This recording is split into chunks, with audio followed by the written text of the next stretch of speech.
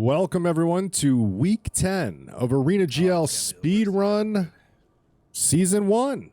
Today we'll be looking at a Necromancer unique run. Today the rules are set as a little bit of a change from when we spun the wheel. The rules are going to be you can do whatever you want during normal.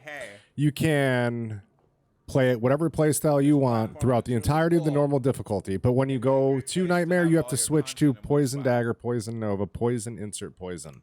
It's completely your choice on how you go forward from that, but it is a Nightmare speed run with Poison Necromancer. Here we've got Mr. Llama kicking things off as the first person we'll be watching for a little bit as they just kind of start going through. We've got a few different racers going on today, and good morning, Quake. Good to see you, man. We've got a few different racers today. Looks like we've only had 6 in attendance. This does tend to be a little bit of a harder race, as Necromancer is one of the higher skill capped characters. Some of these fights will be a little bit slower, a little bit more painful. Mr. Llama starting off early with P8 Necromancer. Not a whole lot you can do there. Don't rip. Thank you. So right away, Mr. Llama's going to go out and he's going to clear it down just like everybody else. They all get that one respec that they're going to probably want to use before they go to Nightmare. They're going to have to use before they go to Nightmare. I can't imagine any of these people are going to be leveling up through as Poison. That is going to be really bad. Yeah, there is a whole lot of snow outside right now. If you are anywhere from middle of America, Bender's already in Act 3. It's quite Christmassy out there. You hear that right now? Bender already in Act 3, hauling today. Good to see you guys. Thank you so much for being here, saying hello. The prediction league for the NFL thing that we're but yeah, here we've got Mr. Llama giveaways, polls, all sorts of pitching hard for Arena, and I'm just going to add on to that because guess what? They hooked me up with something. They got something else coming my way too. But you know how much I love coffee. Now you can get your own coffee mug with this sweet logo on there. That's a pretty sweet logo, right? Anyways, I'll sell out for a coffee cup real quick. Bender's fastest Act 3 to date, 1 minute 30 seconds. No, that's not as fast as you are mistaken. It's Bender. He does it quicker. Mr. Llama sees Twitter, Twitch, YouTube, Discord, any and everywhere that I place. Oh, I do want that. Here, what he's talking about right now is if you're a content creator, you can place all of your social media stuff on one site so people can see it and interact with it. It's all available for you on Arena. How much is the coffee cup? I want to. So it's really great for that because it's a way that honestly it's like $11. It's really been cool because you get to. It's on their site though, man. I'm serious. Go to the site, check it out. Thanks. You don't normally see with I think it was 11. Sounds right. Maybe something was 11. So Arena. Oh, look at that. They've got it. They've got commands working. So, Mr. Llama setting that TP up at the Den of Evil here, progressing into the Cold Plains, taking advantage of teeth damage early and a summoned skeleton. Skeleton obviously giving him a little bit of time to free cast those teeth, and teeth being the big blast ability. Unfortunately, no shotgun damage, but it does have a lot of multiple projectiles that can be set out in a tight or closer fan if chosen, just based on where your mouse pointer is. So a lot of damage output there for the teeth. I imagine that's probably one of the builds we'll be seeing from guys building that into bone spears. And a few curses probably coming out along the way as well. But again, when they get to Nightmare, the rules for today, when they get to Nightmare, it is a Nightmare speed run for Necromancer. PX, they can do whatever they want there, but they have to get... I hate that, like, you can't see my hands. I'm like very much a hand talker. Anyways, so Nightmare, Necromancer run, PX, and they have to finish all of Nightmare. So the minute they go into Nightmare, they have to respec as a... Poison only Necromancer. So Poison Dagger is the ability I was waiting for. Poison Dagger and Poison Nova would be their options. It's going to be a little bit intense because some of the bosses do have higher poison res, and a lot of the mobs poison damage just doesn't scale really well. So when you get into those harder difficulties, unfortunately D2R just doesn't do well. So yep. These guys be cruising around. Let's take a look at some of the other runners today, see if everybody got on and do a quick refresh and see if Boxer got his stream up and running because on my other screen he does. So there we go. There's our 6 contestants for the week. We'll have Mr. Llama, Potato Freaker, of course, Boxer 327, Mr. MechLab Speed is what we call him around here, and Bender, RDN Act 3 meets Fry. Let's get all of these up and running. Let's watch some McCalb, see if we can get some McCalb input. He was talking about prior to this race, his game plan and how it wasn't working out. So he's going to have to do a little bit of shifting. We'll see if he talks about it at all. But right now, he's looking at a solid 440 here in Den, getting up the corpse fire. Not really one of the things you're splitting at this point in the race, but what are you going to do? Boxer is that who you want to watch real quick? We'll switch back over to McCalb here in a minute. I imagine they're all doing the same thing. Let's see. Boxer is, nope, in Cold Plains yet. He might have already cleared Den of Evil, or he's just taking advantage of something he saw and it's just kind of continuing over. But he is heading towards exit of Black Marsh right now. This is a read based off of where he had spawned. Here we just see him kind of taking advantage, again, of the same teeth build we saw with Mr. Llama. Big fan damage, hitting a lot of targets with every cast. Not a lot of wasted mana here at all, and not leaving any of the damage on the table. Obviously, we see the limitations when you get to one target, as it's only one tooth hitting. So the damage output, like per second, just really, it isn't worth it to sit there and spam on one mob right now. That'll come more into play with Bone Spear later, but right now you're just looking for those big groups, those dense camps and things like that to really let the teeth shine. Like here, Rockin' Issue, great example. And you see the further that mouse pointer is away, the tighter the teeth spread is. So he's able to maintain that so nothing's getting launched off to the side. But when that mouse pointer is a little bit too close, even with that giant group of monsters, you're seeing a couple of the teeth kind of wander off to the side.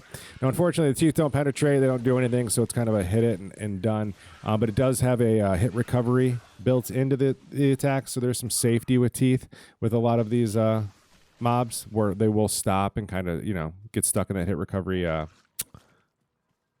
frame, and gives you some time to keep casting. And as long as you keep them hit up like that, you don't have a lot of chances of actually dying. But again, the damage is going to fall off. It doesn't penetrate, and there's only so many teeth going out. So if you do get completely surrounded, you're going to go down quick. But here's Boxer going into Underground Passage now, done with Stony Field. I said Black Marsh earlier. I'm sorry. Done with Stony Field into the Underground on his way to Black Marsh. And he'll be continuing on. Let's watch Mr. Bender, because I'm sure I'll be watching him later as well, seeing how fast, as he seems to have come back to Act 1 to kind of, maybe he reset. He didn't like the way his Act 3 looks. So can I refresh the OBS overlay? Yes, I can.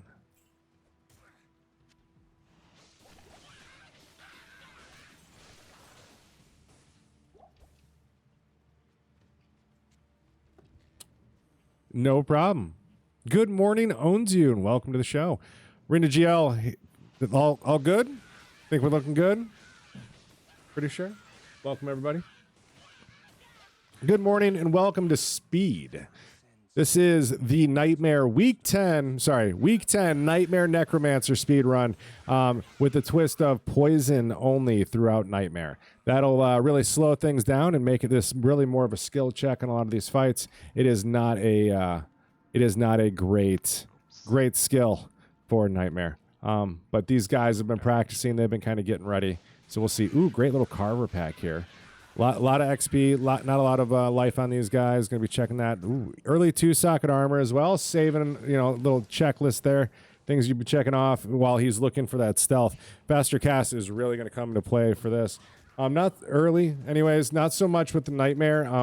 When it gets to the point, the run speed will be nice, which I imagine most of Nightmare will be skipped, is they're not going to want to kill everything. The the poison damage isn't one of those things that it's going to continue to stack on top of itself, so you're not going to need to get crazy amounts of faster cast. It will help, though. No video on your... Oh, hello. Gosh, it's because we because, I don't know. Give me 1 second, guys. I'm sorry.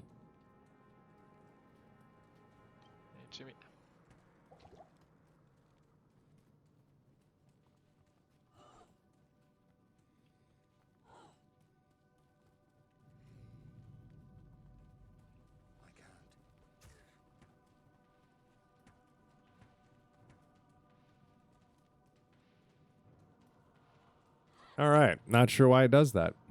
Sorry about that. Oh, it's because there was an update. All right. That could have been it. Now it's going to go flawlessly for at least 6 minutes. Welcome to week 10, guys. Appreciate you being here. All right, let's get Mikhail back up and running. Like all Good day. Oh. All right, here we have a let's see. Like all Camless Mikhail this week. He must really be focusing on speed. Cal been really tearing it up the last few weeks that he's been back. He got real frustrated at the end of last week. If you didn't see it, I believe there might be a video available. I want to go check that out. Skill shrine, sure. Not hearing a lot of hype though. Do I do clay golem? Does find a decent wand. Beats out Skelly. All right, see Clay Golem coming out in that the width of teeth really starting to shine, hitting almost every mob that's existing on the board in front of him. Real nice frontal cone. And McCall doing quick work here, and X people are moving a lot, so I believe he's definitely on P8 here, getting a lot of it. Okay. Yep, continuing to pump teeth. That skill shrine too, adding 3 extra levels, putting 3 different casts on the board. Really a strong shrine early. When the teeth's one of its biggest weaknesses, it just isn't hitting everything. But now more than hitting everything, really starting to shine.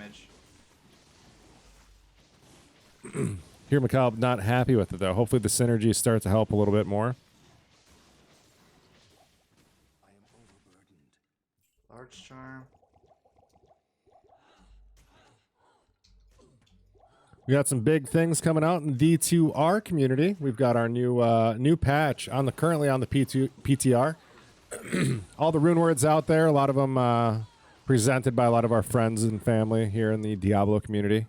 Go out and check those out. I'm not too positive they'll have a big twist on the speedrunning community itself, but just some different things that'll be out there. And then we've got a ladder reset coming as well. So a lot of exciting things coming out here in the near future. A lot of teams out there practicing their resets already, trying to get all prepared. I know Gymnasium and company ended up breaking a couple world records yesterday, I believe. And congratulations to them.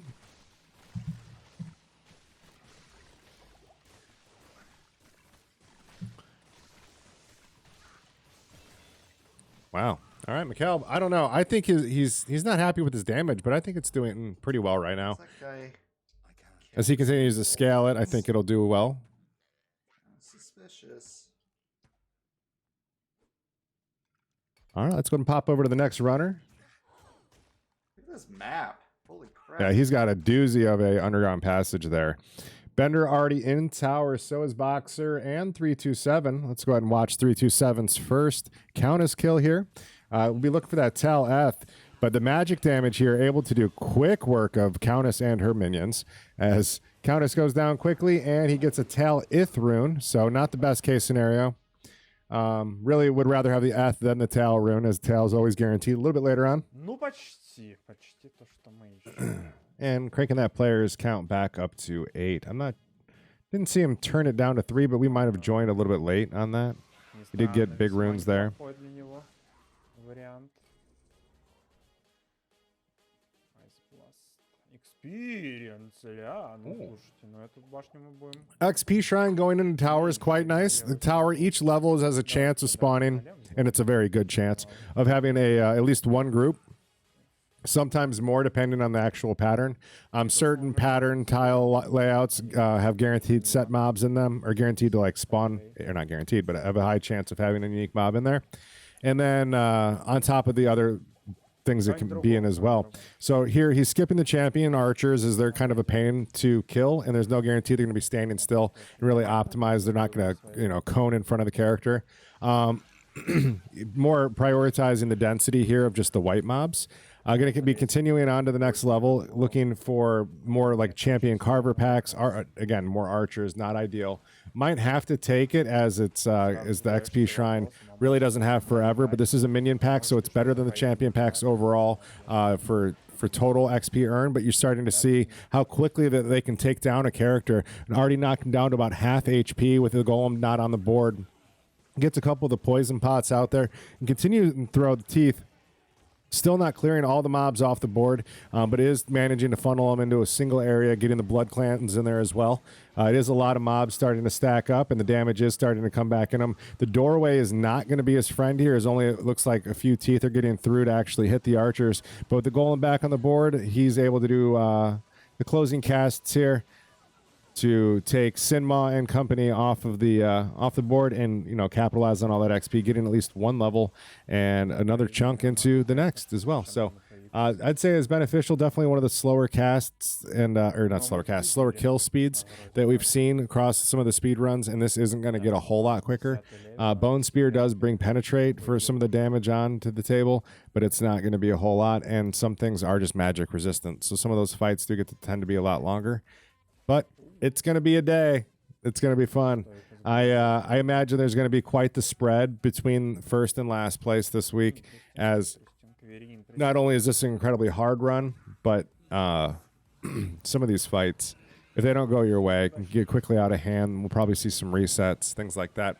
But here we get to see Teeth do its thing. Lots of fallen broods and archers all lined up here for Teeth, almost every one of them connecting, and you just see the XP bar jumping as things fall off the screen. Quite nice, but I think this is pretty much where we're going to see it shine the most. You might do it a little bit in might do well in Act 2. Basically anything with hallways, where it's really going to funnel the mobs into a straight line. Teeth will do well, but here we go. We see our first point into bone armor. This is going to provide a little bit of defense if used, but is also a requirement for other spells going forward. Yep, there goes Countess, and we've got another Tail Ral rune. So again, that's 2 tails and a Ral for 327, not what you're looking for. Let's pull up Mr. Llama, see how his pulls go. His first pull here is he's going into tower level 3. He's got the golem on the board. Same teeth build we've been seeing with the other runners here. Feels like my voice is starting to like break down and warm up at the same time. How's the audio for these runners? I feel like I gotta turn it up a little bit. Guys, remember your prime sub. Good. There we go. Shout out. Thank you very much. So Arena's been working real hard behind the scenes. They've been putting some different things together, and I know Mr. Llama's been putting out some videos on YouTube through Arena, looking at how to get set up to stream and be part of these speed runs. So if you wanted to, maybe you've got some extra time between gigs, you've got Sundays free, and you want to get into the speedrunning community, you could head over to the Arena GL website, check out those videos, and sign up for next week, because we would love to see some new faces, new participants, and every week you've got a chance to win prizes. So right now, here Mr. Llama praying to the Countess slot machine. He's got the golem just falling off quickly. Teeth really just connecting a little bit. And what is that? What is that? Taleth? Good for him. Get him early. Get him early. Much faster, so he does not need to be hanging out here now. He's going to continue on his way to jail. One run and done for Mr. Llama. Well, that isn't the content we're used to. Uh-oh, my screen capture fell off again. Teeth. One, but too expensive. All right, let's pull up McCalb. See how his first pulls are going. Ooh, he's got a nice Blood Clan minion pack here as they're lining up around the Blood Golem, or excuse me, the Clay Golem. You see the Clay Golem just has a lot of defense and able to really take a beating as McCall rains the teeth onto this. Now pay attention too, as you can see the teeth hitting the mobs based on their hitboxes, and you can kind of see how many teeth are hitting each one. So it's not a lot of wasted mana per cast when it comes to actual efficiency of the spell. But McCall making the most of it, ensuring that he had a nice dense group there. And he's continuing now. That was a real short tower, level 3 for him, but now he's got a little bit longer of a 4. Sees a ghost group. Gonna go get That's not gonna happen. Go back to town, get some supplies. I'm guessing he's just not confident where he's at right now.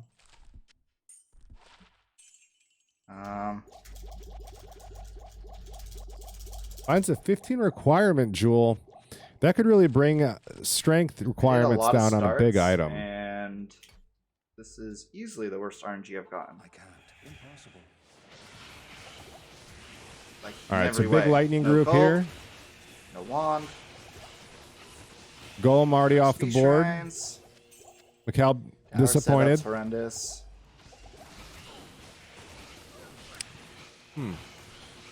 Keeps hiccuping. Okay.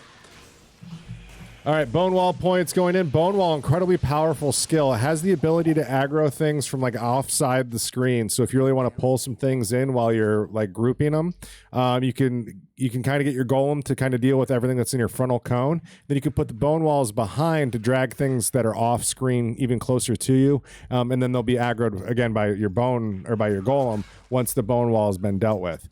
Also, it can be dealt with, or it can be used as a bit of a safety tool as well. You can trap mobs in Bone Wall, kind of use that as a utility.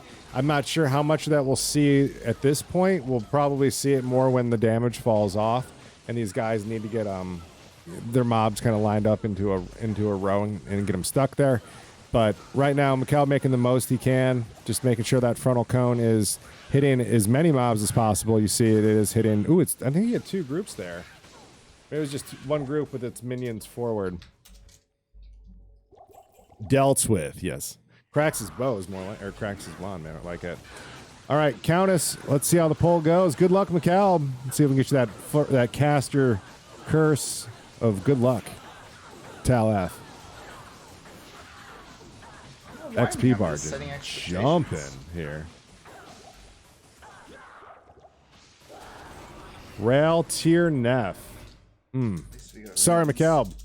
I mean, multiple runes. All right, let's pull up. Let's see. Bender just finished there. Boxer progressing. 327 is progressing as well. Let's see. Potato Freakers. Where is he at? Underground Passage here.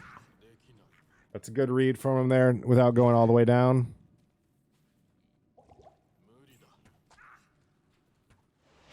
Here you see he's got all the rules listed as well.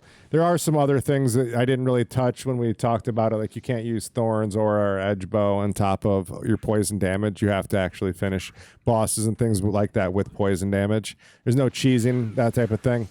But yeah. Finally. Man. Having a day in here.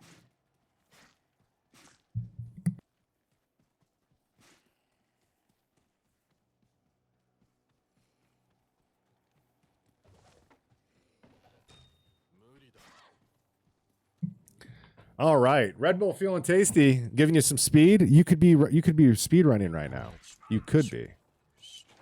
All right, so Potato Freaker here got a lot of groups here, choosing to ignore him with his mana shrine too. No, never mind. Here he goes. Turns in full blast. You see, really, this is best case scenario. I mean, short of an XP shrine and some bigger mana pots, this is really what you're looking for as the early teeth necromancer.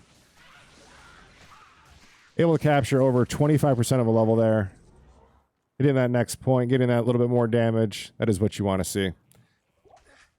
All right, let's hop over to Mr. Llama as he's already into the catacombs, it looks like, or maybe, yeah, catacombs 1.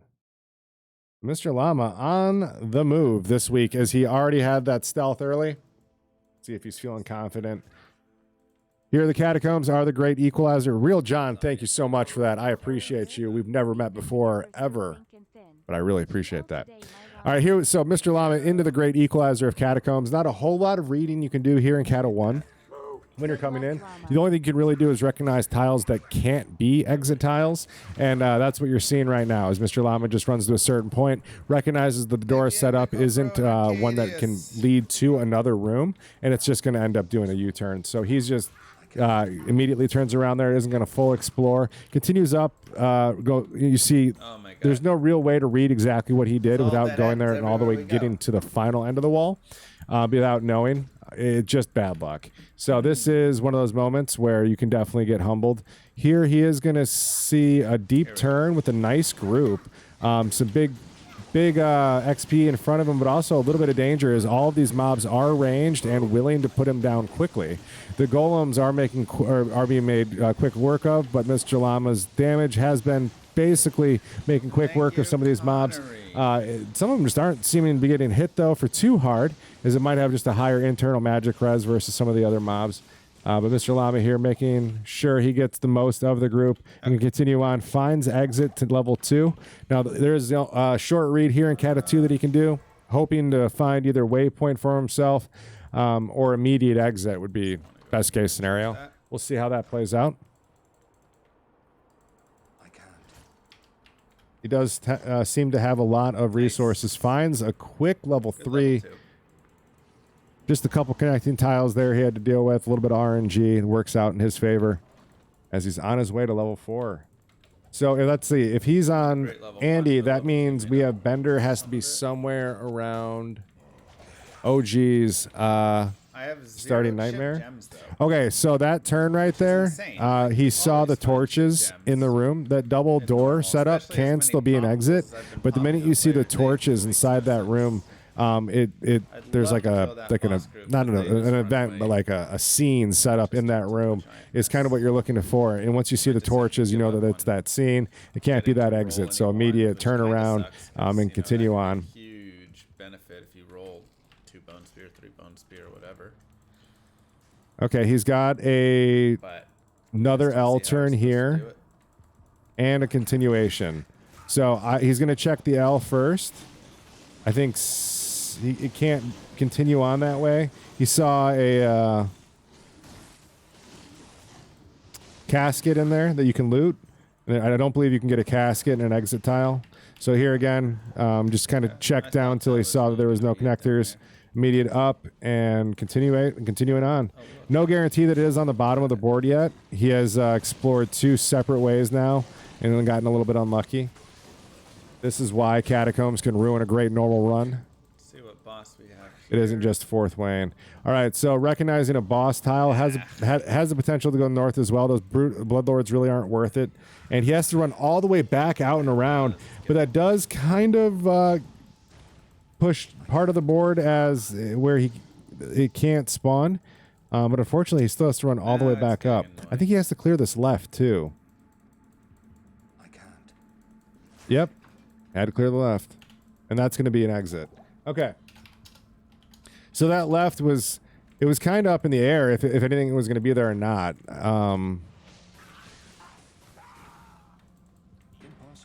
If you would have skipped it, it would have been one of those things like you would have been kicking yourself in the shin afterwards. But here we're going to see the Necromancer against the first boss. With the teeth build, it may not be a whole lot. Again, it only hits her a couple at each one. We've definitely seen builds put down Andy quicker.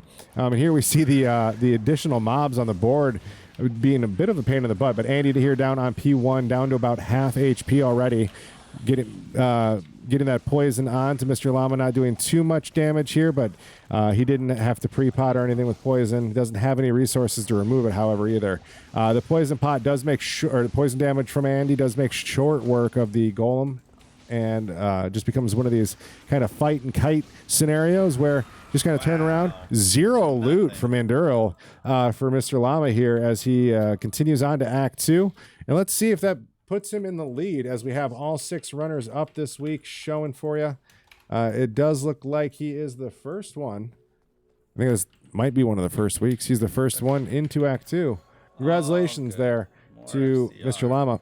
Here we've got McCalb still rocking some tower time as he's got his another point into Bonewall here. Really going all in on Bonewall early. Might be part of his strategy is to skip a lot of stuff. Oop, I'm sorry. I've got Mr. Llama audio going still. There we go. Binary, dude, no, thank you. I appreciate that.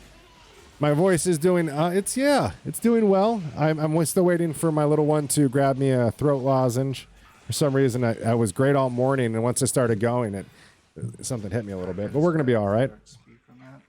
I appreciate the kind words. Thank you. Hopefully we get you running again next week. This is a doozy of a run. But here comes McCalb into tower level 5. Got a nice Blood Clan group. Going to make short work of him as his teeth has gotten to the point where it is powerful. I think he also does have the player count turned a little bit lower as the better drops for Countess here. You don't want to do Countess on P8. Oh, no. They weren't lowered yet, but he's about to. There we go. Game difficulty lowered to level 1 there. Her drop table is set up based on her difficulty and drop table aren't based on the same thing. You can spawn her at a lower difficulty and then I believe turn her up for the loot.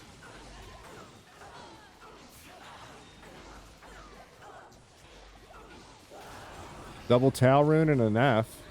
Okay, so if he already had another Neff rune, he's good to go. I'm not sure what other runes he had as well. Waited to make the thing. We don't see 2 Neffs yet. Checking some nice XP shrine there from McCalb. Those are static spawns from game to game since these are single player. One of the things that speedrunners will do is memorize which boards have or maps have shrines right next to the waypoints, and then they'll just do quick jumps to kind of check those. Just that couple seconds that you spend each time, if it pays off one time, can make a magnitude of difference. So that is something you'll see a lot of like talented and good speedrunners to kind of hit that.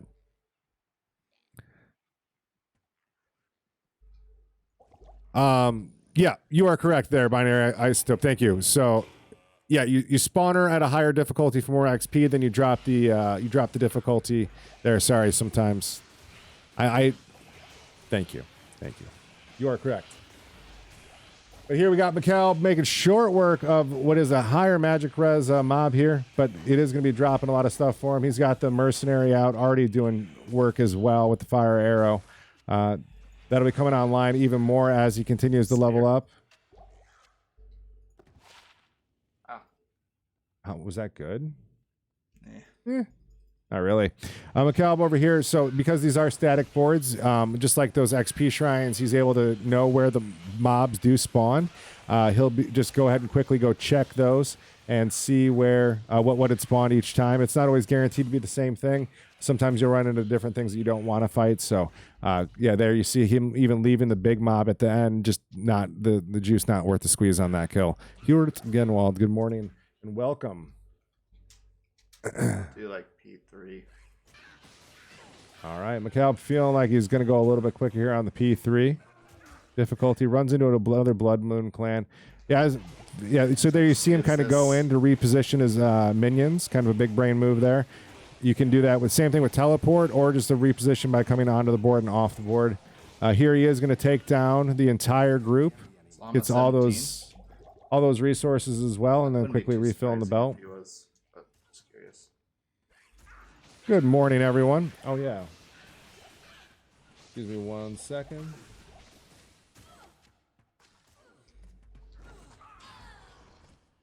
I really need diamonds to drop, though. Okay. So it sounds like McCalb's plan is diamonds. We need to get that, hopefully.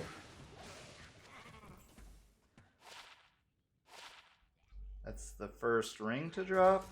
I imagine we'll probably see things, teleport staves that we see every week. Lower res wand, well, lower res wands really won't be too sought after, as I believe they can just spec into that. But I think lower because curses being allowed is a big deal, especially with lower or with everything else. So they're going to need every little bit that they can. Mercenaries bringing a little bit of damage as well is going to be important. I think that's. That might be a lot of people, kind of like an edge that people bring to this fight. Good morning, Toes. An edge that people bring to this fight is their mercenary, and if they gear it properly, taking advantage of the different elements that they can do at different times. But McCalb running another tower here, knowing that stealth is super important for that run speed, and just getting the levels now while he can as well. He still has the player difficulty turned down quite a bit. But heading into Tower Cellar 2, champion group there. He's going to make, minion group there. Saw a couple colors, figured that we'd see a third. Just the different skins there for the minions and the unique monsters. As the Necro continues down here to the T, no super chests or anything for him to click. But again, another Blood Clan pack for him, making quick work. Just want the rings to drop. And an Ethrune. And an Ethrune, he wants that stealth. Good luck, have fun, yeah. Cougs, good to see you, man. This could be you as well.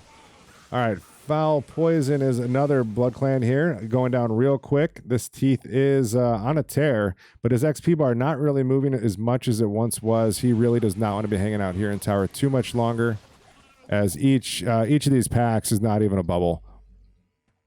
Today's rules, Trufius, good morning, is a Nightmare Necromancer poison run, where only during, ooh, there's the Tal rune, unfortunately, only during Nightmare do you have to be a poison necro. During normal, you can be whatever build you want. So these guys, pretty much what we've seen across the board is everybody has been running a Teeth necro. I imagine they'll probably push that into a Bone Spear with a little bit of Golem support.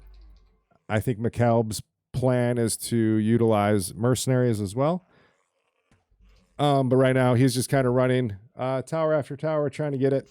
I'm going to go ahead and pop over to the next runner. Let's go and see how Bender's doing, if he started to hit that full gas moment, as he seems to be stocking up in Act 2 for start of the act. He just killed Andy. So Bender in Act 2, going quickly. I know, how do we get rid of Woot and just watch the races?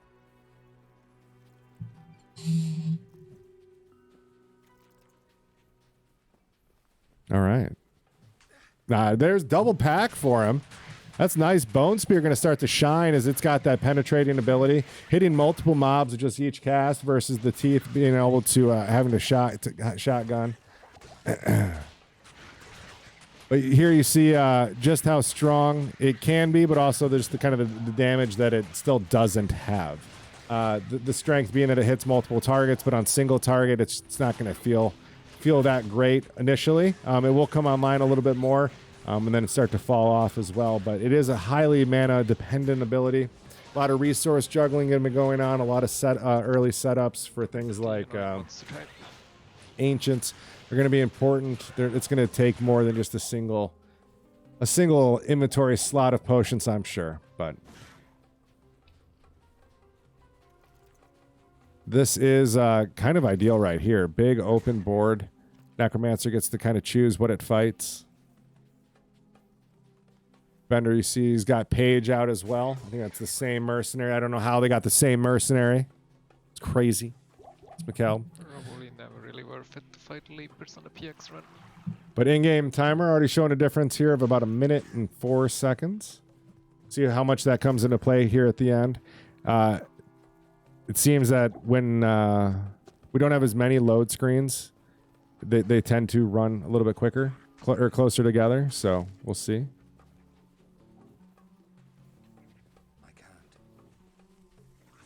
That's a nice group there. All right, going back to the Teeth to kind of hit everything. Feeling like the Teeth damage might still be a little bit more than the Bone Spear. At Golem going down quick, though. Mercenary as well. Not a lot of health potions on the belt to kind of feed it, unfortunately. And the Golem wasn't brought back online.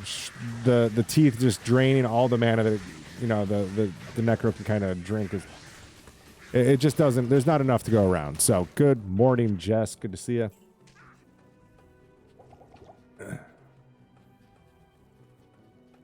And there's Dry Hills Waypoint. So, Bender here just kind of progressing through, looking for the different waypoints, trying to complete the quests, or checkpoints, quest completion points, things like that. Right now, trying to get that cube from the Halls of the Dead. We'd probably take an exit as well, because here's exit. Come back and get that at a later point, or can drop a TP here. And it's really up to him. But gets a nice champion beetle group here. Able to utilize Teeth to hit everything on the board up pretty much at one time. And then funnels them back into this little hallway here that allows Teeth to make sure that like anything that's walking behind, any wasted shots, are going to still hit it. And there's the second point going into Bone Spear. And the chunks on the champion beetles start to look a little bit better than previously.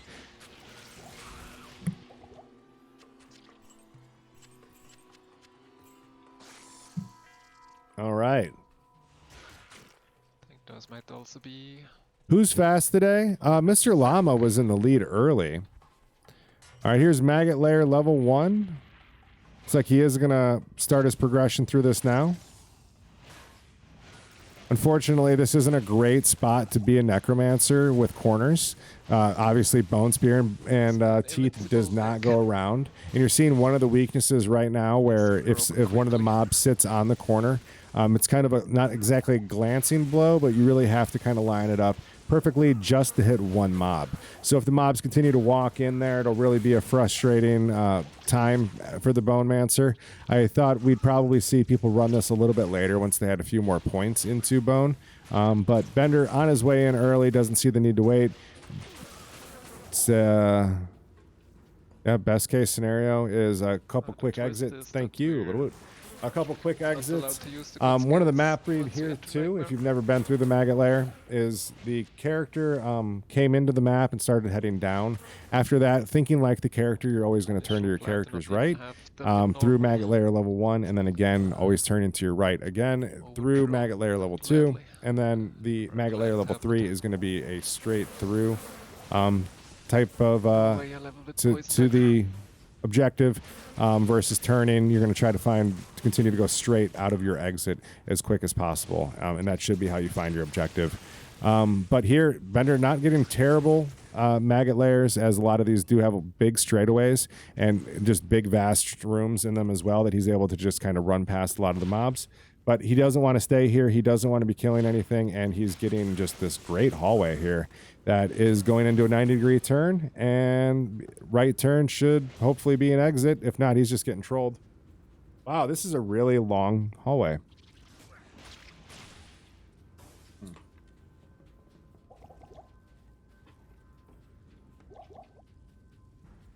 All right, Maggot Lair level 3.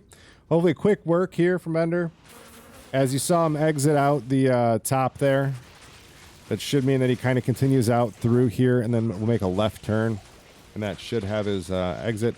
Finds a nice, unique mob pack down there. Lightning enchanted down a deep hallway with Bone Spear not having any real range limitations at this point that it has to deal with. Is able to stand at a great distance, able to launch those Bone Spears and really get the most of that XP with minimal, if not no safety risk at all.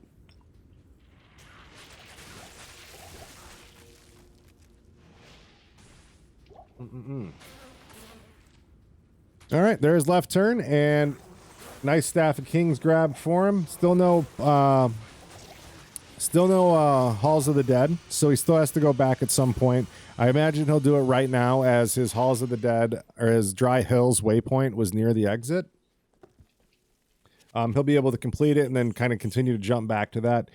And his Maggot Lair, he found pretty early, so he'll be able to kind of explore the map for a little bit in a different direction than what he went on his first time through. Kind of making the most of his runtime, only having to double back just a little bit using that Dry Hills waypoint.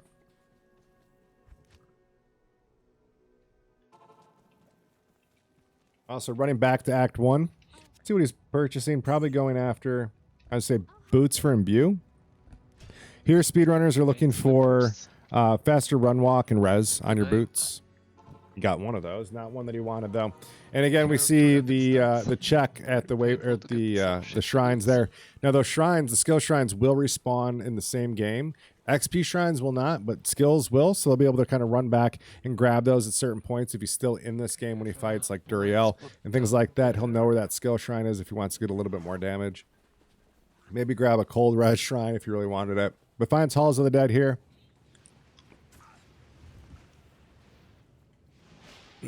Halls of the Dead can be a little long, but tends to follow the left turn approach of always make your left once you come into the room, and then if it's got a left exit, you take it immediately. Every now and then you'll get a reverse map where it won't want to kind of do what it's supposed to, but you just deal with those as they come in. They're not all that common. But here the Necromancer is able to just kind of run past a lot of things, not even having the Golem on the board as a distraction, because I believe he's got some sort of faster run walk. And the density is just not too bad. He's able to just kind of bob and weave through. And again, picking the fights that he wants. Some champion bats there aren't going to be best case scenario. But the Witch here is going to be real nice, as there's going to be a lot of density and a lot of things kind of lining up for him. It does have a lower player count, so definitely making quick work there. Able to grab that cube with very minimal effort, and going to be going right back to the exact same jump we just saw. Grabbing a couple items there for gold. Ooh, actually goes with the save and exit, as that is a smart time save there. Able to go back to Act 1 through the War of jump, and then going straight to the waypoint tends to be a lot closer. You've got a closer access to stash. Potion restocking isn't something that he needs to do here in Act 1, because he had already done it. So now he's just going to be heading out, and looks like... Oh, going to be doing some shopping for some cheap wands as well. Looking to do some crafting. See if he can find something that he can craft into some big plus skills that are really... This is... As a caster, you can get a lot of plus skills, especially on your wand. You can get a +3 for specific things. So he'll be hunting for those here, using 3 chip gems and a wand to kind of craft. That was not one that he wanted. 10 faster cast doesn't do a lot for him.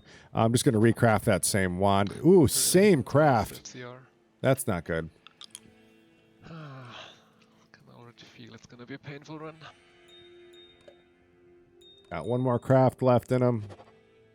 Mana after kill. All my gems. Negative gold gain. Yep.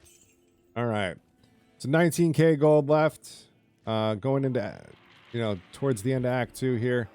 See him cranking up that P8 difficulty. Going to go and, as I say, I thought he was going to go to Dry Hills. Going to go here and continue forward beyond everything he's seen before. But he also has the knowledge of where some of these packs were from his first times, kind of skipping those. Starting to see the first usage of Corpse Explosion here. Each cast takes off a big percentage of the mob's maximum health. So a lot of damage output here from Corpse Explosion early.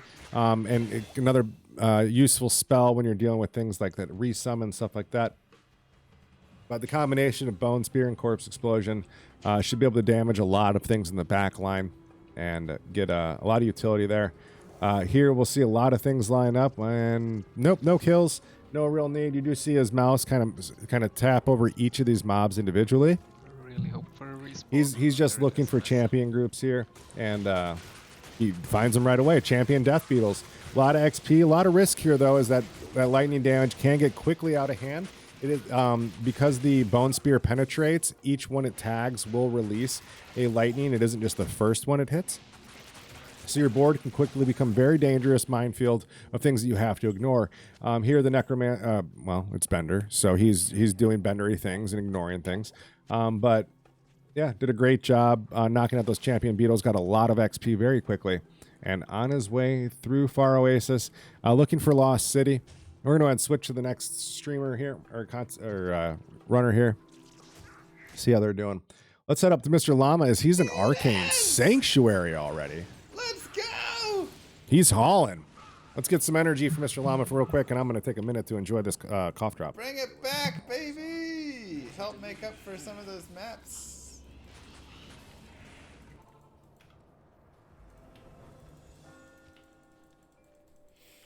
Wow.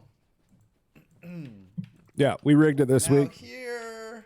We did seeded runs. Still sticking on. The guys didn't know that, so don't tell them. Definitely don't tell them I told you, please. All right, so straight into Tal Rash's tomb here for Mr. Llama.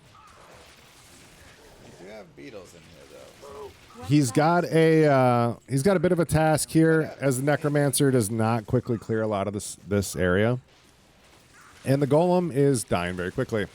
But here, Mr. Llama was able to make kind of quick work of these beetles with just a couple casts, as the AI in this game really doesn't tend to be too smart, and a lot of the beetles just kind of stand still really and let them if you just take go it. into the files and force it to be a specific way for you? Is He's that telling really everybody. hacking? right now. Oh, Dan. Oh, man. I don't think so. Okay. So there's 6 racers right now. Efus, good morning. Hey, man. Good to see you. I don't think so. Screw it. Your wife showed us on the race. I showed you my plant. Like, I think back in like week 6. I want to show you my plant's progress. More importantly, yeah, that was a real quick. That was a nice tome. Real quick, yeah, animation skip. He's in town shopping right now. The staff was in. He can't go forwards. This is a great time to come back and get some stuff done. Okay. I hit 20. Right now he's going back and getting in some XP. Fifus, hold on. I want to fight crushers or maggots though. Maybe I should go to the far oasis and just look really fast. Beetle burst would be nice, but he's too far away. There should be a boss group near us. Hey, what's up, guys? This is my plant I've been working on. If you've been watching for many weeks, back in week 6, it was looking much worse off than this. That is all new growth. That is all. Awesome. Keep Hey. the luck going. Thank you, Lord Drake. So, we've been watching your plants grow as well. I just need the boss group. There should be Woo one can keep boss plants group. alive. I can. Yeah, I quite the plant person actually. That's the only plant I have, but I'm good at one thing. Oh, wait. But my kid I Why haven't is seen it in right like there? 6 weeks. Oh, It's 'cause it crazy. reset from Arcane. All right, so Mr. Llama on the progression for XP. He's been going so fast. He kind of has to go back and take advantage. I mean, this is great problem. He gets to go back and pick where it was most efficient for him to kind of farm. He's seen all of these boards already and knew where the beetles were. Certain unique super mobs are always going to be where they were. So he's able to go back, farm some beetle burst. Has been really a real great thing for him lately. Trying to include the same plant, your new setup and new home. Nice. Nice. That was a gift from my wife and kid for Father's Day, my birthday, something along those lines. How often do I stream other than these arena runs? I like to stream at least 3 or 4 times a week. I have my own channel. I'm Mr. Hollywood. You can follow my channel through that way if you want to. Yeah, I love doing this for Arena, though. This is definitely something that I'm here every Sunday. So if it is your guys' first time here, kind of first time seeing this, guys, please do hit that follow button. It's really important. This is week 10. All right, this is 10 Sundays in a row minus that like Christmas thing that like we skip, we stop, you know, because like Christmas, family. You guys would rather have us been here. Oh my gosh. That was from Mr. Llama's stream. I swear that wasn't from our thing. So that so that Christmas thing, you know, we didn't do it for, but for 10 weeks now we've been here, and we're going to continue to bring you guys great content, and it's community based. These are like your favorite content creators, and we're trying to get more of them on there. So that being said, who's your favorite content creator that isn't on Arena? Because if you go to their Twitter, you should tell them to get on Arena. Reach out. Tell them to talk to the Arena team. See how, you know, they can get integrated, be a part of it. We want more content creators here being part of it. They've got a great setup in the background for all sorts of different growth opportunities for people. News, like gaming news, streamer news, you know, Blizzard news, what new patches everybody mad at, that type of thing.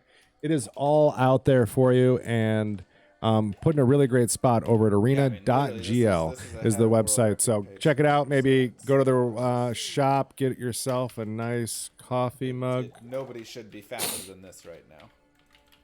Like I say, the biggest issue, I guess, is I don't have... Now, if only I had a hat. I think it's en route. I'll be here tomorrow. Just imagine my hat has a nice arena symbol right here. That we have right now. That's what you just imagine that, right? Oh, sorry, that looked bad. Imagine that right there. And then we're good to go. And I have very few chip gems to roll for plus 2 bone screw as well. Afternoon, Chris Dobbs. So Welcome to Speed. I believe right now we're looking at first place. Definitely. I don't think anyone else is quite here. No, Bender's close. Kano doesn't know if he'll race again. Big sad. Man, I tried Some more arena so swag. hard Oh on no, all my no, world I'm record taking runs care to of get this start. unadorned box. I promise. They Talent have taken first care of run me. and, It is all en route. 1 minute. I mean, that's a really good time. They've been super generous with me, and I really appreciate the opportunity that they've given me here.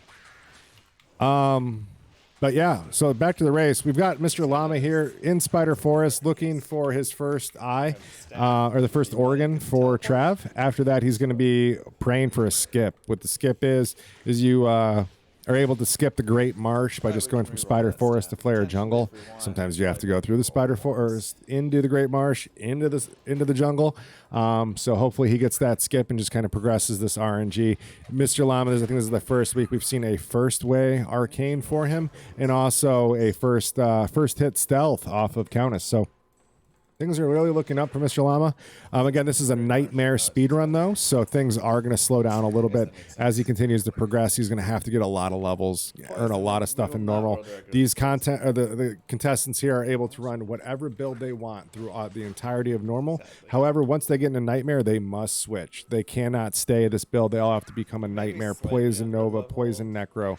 There's a couple other items that they can't use that have kind of been established in the background. Basically, is what it comes down to is they can't cheese the fight. They can't use anything like thorns or any of the other like summon rune words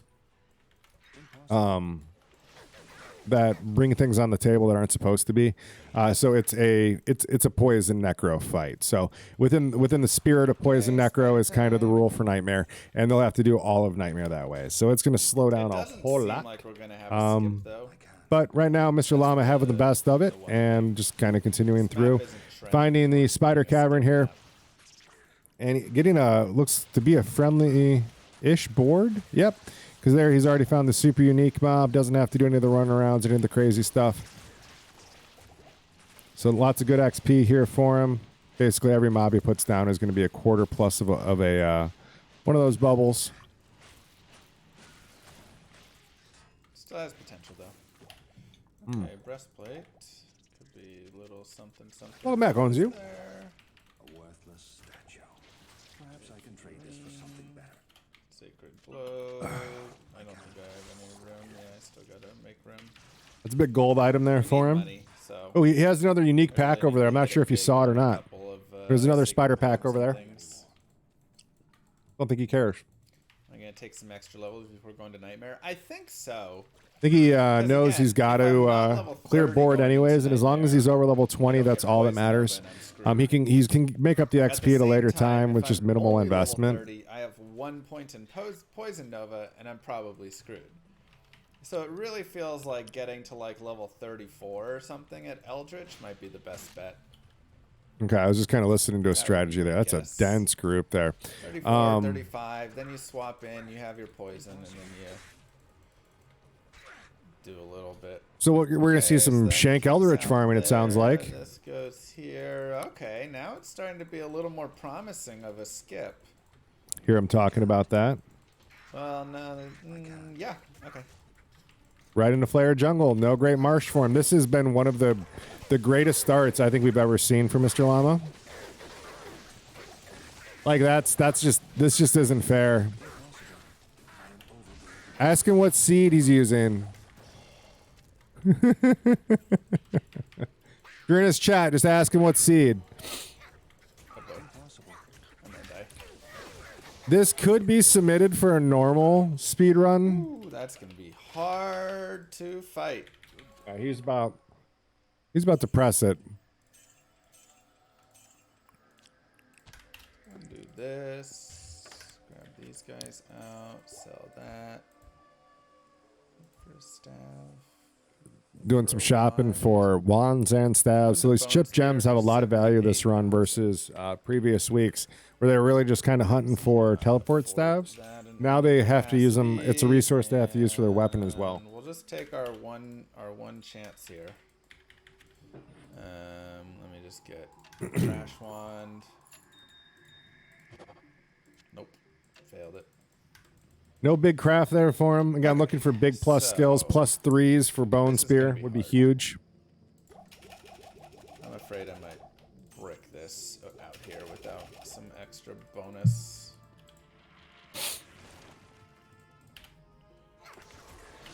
All right, I think he's safe already. I think that because everything's stacked on the bridge there with the golem in the corner, as long as you can keep recasting this golem. Ooh, slight repositioning fail there. I think if he would have recasted that golem up, was kind of trapping everything, it'd been a little bit safer. But he's going to be able to clear this. It's just going to take a couple more casts, waiting for things to kind of get back in range. But not a big deal for the Necromancer there. So fun little story, real quick. Oh. Question: if I get a wand with Bone Spear, can they use it in Nightmare? No. You can't. No, they have to use poison skills. They can't. That was like you can't use anything like any like thing that like adds golem either. You can't do. Yeah, you can't. It's got to be all. All in the spirit of poison damage. So. Fun story. The first time I ever watched Mr. Llama, was the first time I ever saw a speedrun as well. Was Mr. Llama was doing a games done quick, and he random, I believe he random it, or he came in and someone had chosen it, but it was a Necromancer speedrun. That was many years ago. I never thought I'd be here doing this now, but. Bone spear, bone spear, bone spear, bone spear. Ah, nothing.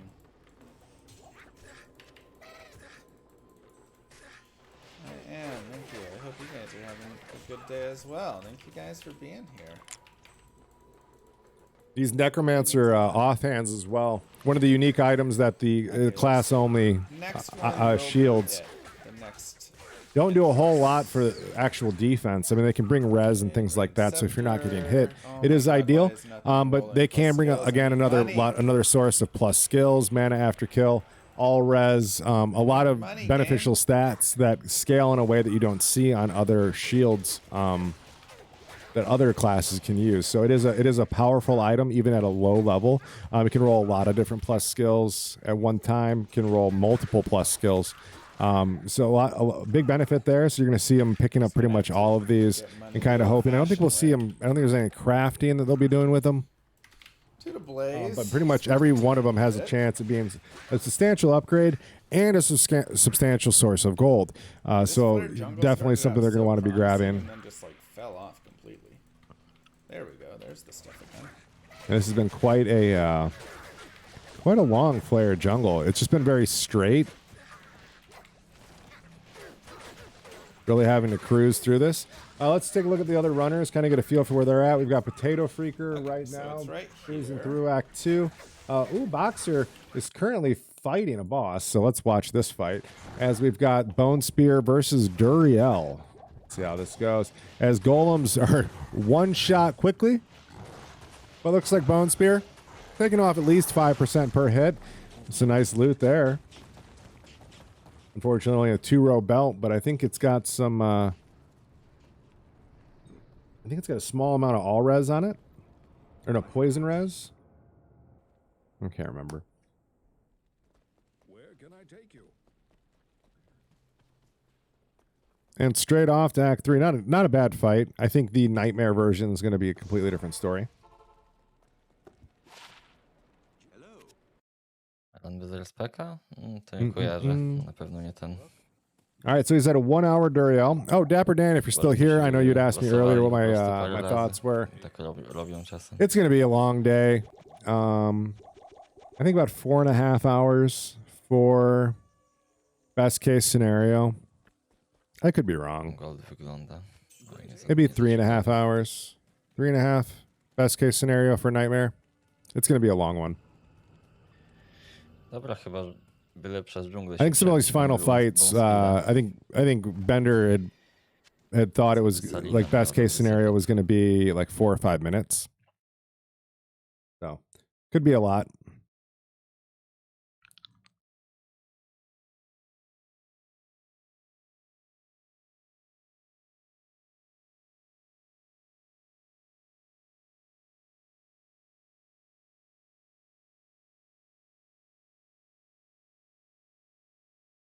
All right. 2 to bone armor. Oh, here he looks like he's got some Skeletal mage. decent offhand there. He's got some gold now to be able to kind of flex with some of these stabs and wands. All he's doing right now is just looking for wands that he can craft with, which the only requirement for them is they've got to be cheap. He wants to stretch that gold, make sure to get the most of it. 30, and then what? 48 is the next break point. I think I'm only at 45, so this we can swap off for now until we find something more. Oh, thank you. No always stream while you're at work.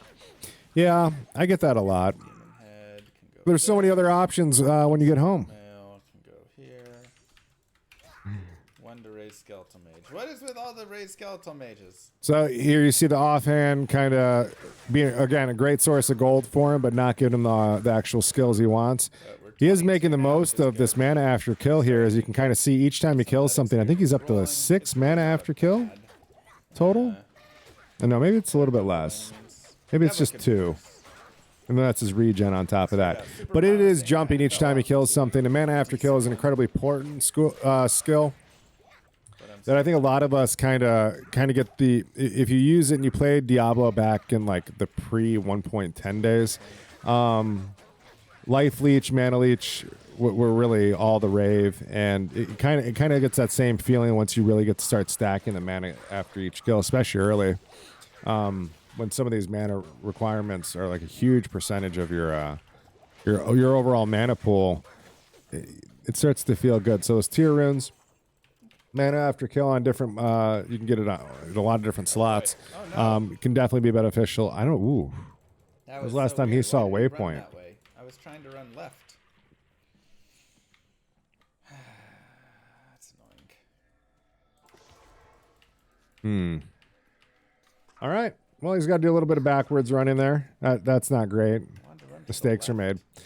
All right, let's go ahead and pop in. Let's watch McCaleb's progression here through Arcane and see if he's getting lucky. There's, he found Summoner right away.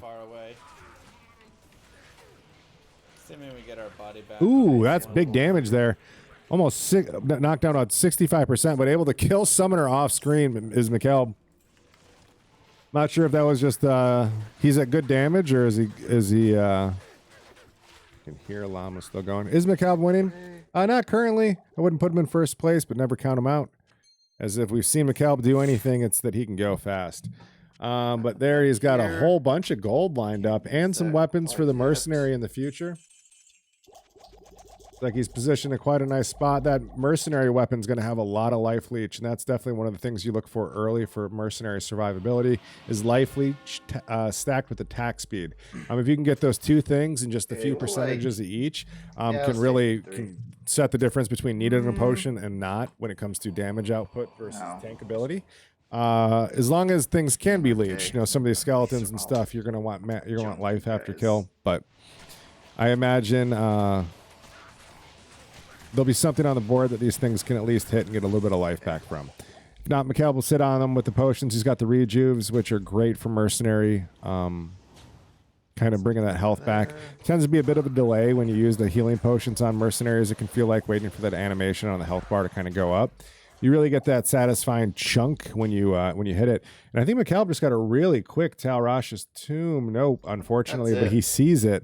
That back wall right there, he's going to run back all the way back up here, take a right out that cross, and he should just kind of zip on down to it.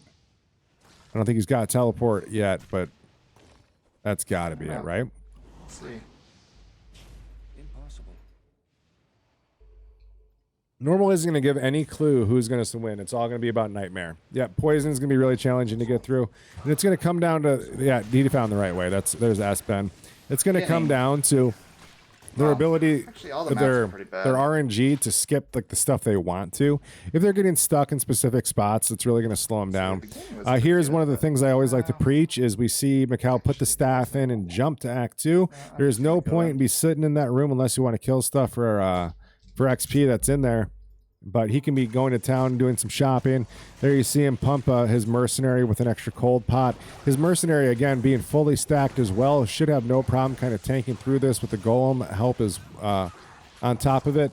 Here he's got the healing pots and the rejuvenation pots, really being able to keep up the mercenary just fine. His Duriel goes from 100 to 0 in just about, 9 seconds. Ooh, and some nice boots there. Gore Rider is going to have some faster run walk.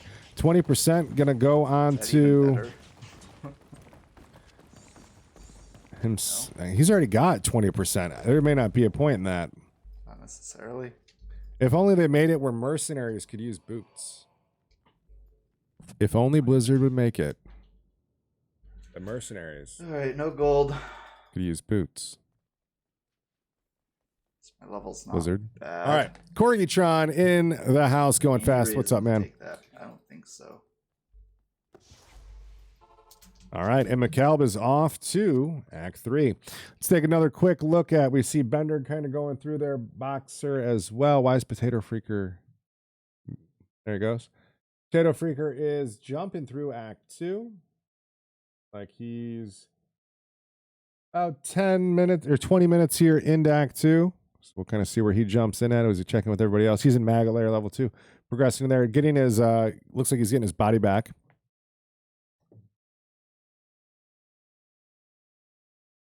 Yeah, so here we see some of the difficulties that these corners can really bring as a necromancer.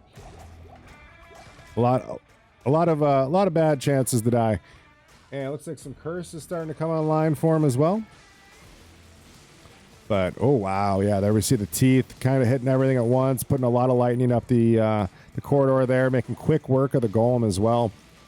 You can see how this could quickly build and snowball and become out of hand.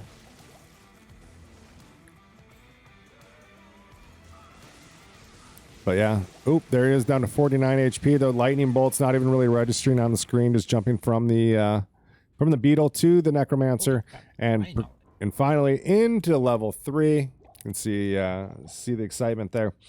Let's go ahead and pop in with Mr. Llama and see how his run's going.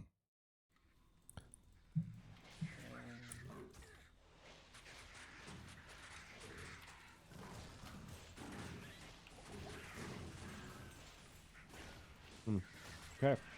Mr. Llama here, progression already in through the LK. Finished his Flare Jungle on his way to Sewers. I'm not sure if he actually finished well, we did see the TP there. He might not have actually done the dungeon yet. He might just be looking for a waypoint to go backwards. Which way was my Cold Plains? I actually forget. I think it might be the other way, honestly. Here's a waypoint. There's waypoint. That's okay. All right. Let's do it. So it does look like he already did his flare. Oh, QVC time. Not shopping music. This is a serious race, okay?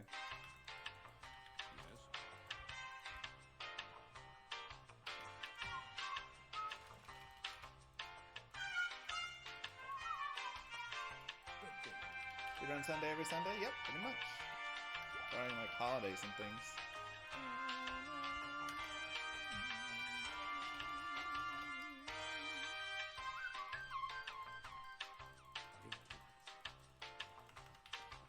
Okay.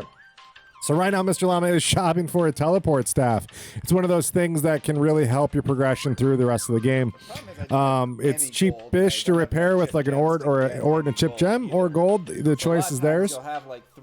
The teleport, I believe, is going to be allowed the entire run because it's not a damaging spell. It's one of those things. It's a charge-based thing that kind of helps progression, not so much clearing anything.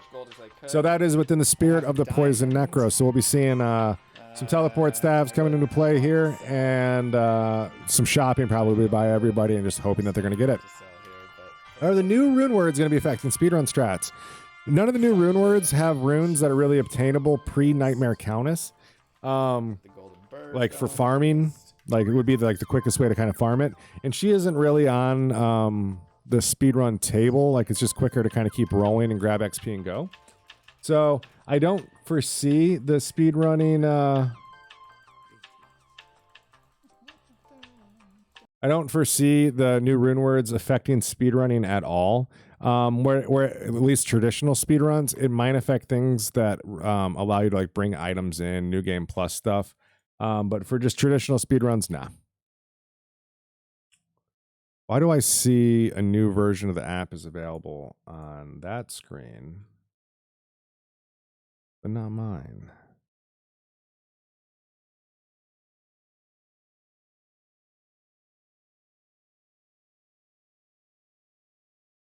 Okay, there we go.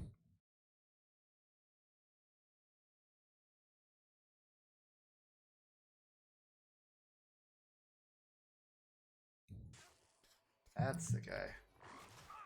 All right. So McCalb dealing with Flare Jungle here. This is McCalb kind of on a catch up. If he has already done his spider and all that stuff, he must have got a skip because this is he's not too far behind Mr. Llama now. But again, as Quake was saying earlier, and I agree with him, that I don't think a lot of this pre-nightmare run stuff matters too much. What's really going to be important is the point where they get to when they need to farm XP, how quickly they can get the XP they need to become relative in Nightmare, and how quickly they can progress through Nightmare. If they get into the point where they get like 1 point in Nova and then jump into Nightmare, that's going to be really painful. They're going to definitely have to get a few points. I think that was Mr. Llama's approach, was going to about level 35. That sounds good for me before they progress on that. Spending too much time is just going to set them back, and they're going to be kind of wasting time. They only need to get to level 40 for Ancients, and I believe at level, I'd say like level 41, you could probably get away with killing Bell on Nightmare as a poison necro. It's gonna be a painful build, and I think whoever gets really lucky on wave skips, if you can get a 5 skip wave skip, oh boy, you can do that Nightmare. You're gonna save yourself a doozy of a headache and a bunch of time. And that might be really what sets the difference between a first and second place and a third place and fourth place, We do only have 6 contestants this week, so almost anybody who finishes will place. And if they don't have entry to the end of season championship race that'll be happening, they will earn it so far for this week.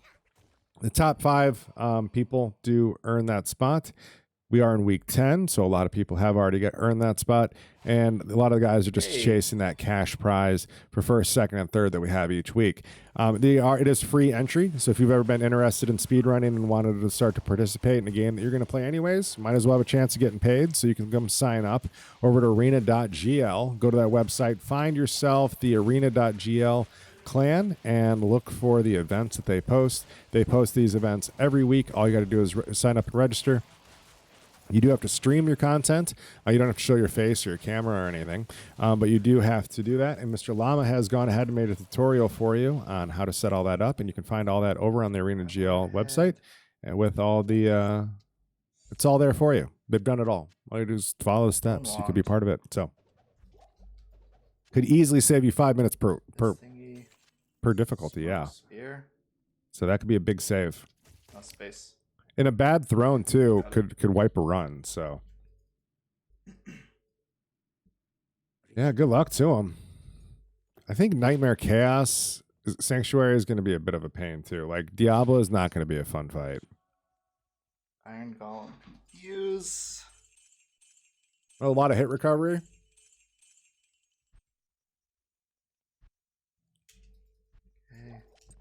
One of the other strategies you'll see is people utilize Iron Golem and curses to reflect damage. Strategy, it's not as fast. Bone Necro, not as safe as using golems, but definitely a lot quicker. You have a lot more control over your overall damage, but way more resource heavy. So it's a much more active play style, but you are rewarded as you get much faster runs. Here we see McCalb starting the shopping that Mr. Llama was on not too long. Oh, well. Whoa. Here, we can have shopping music for McCalb. Oh, Diablo.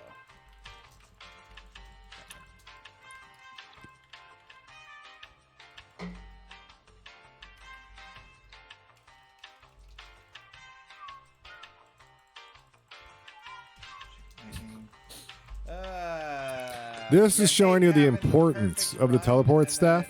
Dies to no telly staff.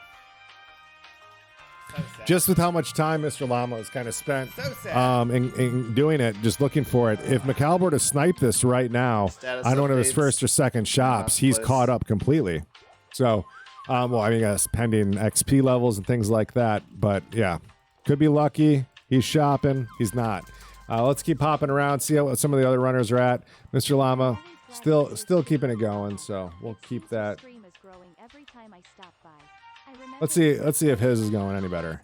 how to deal with a restraining order way back in the day. Okay, I Keep up never the made good a work. how to deal with the restraining order video. Let's hold on. We got to clear that up before we move forward with all this. That's not a video on my.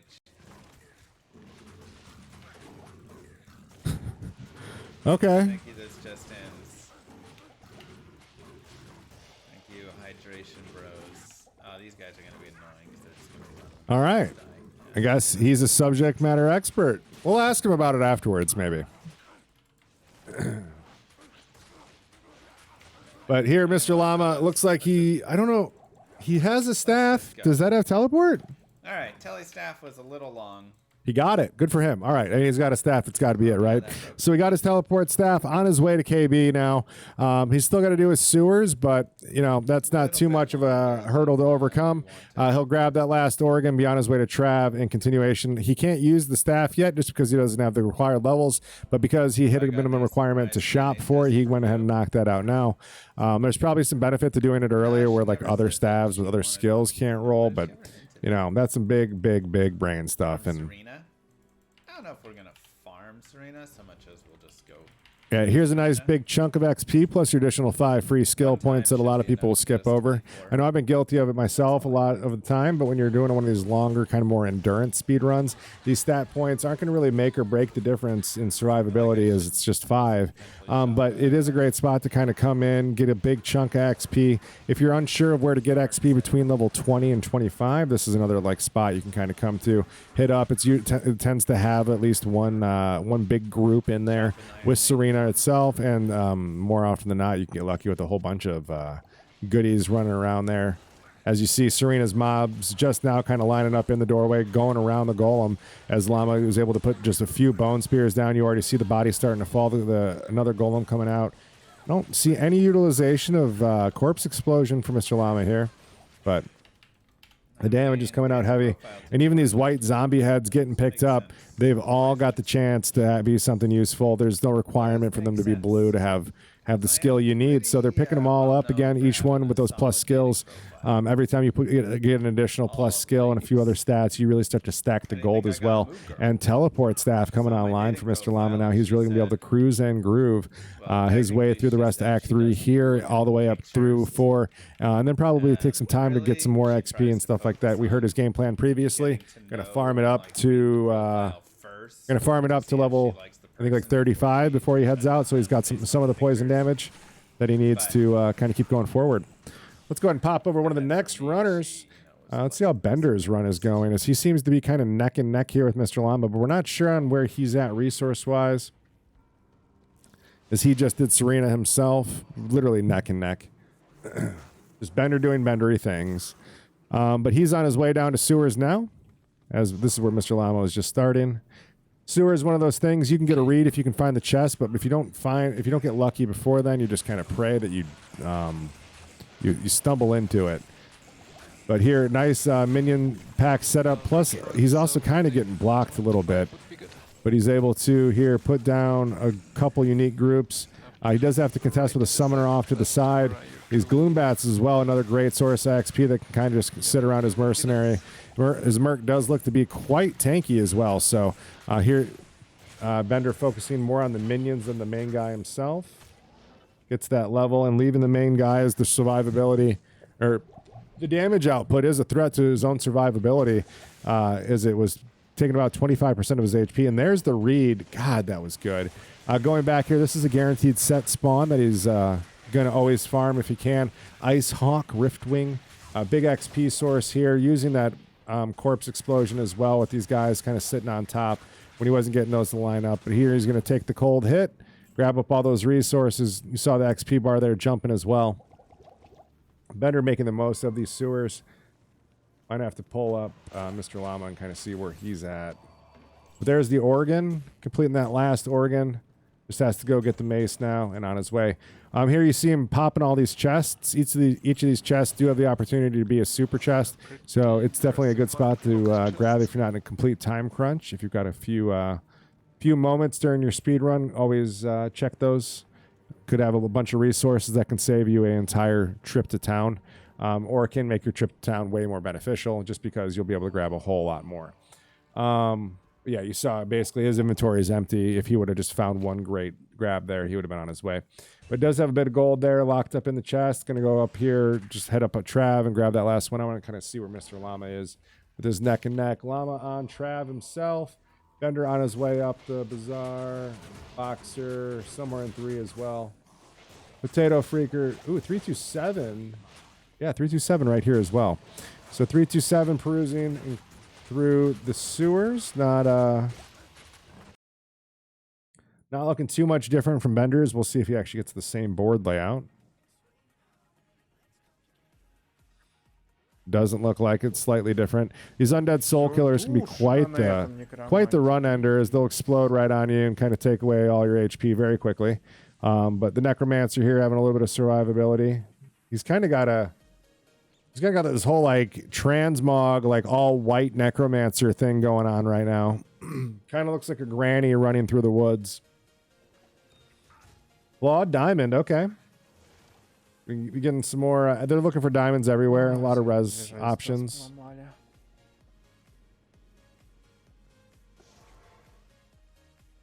All right. And he's going to now progress through and I imagine grab the next waypoint, jump back to town, and progress that way. Yeah, he's going to run up to Trav and go backwards. Let's pop over to Mr. Llama, who is now Endurance of Hate level 2. No, there is a prize, and anybody can join. But it's tough. Stone Claws, thank you. Mr. Llama says 7. His chat says You're 7 welcome contestants. to join. Anybody's welcome to join. There is 7. Zuko. Is Zuko currently streaming? Let's do a quick refresh here to see if we get a 7th player. We don't. I believe you can do submissions on YouTube, but don't quote me on that.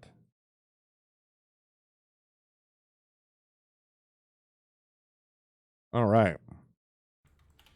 Okay, we'll take a chip. Now I'm a scrub, of course, but everybody else. All right, quick teleport here, kind of just ignoring the moat mechanic.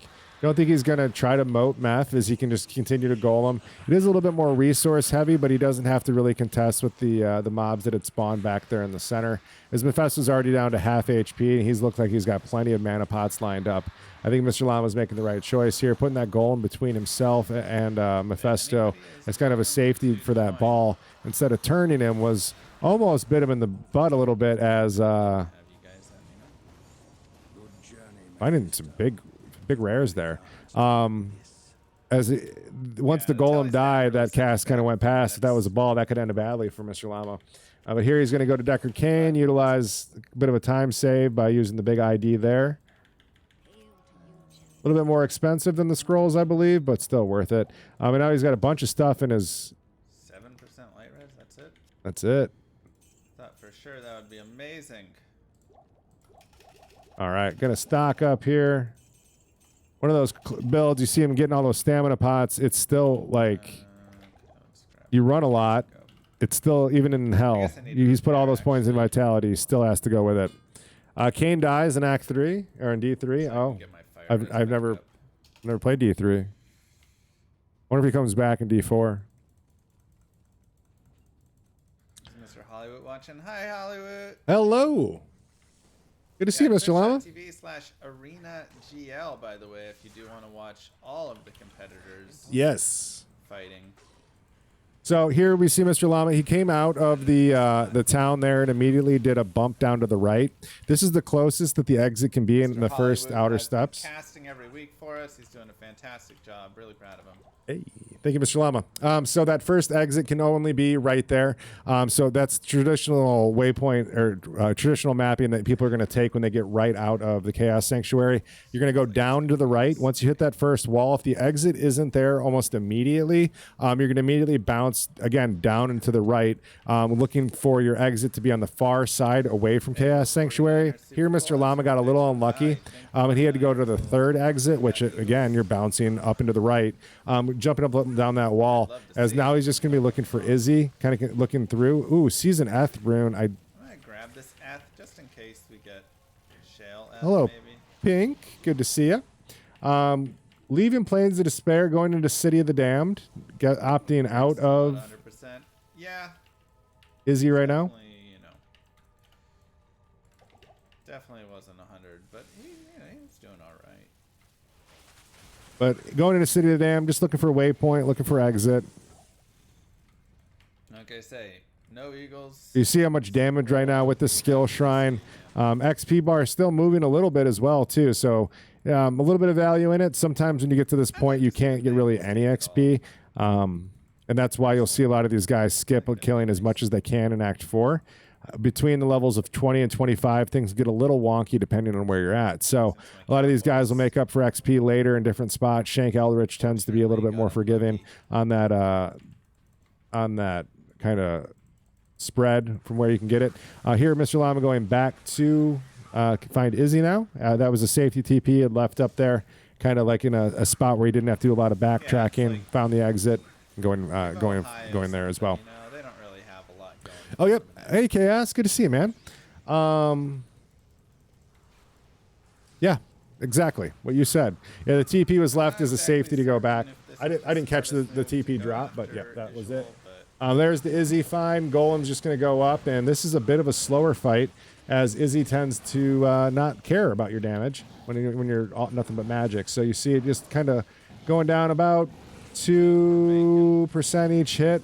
Got a lot of casting to do here. Can't really tell what's doing more damage. Is it the Golem? Is it the Bone Spear? They kind of both seem lackluster. The Bone Spear does do short work to everything else on the map. So here we'll just see a bunch of resources getting dumped into the Izzy fight, as he's got to keep the Golem up. Izzy is a bit of a slow gentleman, though, as he's going to walk up to you and let you kind of throw bones into him as hard as you want. But this fight's been going on now for about 15 seconds, and Mr. Llama's making pretty easy work for it. So nothing too difficult for him here. We searched over and over. He's just kind kind of find him, and then I had to keep running all keeps throwing the Golems, keeps throwing the spears. This would be a nice 2 skill points for him. I believe he can at least get one of them in the Bone Spear at this point. I don't think he's overloaded because he didn't do Radamant. Yeah. And there's the kill. All right, let's go ahead and pop over to the next runner. See if McCalb's done any catch-upness here, as he's dealing with Flare Dungeon, it looks like. Looking for Brain here. Let's kind of see. I think that is level 3.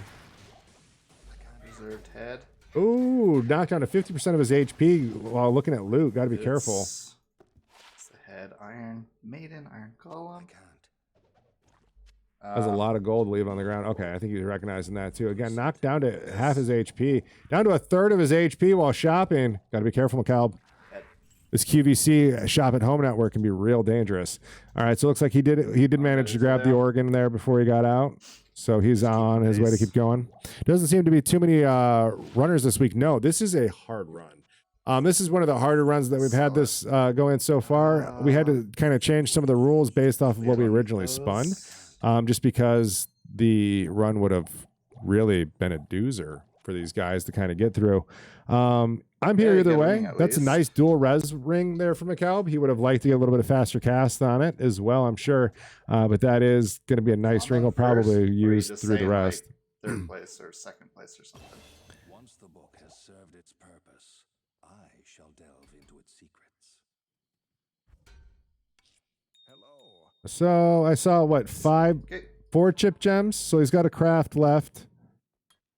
And he keeps shopping. There's the point of Bone Spear. Let's see how his Trav goes before we jump to the next contestant. We'll kind of get a feeling for where McCalb is at, where Mr. Llama's at, where Bender's at, where all these guys are kind of sitting currently. You know what? I'm not going to P8. I can't. Yeah. There's a realization. So here's a bit of a time loss. McCallum's going to have to run from town back to waypoint, back to the actual trav itself. He unfortunately spawned it on P8, and that difficulty cannot be reset. So if you ever find yourself in that scenario where you're just kind of banging your head up against the wall, check the player count. It might just be set up a little bit too high. And what's the website link? I got you. There you go. That's what I do, but fine, you do it. No, I'm just kidding, guys. There's the link right there. If you want the same view to show all the different runners here at one time, and you want to kind of get a feeling of where everybody's at, this is all you got to do. Right now, we've got Mr. Llama finishing up River of Flame in a strong first place, but right on his heels seems to be Boxer, just now putting down Izzy as this fight seems to be going down. He seems to be a little bit more tanky as well, a little bit more life. Mana seems to be about even. I think he's got the gem in the helm. We saw is a little bit more of a bump there. Bender progressing now into somewhere into 24. Act 4 as he seems to have the map unloaded already. That was an expensive repair. He's into River of Flame as well. So we've got Bender and Mr. Llama both perusing. Oh, no. Llama in Chaos Sanctuary. Bender on his way through. Not that far Boxer ahead. just Like putting 4 minutes down. ahead. 327 putting down Mephisto right now. Should be a lot more ahead. And Potato Freaker wrapping up Act 2, looks like. It's not a bad run for these guys so far. Pretty close group. Potato Freaker is a little light on levels. I think that's what he's going back for right now as you see him kind of checking stuff. But we'll head back over to McCalp and watch this for a little bit longer as he is into Endurance of Hate level 2. And he is right. Act 4 is quick, so he does still have a chance here to get caught up. And a lot of this run is going to come down to how things look at in Nightmare. They're going to have to do a lot of catching up for XP. The leveling is a super important thing. Got to do some hood rat stuff. Be Good owns you. We'll be here with Arena GL. If you guys are new here, please do hit that follow button. We are here every Sunday with Arena.gl, bringing you guys speedrun content from our community that we couldn't be doing without you guys. Whoops. We wouldn't be here without you guys, so much love. And thank you for being a part of this.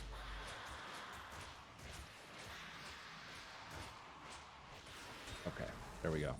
If you guys got any questions about where people are at or how these runs are going, why people are doing what they're doing, please don't hesitate to ask.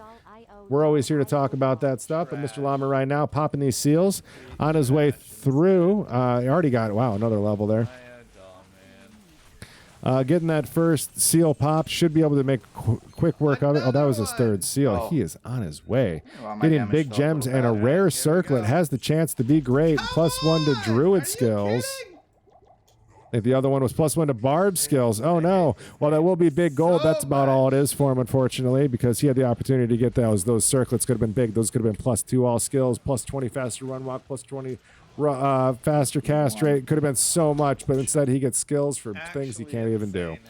I think it would be fun if we did like a hack and slash all day speed run. Maybe get a couple announcers for that. And then have a bunch of the contestants doing all day hack and slash as like the superb owl of that might be an idea. Might be an idea. But anyways, Diablo going down pretty quick here for the Bone Necro. Pay attention how quickly it went down because Nightmare is going to be a different story. The poison damage is not going to hit like it used to. These Bone Spears are just kind of really chunking away Diablo with each one, and the Golem is more than distracting enough. As one of the more annoying things, you know, you do have to stand still as a Necromancer, but as long as you got that Golem facing him the other way, nothing too much. He does find the Saigon's gloves. We don't see him picking those up. That's so insane. He owes somebody on that one, but all right, let's go ahead and pop over. That's Diablo down. Bender on Diablo as well. So Mr. Llama and Bender at that point. See if anybody else is on that. Nope. So let's go back and pull up here this Diablo fight as we see it again, just getting down chunkier. Even more damage here. I think some of those Bone Spears might have hit a little bit harder here for Bender, as already into the die, part of the name, and got some resources stacked, but pretty much the same exact strategy that Mr. Llama had here, turning Diablo with the Golem. You see how that even with the Golem dead, Diablo maintains the cast on where that Golem was previously. So that's one of the strengths you can kind of get away with, one of the AI weaknesses here on a 20-year-old video game that we can't stop speedrunning. But yep, there it is, taking advantage of that again, and not bad of a kill there, getting a big old unique shield. Isn't going to be bringing anything to the fight that he's going to want to use, but awesome job there by Bender at an hour 30. If you hit it to the split, What's up with these maps? hour 35 Weapon with Iron Maiden yet. on that Diablo, That not just bad. happened in City in a I still have very McCalb first going. play. All right, on to the next. Let's see how 327's progression is. He's going to do Forge, it looks like. Must be something he wants to get. I could So suck at that technically. I could here we've rely got on- 327 kind of lining up some mobs. McCalb's voice beautifully still yapping on. Let's get 327's voice going, though. See if we can hear some anger. Я, пожалуй, переживу без All right, so there's a save and exit, opting not to go for Я it. так посмотрел, как у них Not sure what the play is there. If you guys can understand what he's saying, let me know. Не так уж она мне и нужна. Это ваша руна.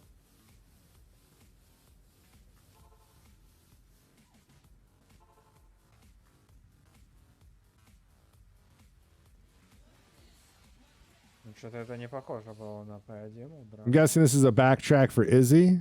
Там в теории руна могла пригодиться. Again, because these guys are casters, any plus skill stuff is going to be huge. They're not really going to want to leave things off the table that give them a free plus skill. Radamant isn't really something they're going to go too hard looking for, just because the +1 skill and being 3 levels deep in sewers tends to have them running a whole lot, and that isn't something that they're going to want to do. So, but leaving +2 on the table with a quick hopefully once around. There it is. Plains of Despair can absolutely be worth it, especially when it's relative XP as well. So when these guys are looking for it, it's important. But right now we've got Izzy being made quick work of. Let's see where everybody else is at. Potato Freaker progressing through Act 2 on his way to Duriel. Yep, just getting one of those tomes, man. One of those Tal Rash's tomes. Let's go ahead and watch for a minute. They all go so quick. It's just absolutely amazing. I look like I'm doing good. Thank you. It's definitely 3 acts behind. I'm in Act 2. I think I just heard Llama killed Diablo. The cob's got to be in around there.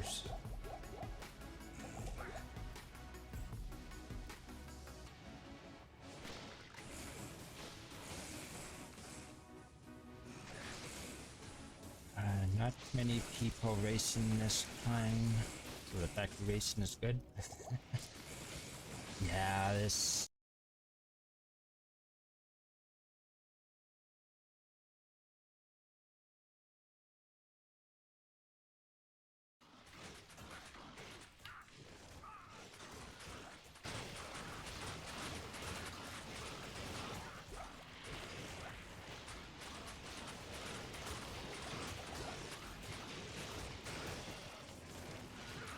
He probably had better chopping. Got his tele staff faster.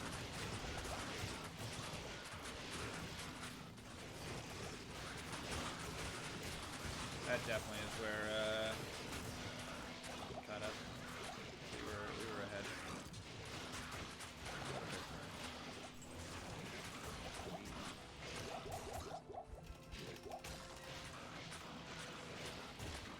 And now it's up to Nightmare Ball.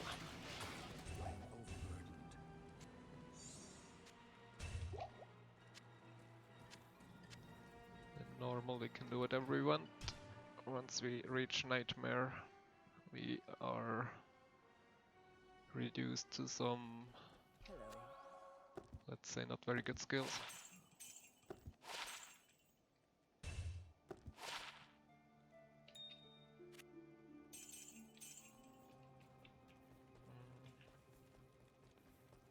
Wonder if he lives or not.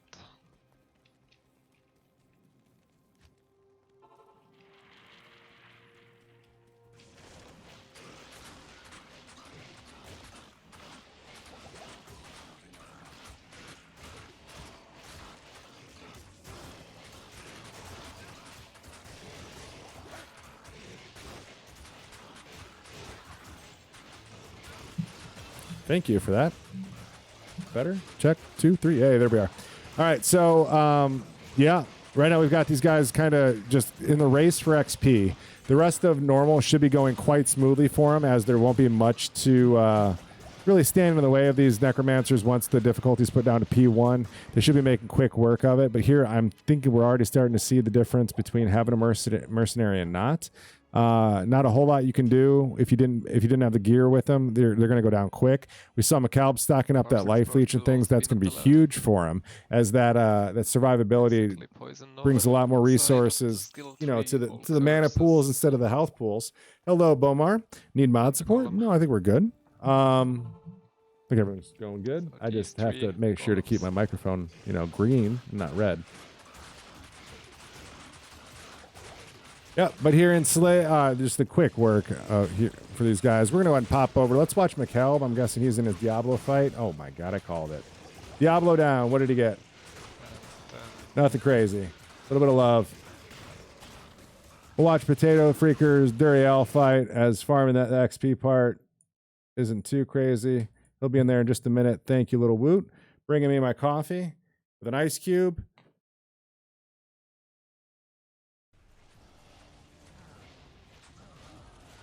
Cheers. Full of degens, of course. All right, so this Diablo fight, see, it gets kind of getting chunky, as this is really starting to show just how close these racers are.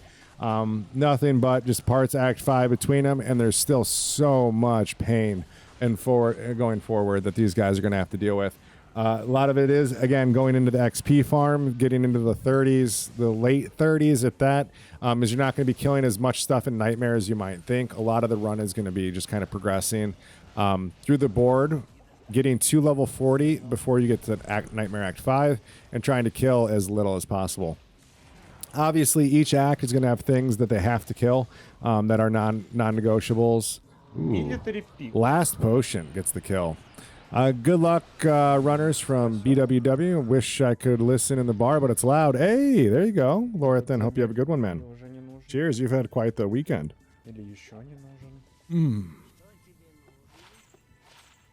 Yeah, nothing but gold there when it comes to the loot. Quick trick, too. Take notice that these guys don't buy the largest mana pots. They are buying the heavy light ones. The heavy light ones. The small light ones. There's no point. You have like 85 mana. Like you can't spend it as fast as it fills up. So if you're buying those big ones, it's nothing but a gold waste if you're not pumping points into your actual energy. Here I think he's just going back and doing a little bit more XP farming, as he's not quite happy where he's at.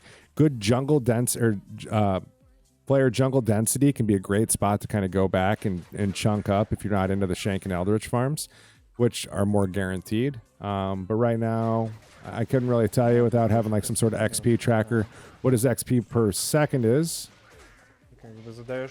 He's good. You see it's moving. Each time he kills one of these little guys, it jumps each time. And his screen is continually getting filled up quite nicely. Buy these cups at arena.gl.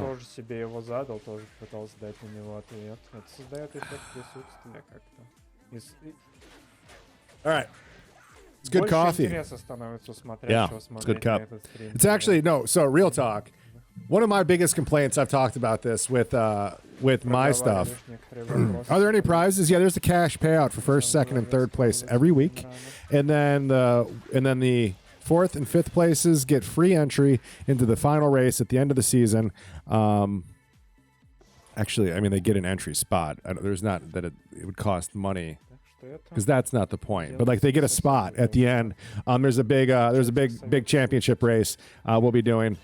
So first, second, and third place all get a cash prize each week, which is pretty cool.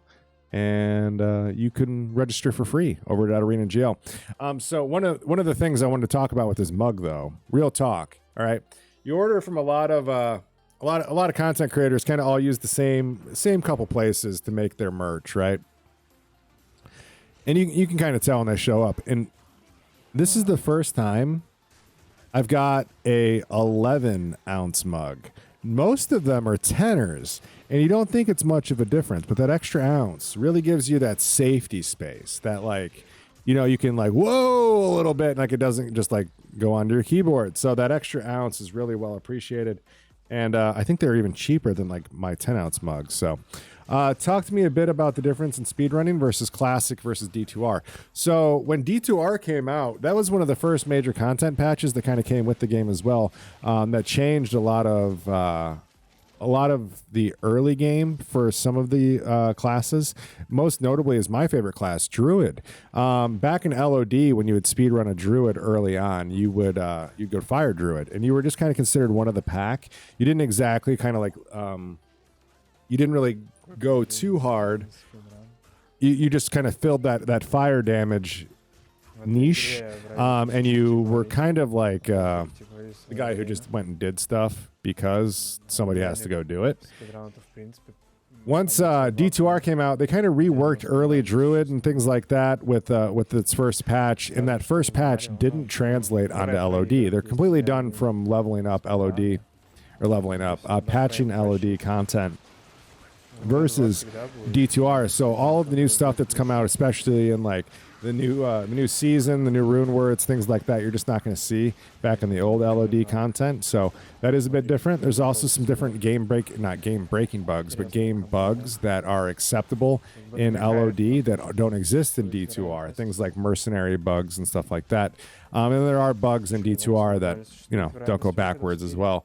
But so it is quite a bit different. Did they fix the global cooldown on Druid fire skills? It isn't just Druid fire skills, and no, you can only hit with so many frames at a time. That's still the case. I mean, you can't just spam all your abilities. I'm not sure that's a bug. My favorite run so far has been I think we did a normal assassin run with a twist. I can't remember the twist. But I really like anything with assassin. I got into speedrunning early with assassin. I think it's one of those like low skill cap ones that like a lot of people can get into. Real entry level speedrun builds. And so we had a lot of contestants that week. It was a lot of fun, and I'm a little bit more familiar with it. I also like druid runs, so anything that has a druid in it as well. I think we had druid shockwaves. It was like week 1 or 2. That was a good run. I like that. But this is pretty much, we're seeing everybody follow the exact same playbook, plus or minus a mercenary. Everybody rock and rolled with the bone spear synergies, bone spear itself, and some teeth. We didn't see a whole lot of curses. We saw everybody kind of stop at Shank and Eldritch farm XP there. Everybody spent time in tower, and guess what? Everybody's at kind of the same point. Kind of cruising short of Potato Freaker, who's doing a great job. If you can hear me, man, keep it up. Like he's done with Duriel there, and in progression now into Act 3. The 327 here, kind of farming it up too. I'm gonna mute him. Let's get we'll get Mr. Llama up just because we're all doing the same thing, and they tend to talk about stuff. So this is Mr. Llama. If you're not familiar with him, surprising, and I doubt it. Oh. It's Mr. Llama. When can we sub to this stream? We have to do more events on this stream. And I don't know what they want to do with like sub money and stuff like that, or like where it goes, and like if it goes to the runners, which would be cool, or if it goes to like if it just goes back into the arena prize pool, which would be cool as well. I don't really know. That's up to them. They have to do more. They have plenty of content. They're probably on a decent path for requirements for partner as well. What they're missing is total streams per month. There's a minimum you have to do. So, you know, if you guys, this is kind of what you guys could really step up and help. Where we need help from the community is getting our other content creator friends to participate in these weekend events, these Sunday afternooners, speedruns. I know there's a big group that runs a lot of things on Saturdays, and I can respect that they want to have a day off. That's absolutely the case, and we shouldn't pressure people into working harder than they want to. It's not cool. But what we do need is, if you guys have content creators out there that you'd love to see kind of participate in this, I'd love to see like Macro Bio Boy showing up on Sundays. That'd be huge. I'd love to see some of my other friends that maybe kind of stepped away from speedrunning a little bit that want to be a part of this. That'd be awesome. So if you guys know some content creators, you got them out there on the Twitter sphere, the maybe your Facebook friends with them, hit them up. Be like, hey, check out this Arena GL. There's prizes every week. Get milked or dude, yes. Yes. See? That man lives a busy life though, and I get it. I get it. But if you win, you get enough money, you could maybe buy yourself a nice arena mug. Host the 8-mans when they do it. So I've thought about that. I could do an 8-man speed run, and then because they all stream it or record for the most part, right? So the thing is, and I don't mean this in like a mean way, they have no incentive to participate in the arena sphere, if that makes sense. Again, I really think I would have preferred Pindle. Maybe I should have done Pindle. I just don't know if I care to go do that quest. I don't think you should do the quest. I think this is the right call. Shank Eldry. I think he's messing up by not having his mercenary tanky. That could really make it so he could be casting more here.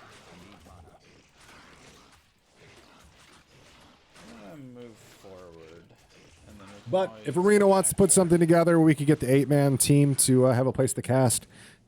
Wow, that would really be the end of my speedrunning career, wouldn't it, Dan?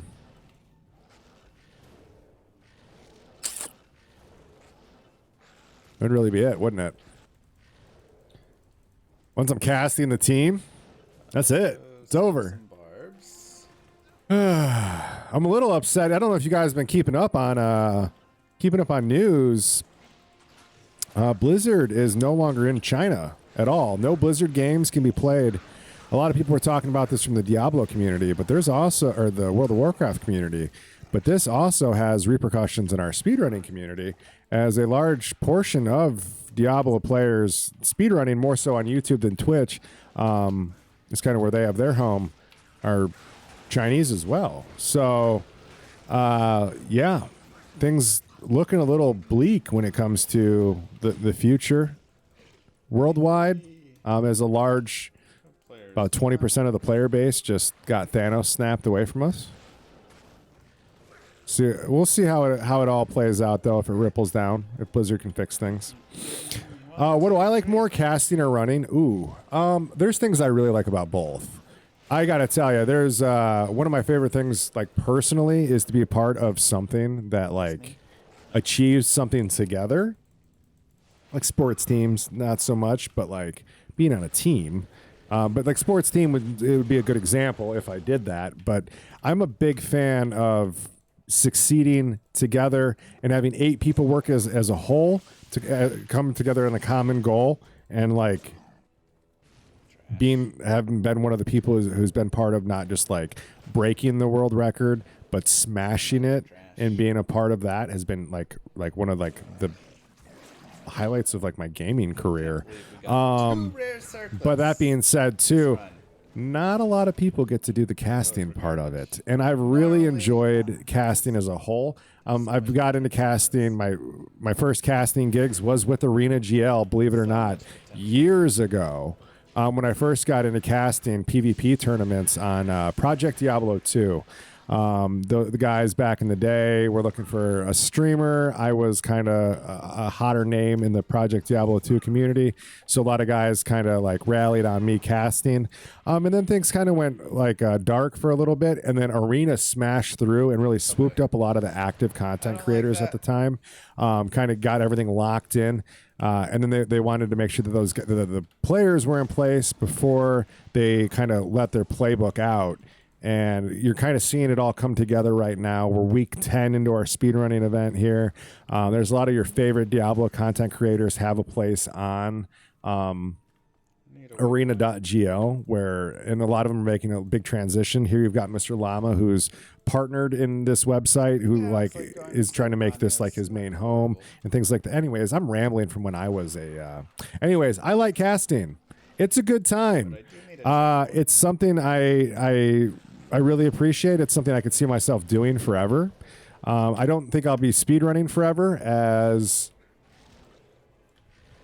there's always a fuse that eventually burns out on that one. But right now, I'm really enjoying casting Diablo. I would love to cast other games as well, be a part of that. I'm not really sure what I know well enough to be able to cast other things, but I got to tell you, I don't even think I'm knowledgeable in Diablo 2, and I still manage to at least stumble through these things, if not, fall graciously. But these runners do a great job of, bringing great content and doing what's right pretty much every time. So as long as I'm talking about what they're doing, I'm usually doing okay. I believe we're still looking at Mr. Llama in a first place, as he's the kind of the first person to get off the XP grind and start progression forward. But let me take that back. I'm not sure where 327's at. Let's go ahead and take a quick gander at this as he's doing some shopping for some wands and prepping, still farming. Okay, so yeah, it looks like Mr. Llama's the first one out of the XP farm and on his way to. I think Bender is just doing exactly the same thing. Yep, they're just jumping. So Mr. Llama first went into Frozen River.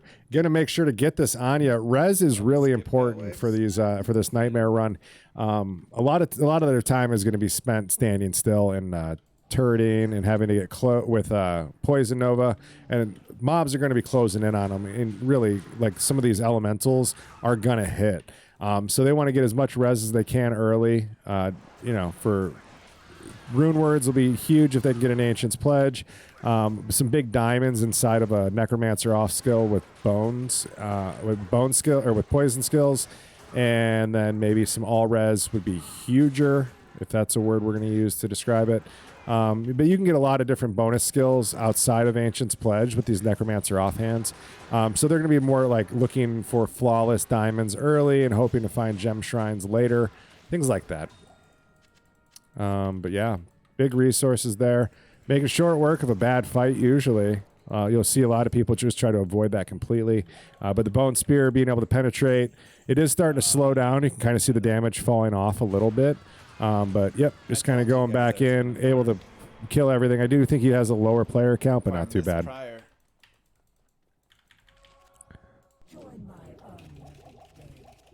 You don't need no safety portal. Nope. Yeah, nice gold stack up there.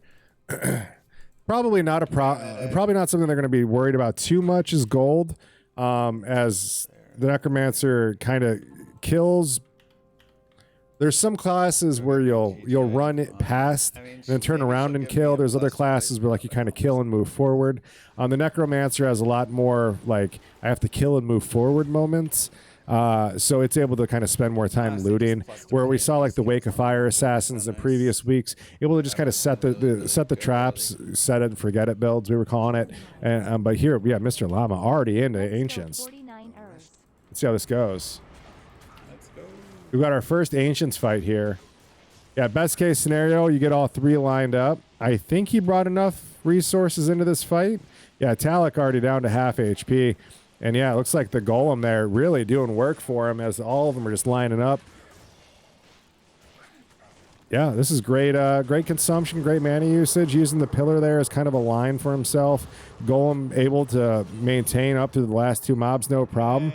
And a quick done. Another point there into Bone Spear and onto Worldstone Keep. Level 1 for Mr. Llama. Here we're going to pull up Bender, just kind of get a feeling where he's at. We'll come back to Mr. Llama, watch how that battle fight goes.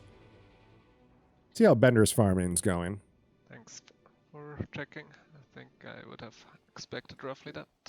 Okay. That's good to know. Then I can check for the open socket shield and the Chris at Farah.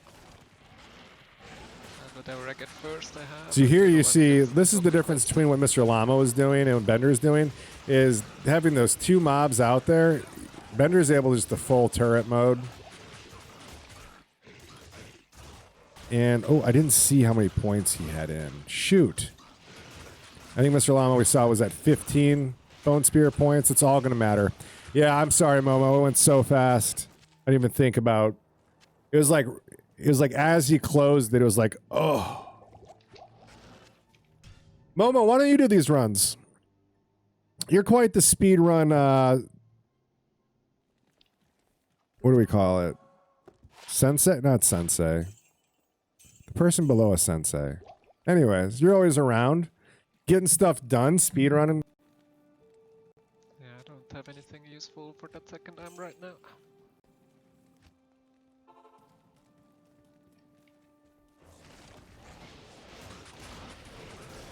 Yeah, the Llama is 30 and Boxer's 34, I'd say Boxer's in the lead.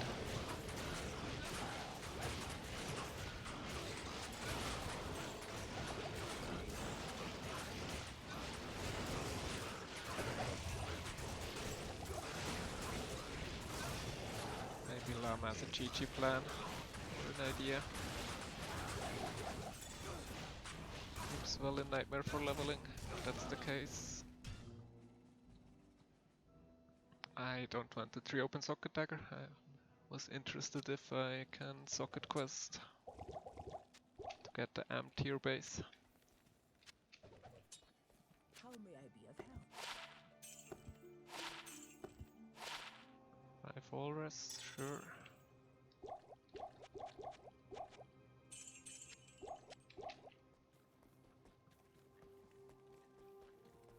Afternoon. Yeah, that's very good because that means I can shop one at Farah since Act is capped at level 20.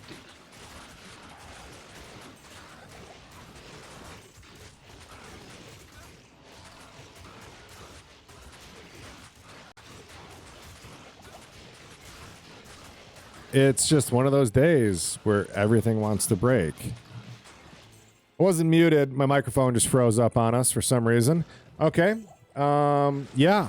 So I'm thinking if I keep my mouse moving, you guys can kind of see the name up there. That's really... I'm not sure. If I had a second PC, I could keep all the scenes going, and then I could capture the scenes and kind of flip through them. Maybe one day Arena will want me to have a second PC and they'll buy me one. I'm just kidding. They just gave me a coffee mug. I'm happy. Cheers. We have hats coming Monday. They've got a bunch of stuff over at the Arena store that's pretty cool. I like the bomber jacket too. I figured I'd go with the hat and coffee mug as you tend not to see my shirts too much on this show. So, you know, made the most sense. If you're familiar with me outside of these Sunday streams, I coffee and hats are right up my alley. So big shout out to the Arena guys for taking care of me and getting me this stuff. But we've got Bender here making quick work of it. Let's go pop over to Mr. Llama as he's kind of the only one. I guess 327 is also progressing. Broke off the XP farm. Mr. Llama getting through the waves, though. 327 into Frozen Tundra, and McCalb is doing some XP farming as well. Okay, so we'll watch Mr. Llama here as he starts the progression. We'll watch this for a little bit. We'll see how the Bale fight looks, at least for these guys. It's all going to be kind of the same thing. 3090 for streaming. I think I've got a 3080 already.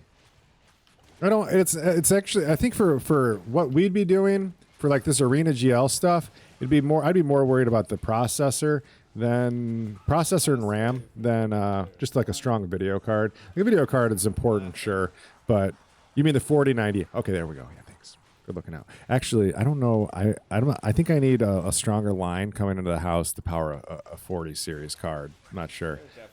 Also, are they still selling those? Is that really a thing? Are they still selling? I guess it would be a better question. Thank you. Yeah. But it can help for when you're curious when he swaps. Yeah. Appreciate that. Yeah, I'm sorry, Mr. Northeast, Mr. C Northeast. That is definitely we're working on stuff. I wrote it down. I'll bring it up with the guys after, if we can find a way to somehow embed what they're doing.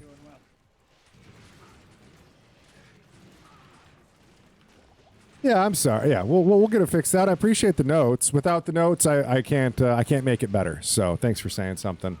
But we've got Mr. Llama here going short work of the waves, getting into wave 5, and he's going to go ahead and make sure he kills each of these. You see, every time he kills one, that XP bar, I think that was 2.5 bars on Lister, and he's getting half a bar for each of the minions. So big XP there. He's got Bale laughing. That's going to start the trigger for the animation to get him in. And I can't believe we're going to say this, but Mr. Llama is the first person. Going to be the first person in Nightmare.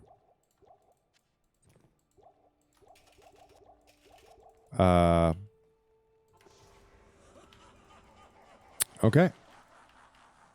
At 2 hours. 2 hours and 2 minutes into the fight. I said just about 2 hours we've seen those guys going that way, so that's not too bad.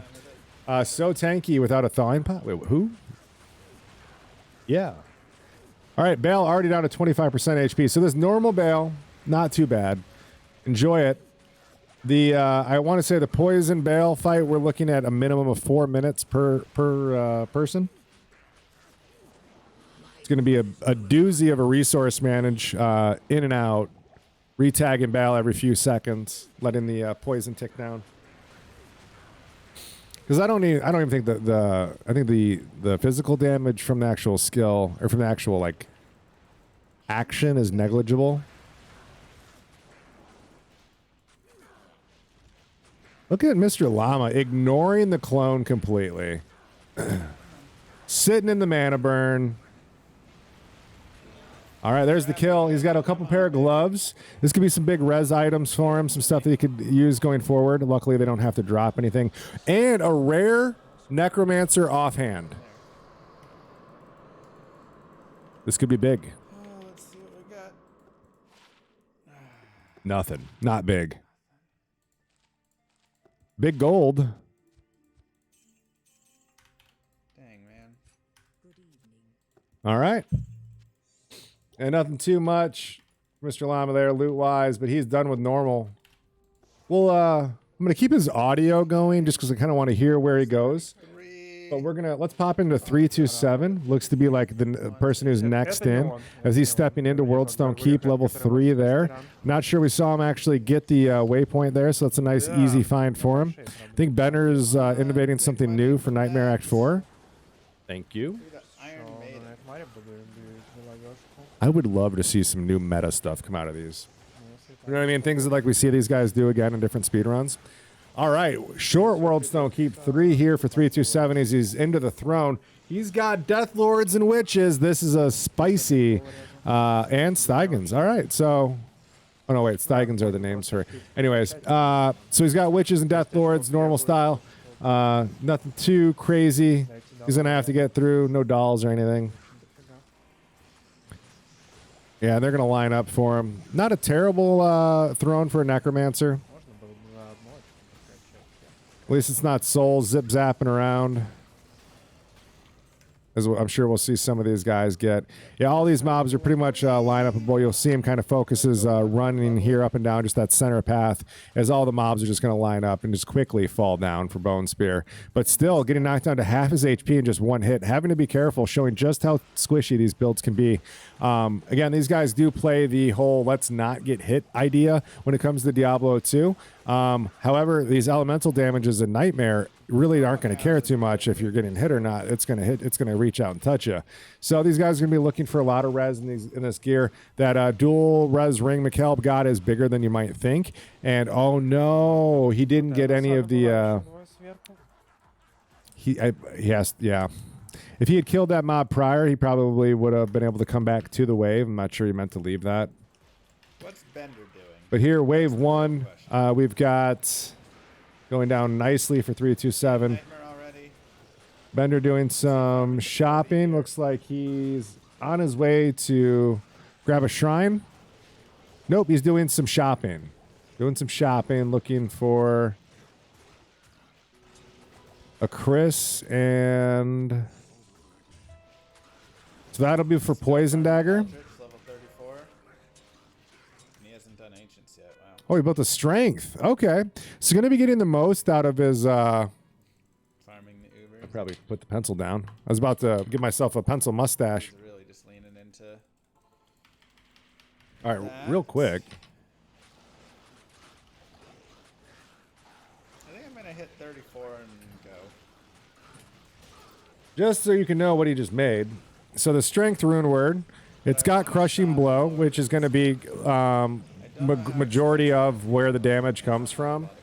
Yeah, am tier, I think is the, if they don't have this, whoever has strength is going to be pulling way ahead when it comes to actual boss kills.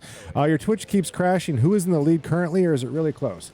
Mr. Llama is currently done with Bale, and McKelb and 327 are on their way to Bale quite nicely. So congrats to McKelb for doing a big catch up here. Mr. Llama is going back to farm some more Shank and Eldritch. I'm not sure how McKelb's XP is looking. Let's see.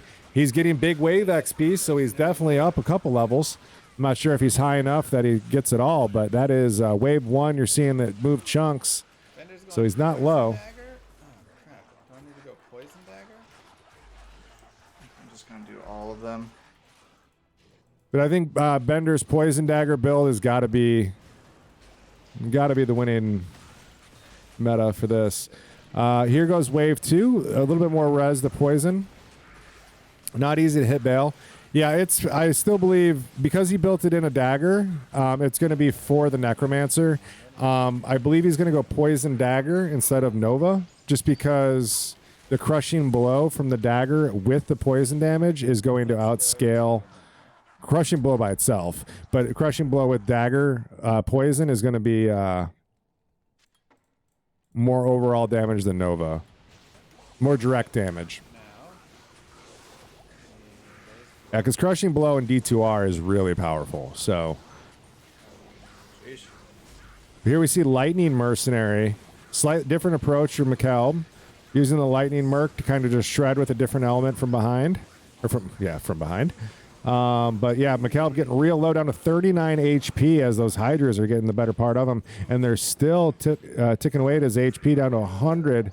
With just very little health potions lined up. He's going to have to be real careful here for this wave 4.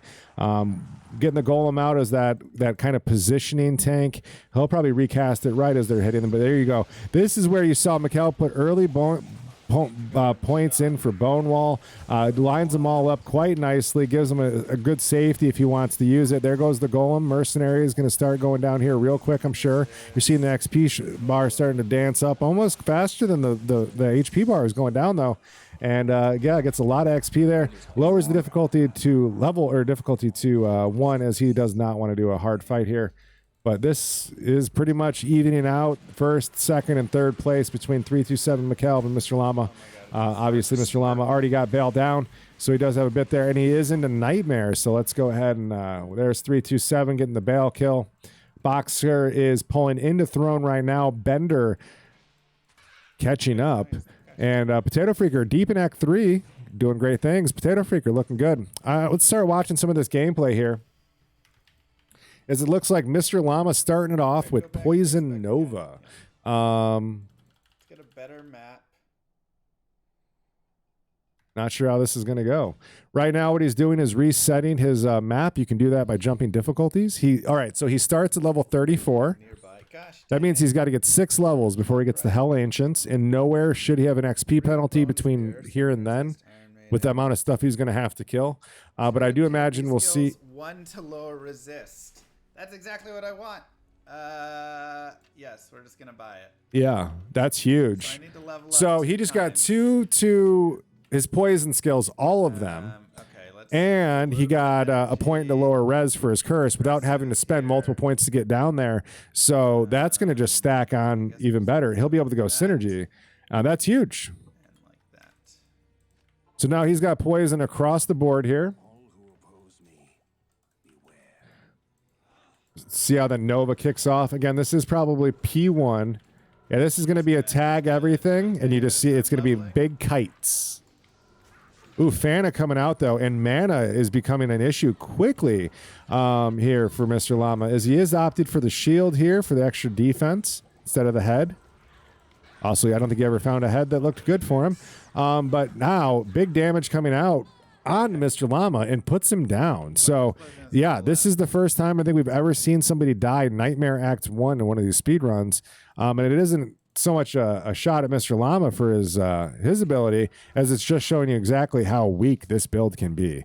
So if it gets out of hands, I think Mr. Llama has the build we'll see that will do really well for the big groups, where we'll see the Poison Dagger maxed progression for boss kills and single target stuff. I think it's, but you know, both builds are going to have some Nova in it and things like that to make sure everything is getting hit. Unfortunately, these poison damages don't stack. There's this weird, like, averagey thing. You're not wrong. We could try it out. It does have a lot of damage on it. Might see some poison explosion. Okay. But yeah, you see, Mr. Llama, that each time he gets hit, losing a huge chunk of his HP. This is a very squishy class, and things can quickly get out of hand, especially when you're fighting undead mobs with huge poison res. Yeah, I don't want to fight zombies. That's not going to do anything for you. You're looking for the living with poison. One of my favorite builds from back in classic D2 days, I'm talking pre-LOD, was the 6 poison gem mega bow that you just tagged everything and kept running around. Those are the days, stacking small poison charms up. Yep.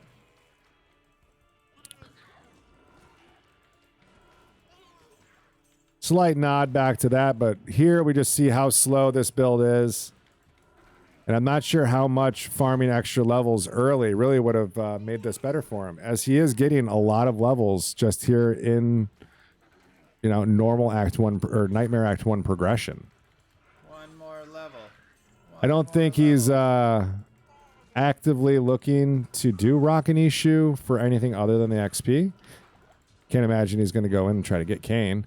But, you know, definitely a guaranteed spot where you can get some XP. You might as well make the most of it if you're going to cast on these guys. Now, let's see if Bender's kind of got up and running. Or not Bender. McCalb already going as well. And 327, cruising. Same build. Looks like 327's going to already in Underground Passage as well. So 327 and Mr. Llama kind of neck and neck. Let's get a feel where McCalb is at. McCalb out in the Bloodmoor, so he's just starting the act, so not that far behind at all. Very close, seeing as they haven't hit any of the major RNG checkpoints yet, just the general map generation. This is fairly close. Just looking at the difference in mere minutes, if that, I think the in-game counter timers might even have an equal effect, that these guys could be pretty much on the exact same spot. Next, hit delay only lists Poison Nova, doesn't include Poison Explosion. Okay, so that kind of makes sense because Poison Explosion is going to be more of like the cloud thing, I imagine. Like, I don't think you actually get like the corpse explosion out of the Poison Explosion. I think it's more of like a gas release. If I were to go by like how I think the mechanic like by thought works. Like an explosion of poison gas. God, it really looks like the camera adds 10 pounds this week, huh? All right. So McCalb going to do Den of Evil. Great guaranteed spot for some mobs. You're going to run into at least a couple packs. Plus, you're going to get Corpse Fire. So, you know, good density, good grouping.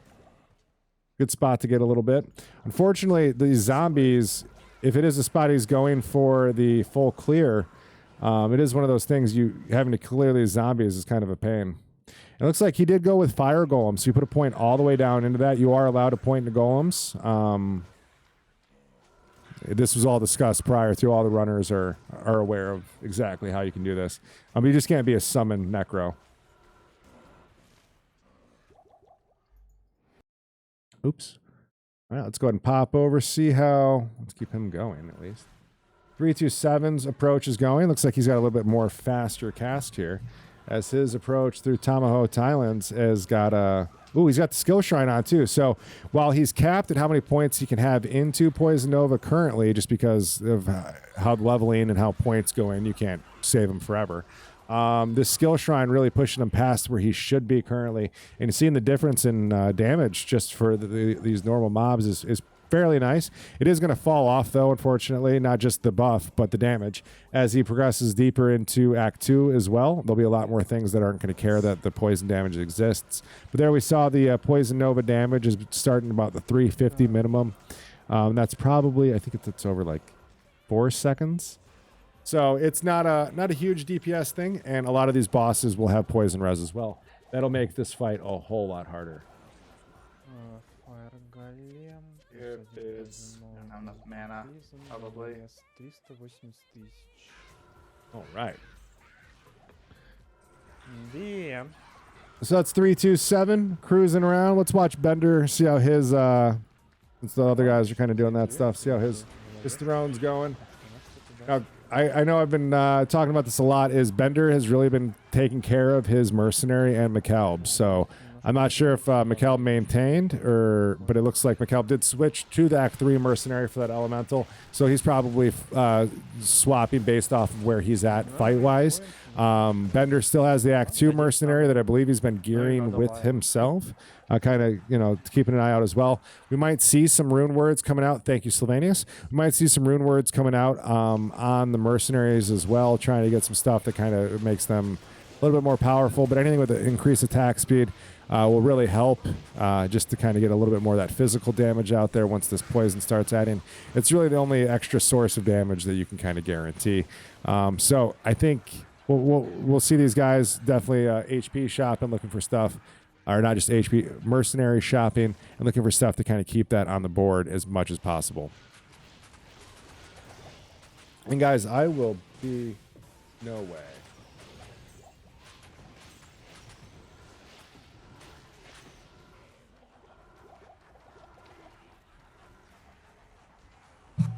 Hey guys. 35.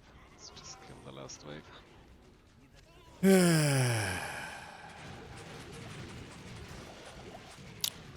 Life is good. Cheers. This week, another week, Starbucks has been brought to you by Woot. That's right. It's a double dirty hot chai for Mr. Woot. God, my wife is amazing. She just comes walking in wearing outside clothes and carrying cups. I appreciate her so much. All right. So right now, I forgot who we're watching. Bender killing the minions of destruction and Lister. Yeah, that's good. All right. Let's go ahead and pop over. That's a 2 hours, 17 minutes. Mr. Llama was our current leader. We're going to go ahead and hop back over there. You kind of see the difference in in-game timers. He's at 2:18:18, so about a minute between these two players. Just something to keep in mind as things continue to evolve. We will see in-game timers versus real-time differences. And that will come into a play, I think, at the very end. Hopefully not by too much. We have seen it, but these guys are doing good.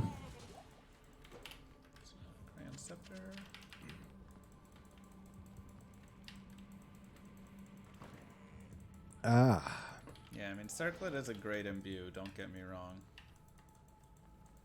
Yeah. Here he's talking about imbuing circlets. The only problem is he would have to go any faster run walk, out of his way to me to go this way towards trying to get some. To get it. Oh, actually, it sounds like maybe he already did it. But he doesn't have any faster run walk on his boots. And majority of this run, once they're level 40, is just go-go. So that it makes sense. Let's go. Quick imbue. That is a perfect cat. Very zen. So terrible. No run walk for him. Absolutely so terrible, you guys. Faster run walks. Do some shopping here. Yeah, I'm not sure what he's looking for. Hate to see it.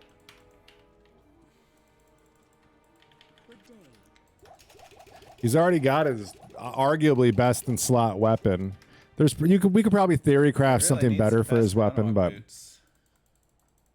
oh, faster run walk on rare boots. That's right. Geed, you can shop those in Nightmare. Not gamble them.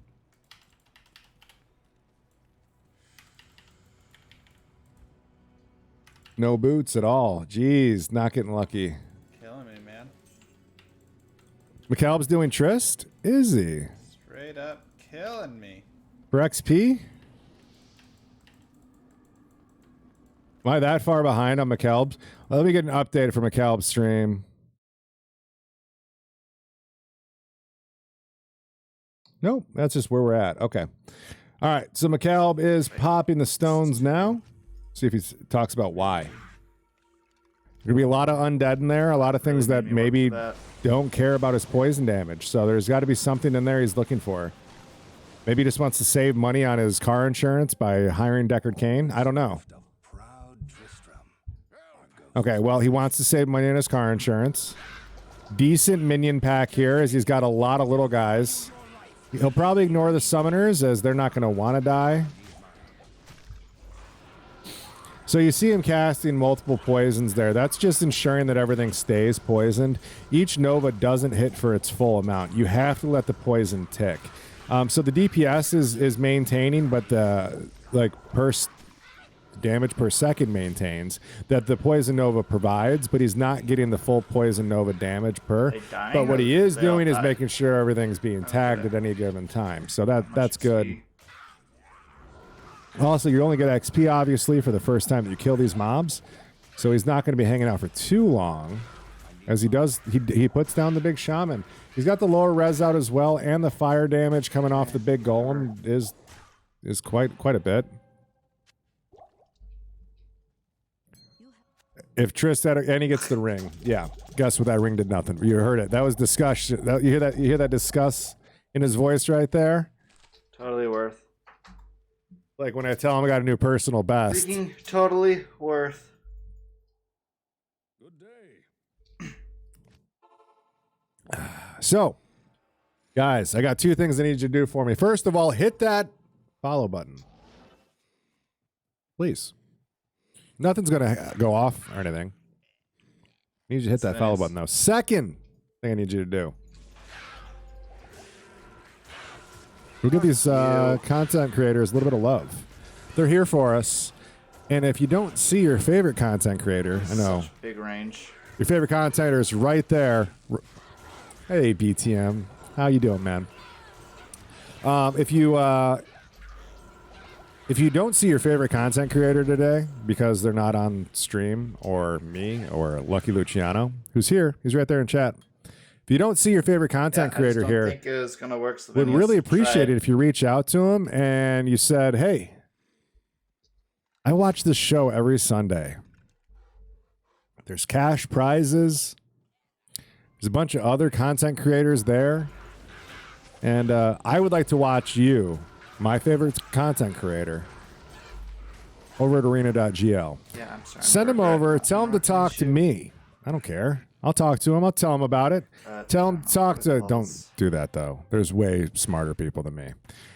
Have them join the Discord. Have them join up. Talk to people who are, in charge. Let them know what you want. What you're going to be a part of this. There's some opportunities there for streamers. Told me to talk to Woo. Yeah, dude. Lucky Luciano. Next Sunday, I need you here racing. Let's do this. Next Sunday. Sunday. I need someone who can challenge McCaleb in a speed run. And I heard you do that. Sin Andy? I was thinking Druid Andy run. No. How about all classes Andy run? How long would that take? Ballpark it. Probably a good thing. How's that rude? How could... Does that... Such rules is pretty rude. 1.5 to 2 hours. I think, Momo, I really would like to see a slash and stash for the final one. Like an all-day slash and stash thing. Oh, an Andy slash and stash. That shortens it quite a bit. Oops. Oh, wait, we have 2? Mm-hmm. I want XP or skill. So just a little bit of shopping here. We talked about this earlier in normal. Again, static maps. These guys can kind of keep going to the same spot. Skill Shrine. Nice. Gladly. Why isn't Sylvanius racing? I have to be careful how I answer that. It's And an even XP more shrine. gladly. His mustache needed a day off. That's why. Oh, nice. Ooh, nice tower there. McCall going to go clear tower. Not sure what his strategy is here. I kind of get this feeling he's going for a full clear. We'll come back to McCall. We're going to check in on 327, who was also challenging Mr. Llama, who appears to be in Act 2 already. And I wish I would have seen that Andy fight. Llama is hauling.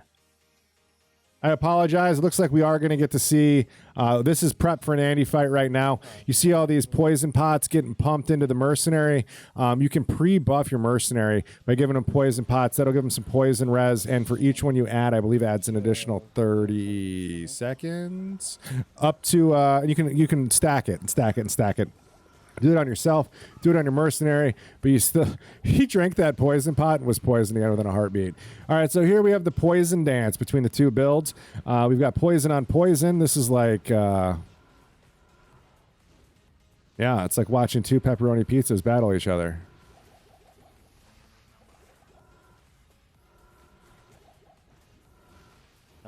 Just making sure she stays green is really the only thing you have to do.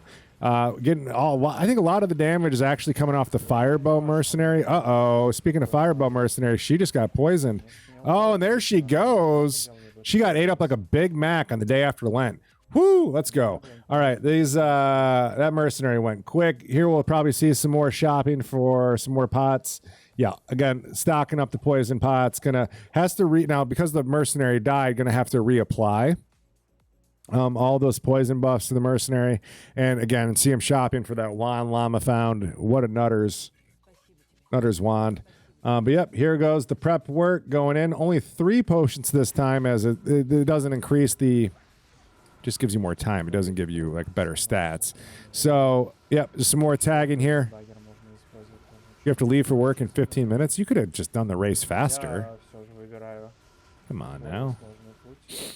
All right, so yep, just pump in again more poison damage here. This Andy fight is probably the best fight they're gonna have poison wise.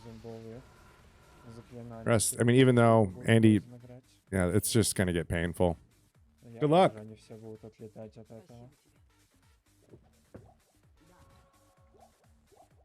I'm pretty sure I'm gonna do a quick rule check. Give me 1 second, guys.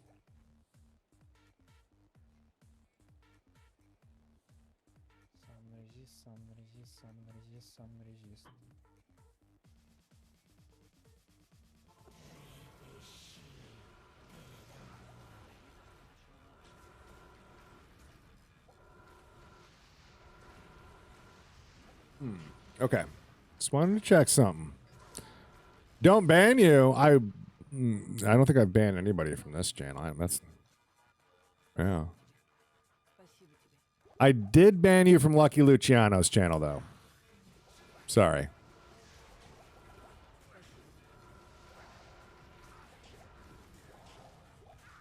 Still can't believe he lets me mod over there. What, such a nice guy.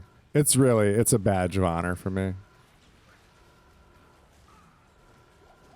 Who thinks he wields power? No, I don't.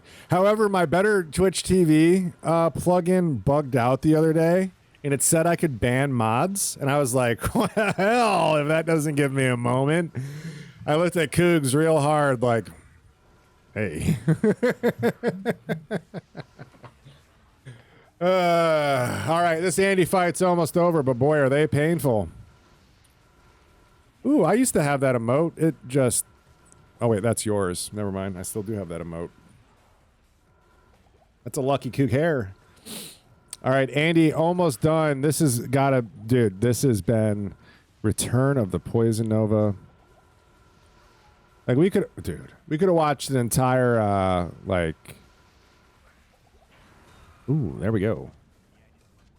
Entire gymnasium Andy run on that one. Let's pop in with our current leader, Mr. Llama. This is your first time here. I normally don't hang out with Mr. Llama this much because this is the first time he's ever been like this dominant of a lead for we just had another meeting this morning. It's coming along nicely. For a while. Shout out to everybody helping out. Mars doing a great job right now. I can't. Wait, what? Flightless? Oh my All right, so right now, just progression through Act 2. Looks like he's looking for Den of Evil. Jeez, the Maggot Lair. Lamo 4th Ward, Nightmare Arcane. That's his thing, yeah. Yeah. Where is the hole? But he has teleport staff, so like it's more about 4th Wayne normal Arcane, you know? These Act 2 maps have been... Like, I don't know that it would even hold, like, I think he's got a strong lead. That's pretty well explored. I guess it could Yeah. be down below this. I don't know. This is one of those runs where we could probably look back at it afterwards and be like, you know, this was really the best strategy. Mr. Llama farmed Shank and Eldritch for a bit and then went back and got, and then went and killed Bale and then went back and got XP again afterwards. I'm just curious if he would have just kind of dove into Nightmare early. I know he said he didn't want to do it because Poison Nova would have been weak. But if he could have just farmed like Fallen and things that, you know, don't have like a huge health pool in the first place, there might have been, you know, this is one of those like we'll look back at it afterwards and be like, this would have been it. But also that's why we don't see these runs often.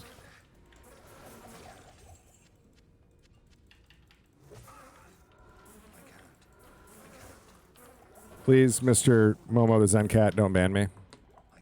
Please.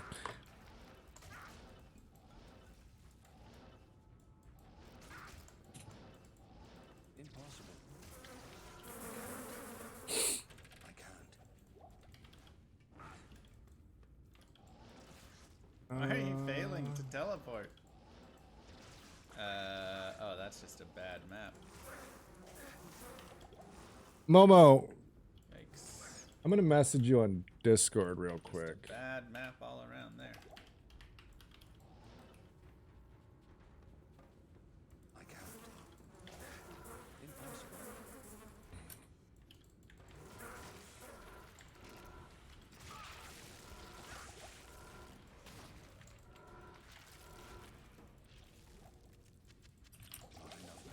Just as a viewer who seems to be everywhere.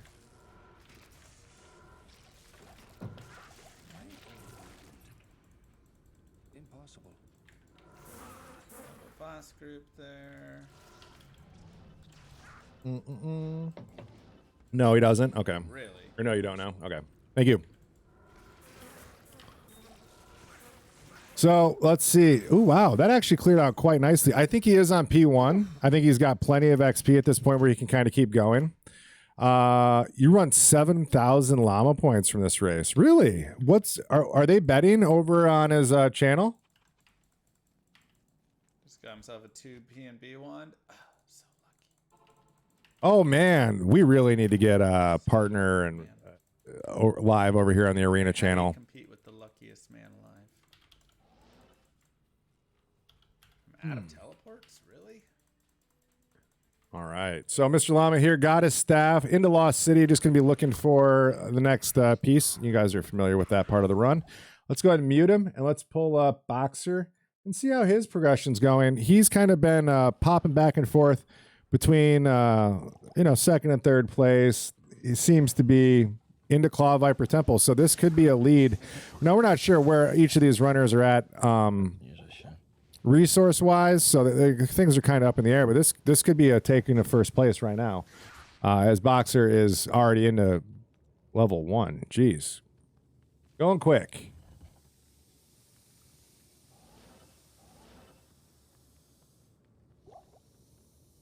Ah.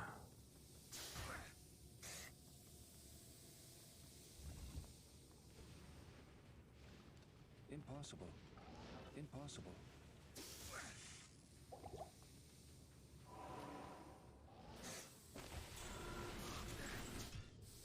Ooh, that's spicy. Spicy in and out, though. Not bad. All right, so that's a checkpoint complete for him. Mr. Llama is just now getting into the Claw Viper Temple 2, but that's a quick teleport moment. Let's go ahead and pull up Bender as see where he's at. All right, Indicat level 4. Didn't see a player count drop, so he must be at a lower player count already going in through the progression and not really worrying about XP. I feel like this will be the same Nova approach. We'll see. But here we've got Poison Dagger. This is kind of what I wanted to take a look at, was when Bender went live. But there it is, the Strength Dagger coming out. And with here's an importance with Strength is it has Crushing Blow. So this will be a slightly different approach. Golem's out. He's got Decrepify up, and you see the chunk of damage on Enduriel from that first Crushing Blow hit. Getting hit. Now, unfortunately, it is super slow attack speed, but already down to 50% HP. That is way better than casting. Holy crikey! Than crapping. Wow! Indeed. Wow. Wow. Andy is, I mean, when he connects, it's sometimes nothing, but when he connects, sometimes it's everything, right? That's just some big chunks. Yeah, woot words, I can't even get it out, dude. Like, wow. That was a lot of damage. All right. So lower res going on. Lower res into, just kind of looks like he's testing some different stuff. Trying to use the damage from the fire golems as a kill. Seems to be working as well, too. But not... So when the fire golem dies, it does a little blast of fire, like AoE around it. So here you just see him recasting it. That is killing the previous one. And yeah, like each tick when it comes up. So each time that new golem hits the board, its holy fire is ticking. That's actually where the damage is coming from. But yeah, there you go. I would say that kill speed was significantly better than what we saw from anyone else so far. So Bender, he is always, but especially right now, a racer to keep your eye on when I come back to him. Right now, let's take a look at where McCalb's at. He's sitting in Rune City. I'm guessing he's farming for strength and other weird rune words. Yeah, that's a definite shift in what could have been for a lot of people. Question is, do I spam amp or lower res? All right, so Indicata 2 is MechLab, aka Speed, with teleport staff, so that should be a jump for him. Yep. He's got 31 charges remaining here. It's like Baskin Robbins. Really? Huge. A little trick right there of opening up his inventory allows him to teleport a little bit further down into the left side. If you can open up any of your, so like your character screen on your left side will help you teleport further if you open that up. Just, it's one of those things tested. It'll make a little bit more sense. But anything on your right side of your screen that you can open up can help you teleport a little bit farther that way. All right. Let's wait a second. All right, so lower res out, poison res on. Some decent damage there. Let's see if his approach... So you can kind of see the difference between the two. All right, so it looks like we already see the fire golem being teased a little bit here by McCalb.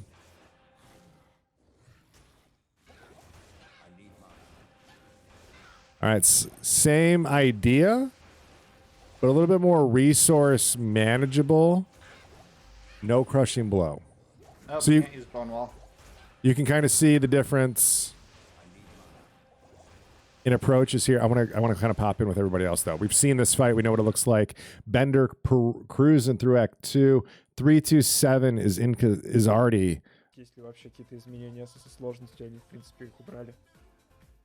on his way to Arcane Sanctuary.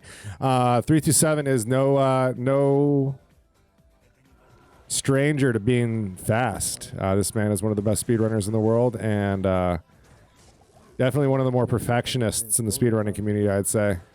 I think we've seen him quit more speedruns than he's actually finished just because the run didn't quite go right. But here, onto his Arcane Sanctuary. Is anybody else even at that point yet? Can't tell what Mr. Llama's doing, so I'm going to go ahead and say this is our current first place. May the strength be with you always. Is this the first wave for him? It'll be a quick check here. He's about halfway through this tile set, trying to get to the end. You do see him tagging a lot of stuff with poison damage, but what I don't see is his XP bar moving at all. So Not getting a lot of kills. Does hit the super chests at the end, getting a little bit of those resources back out. Llama is 4th Wayne Arcane Sanctuary right now. Llama out Arcane. Okay. Thank you. Yeah. Let's go ahead and watch Llama. Even though it appears you guys are all watching him as well. Thank you guys for that. Duriel's not going to be fun. No, Duriel's not going to be fun at all. Not one. Whoa! That's a lot of might aura. That whole room wanted to hurt him. Oh, that continued. That really looked like a dead end there. Okay, now it dead ends. Duriel not fun? No.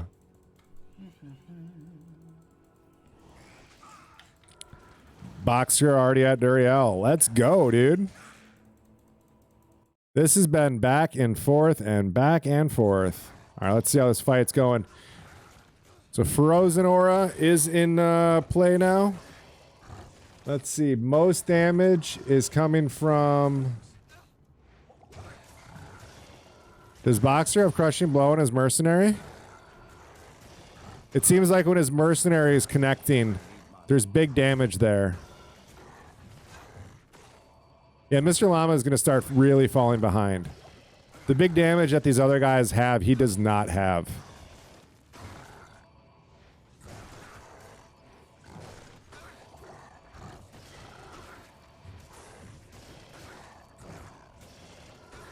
He does have it on his Mercenary? Okay. Well, that makes sense. You can kind of see it proc. It's just so slow. Maintaining those golems, trying to keep them up.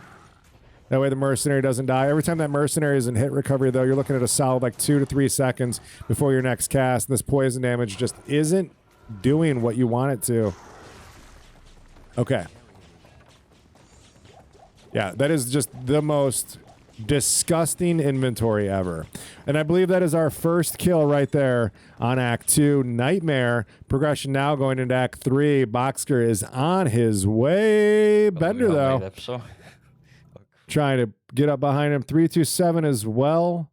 Into Talrash's tomb. Mr. Llama fighting Duriel right now. Let's see the difference in fight.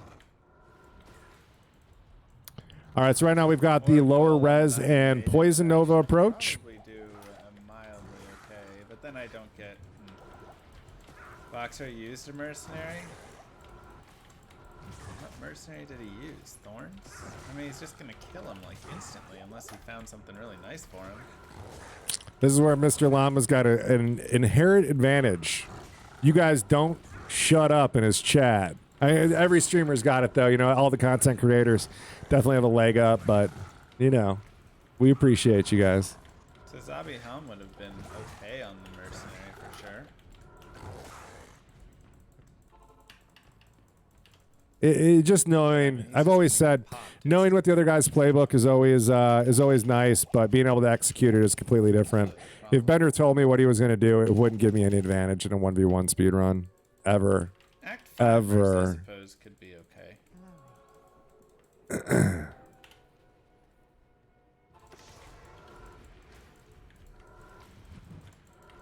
Thawing potion duration stacks here.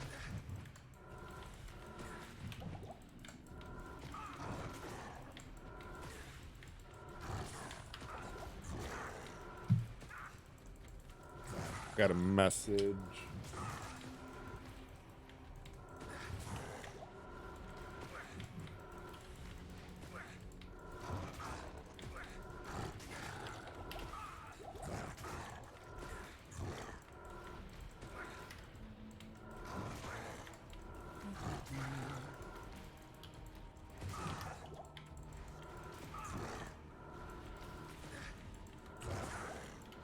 I just don't know how he uses a Mercenary unless he's using Iron Maiden. Okay, would love to watch how Bender fights Duriel. Yes, me too. He'll be there in just a minute. Right now, Llama is just doing the Suffer Nova. This is really one of the more painful builds we've seen these guys go through. Messed up by not going a point in Iron Maiden, a point in Golem. That was a big mistake.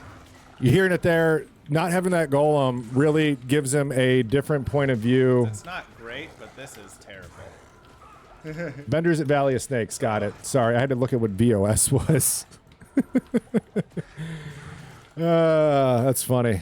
All right, let's get that back up. Here's Bender in Valley of Snakes.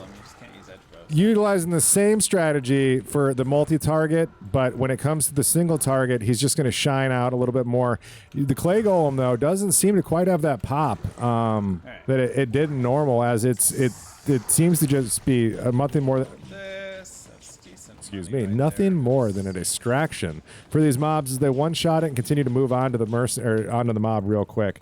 Here we've got a best case scenario with everything spawning around the outside, and since snakes can't climb can't wait for D4. Yeah, the stairs, he should be able to put down all the mobs here quite nicely that are snake related, and get a big old chunk of XP, even getting a level off of that. So that's not a bad pickup for him there. He still has to deal with Arcane Sanctuary and getting caught up. We will watch that fight and see if he can continue to progress and catch up in a way that makes all that extra work he put into Crushing Blow and such worth it. But here we see 327 on the same exact strategy as what we got in Mr. Llama's fight, which is the Poison Nova and Kite. So again, same strategy. I think we've definitely seen, down to 1 TP too. Good morning, Adam Joe. But yeah, these guys are just continuing going on. McKelb at on staff. McKelb on staff. Let's watch McKelb for a little bit. Let's go back also now. Starbucks, if you're here, we would love a sponsorship. Hey, it's a lot of gold. I can get a 38 Merc. How much does that sell? Oh.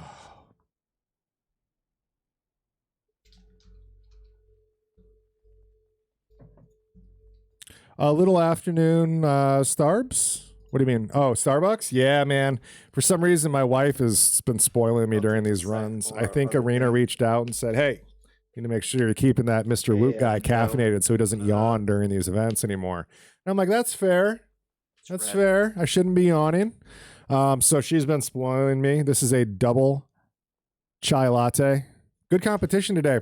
Yeah, I really liked it. Let me ask you guys something, though.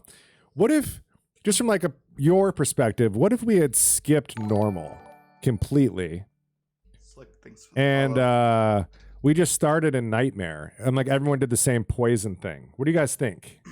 We trade what we did today? I can cast, you can shovel my driveway. No, I still have to shovel my driveway as well.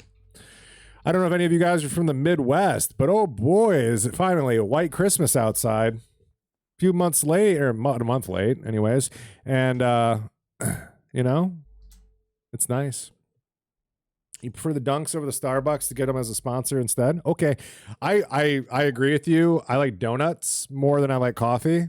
So that'd be huge. But I just like dirty chai lattes from Starbucks. I don't actually care for Starbucks coffee.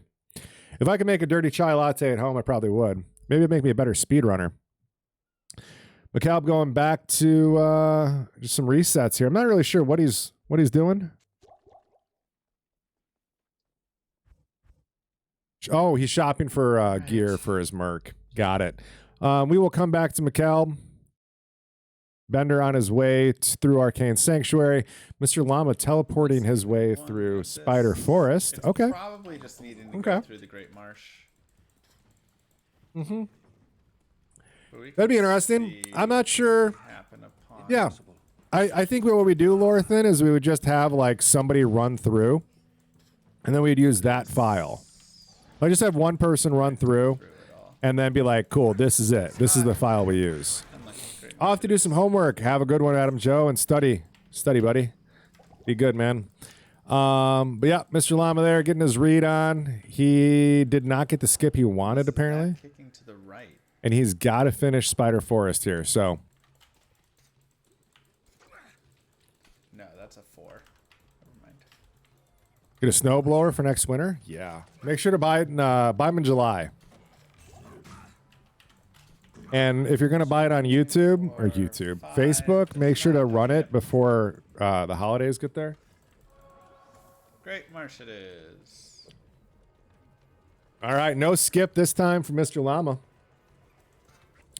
No, and a large driveway. Oh man, that stinks. I guess I don't think that this is really going to hurt Mr. Llama too much in the overall scheme of things. I'm going to sound like an idiot if I'm wrong here, but I want to say you only get like a 1 in 5 or 2 in 5% or 2 in 5 chance of getting a skip. I would need to do a skill quest. So like, you know, the other guys might get a skip as well, but like we're talking like just like an extra minute. There's no real progression going on through this point, and he can teleport past anything. So it's just like a couple minutes. It's like 40%. Thank you. I thought it was about that. Bender at Duriel. Thank you. Let's go ahead and watch that. So here's Bender, the only person with a unique, super unique thing going on. We're interested. So Bender built a dagger. If you're just catching in, by the way, guys, thank you for being here. Make sure to hit that follow button. We're here every Sunday, Arena GL, bringing you speedrun competitions with your favorite speedrunners. Bender is the first and only person we've seen so far building this rune word this run so far, as he has a strength, which big thing about it is it's a poison dagger build, Necro, with crushing blow in the dagger. So no matter what, he's making contact. This is very interesting, as we saw the other guys having to deal with crushing blow on the mercenary or just using poison. We kind of want to see how this plays out, as that first chunk, that's damage per second, more than we've seen out of other people. Does Bender have enough time, though, to kind of catch up to Mr. Llama and the other guys that are in the lead to make it all of this worth it? He unfortunately had some bad RNG in normal, and he's had to do some catch-up stuff. Obviously, his time to kill per boss is, oh, geez, ludicrously is the word I want to use, faster than other contestants this week. But is it enough? Is it fast enough that, you know, all that extra time and prep work going into it is really going to be worth it for him? We'll find out this week on Arena GL speedrunning. As you see right there, every time that little X pops off as well, that is a miss. One of the weaknesses of this build is its chance to hit is not very high. Not a whole lot of dex in it, so each of those little X's on the mob is a missed chance at a crushing blow hit, but Duriel down to about 50% HP. There's another miss, another miss, another miss, another miss, 4 in a row. Not doing too well here for the Necromancer Fire Golem coming out here, taking a couple extra hits from Duriel. And a couple crushing blows did manage to connect there. He's down to about 25% of his HP. 3 misses in a row there as well. And at this point, I think Bender... I have no idea. Yeah, Bender's just dealing with it, man. This character is pretty hard to touch. I lost my my rhythm. Find the rhythm. Find the rhyme. Come on, boys. It's casting time. All right, Duriel going down just a little bit. Each time he goes in there, that fire golem is able to take a couple more hits than the clay golems that we've seen previously, but it just doesn't seem to be enough. As soon as Duriel hits over and hits that hit recovery blast onto the character, it's nothing but a kite and reset moment. But overall, this is significantly faster than the previous builds.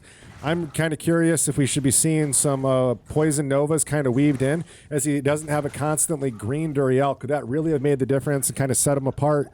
As right now there's 0 damage on the board going in for Duriel, but that golem every now and then, and another curse coming out. Duriel really just closes the gap so quickly, as he's down to about an 1/8-ish, a little bit more, less, closer to a 1/10 of his total HP. Yep, it's really getting down there, down to about a 1/16. Hoping that crushing blow can come through one more time for a big hit, and maybe a couple more fire golem casts, and it's going to be all it is. Is it a Reebok, or is this a Nike? I think the sorceresses are rocking Reeboks. There's a unique, or not a unique ring, a rare ring, has a chance to be good, be something, be a little bit something, maybe, I don't know what he could possibly be shooting for. Faster cast and some res, really. A cool runnings reference here. I'm pleasantly surprised. You betcha. Boxer on his way to Mephisto already. Thank you, guys. Man, I got chat. Who needs a production guy when I got chat? That would be the next step for like this type of show, is to bring on a guy behind the scenes that changes scenes and does stuff like that. So you guys are huge. Thank you. Appreciate that. I think that's the next step. That's not my decision, but I think we're doing great with what we've got. Let's get more contestants. Let's get your favorite content creators out here every Sunday, and then we'll don't forget about your payments. I wish everybody was getting paid. Remember, this is community driven. No, the Arena GL guys do a great job of making sure everybody is feeling some love. You know what I mean? All right. Going into the Mephisto fight, or Trav fight? No, Mephisto fight. Didn't get waypoint. It's going to leave the safety TP up there. Gets a couple, remember, he has Crushing Blow on the Mercenary, and we're seeing that come through quickly. I'm thinking the Mercenary was a better choice, as the Mercenary's attack speed is significantly faster than the Necromancers, and the chance to hit is way better. The Crushing Blow on the Mercenary, as long as you can keep it alive, which is the trade-off, because that is way harder to do. That is way harder to do when you get into the harder content. But yeah, right now we're seeing the Crushing Blow just shine, and that is what's really making the difference here between Boxer and Bender's kill time here per boss. Yeah, this is slow and steady. This is way better than I thought it was going to be. I was expecting this to be a solid 3+ minute fight, but this is great. That Crushing Blow is doing some work. If you're not familiar with Crushing Blow and how it works, it has a chance to take off a huge chunk of their life. This is how a lot of guys early in the season will rush declone killers, because Crushing Blow is so powerful on a smiter. Just thought for food. You can get your Crushing Blow in a lot of different places, but usually Crushing Blow is enough to take down a boss. Even on a dagger build Necromancer. But we really saw it shine, and now we're going to see just how weak Poison Nova is, as it can't even do the last little bit of... Oh, there it goes. Ooh. This might be a modded Diablo thing, but I think that crossbow... They didn't really say no crossbow builds. Blessed aim, Merc. Yep, better chance to hit. Absolutely.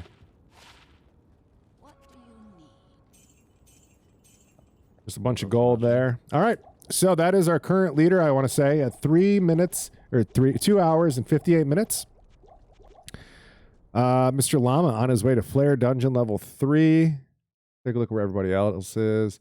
Potato Freaker, he's in normal Act 4, as he's just now looking at his build. Looks like still working out, doing a great job here, progression.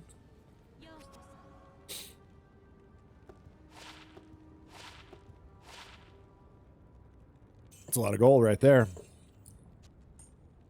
I need to have a heater on all the time here in California. It's a little warm overall, I'd say, this year in like the Midwest. But I think that has to do a lot with just how like dry it was for a long time. And then you guys got all that rain out in California.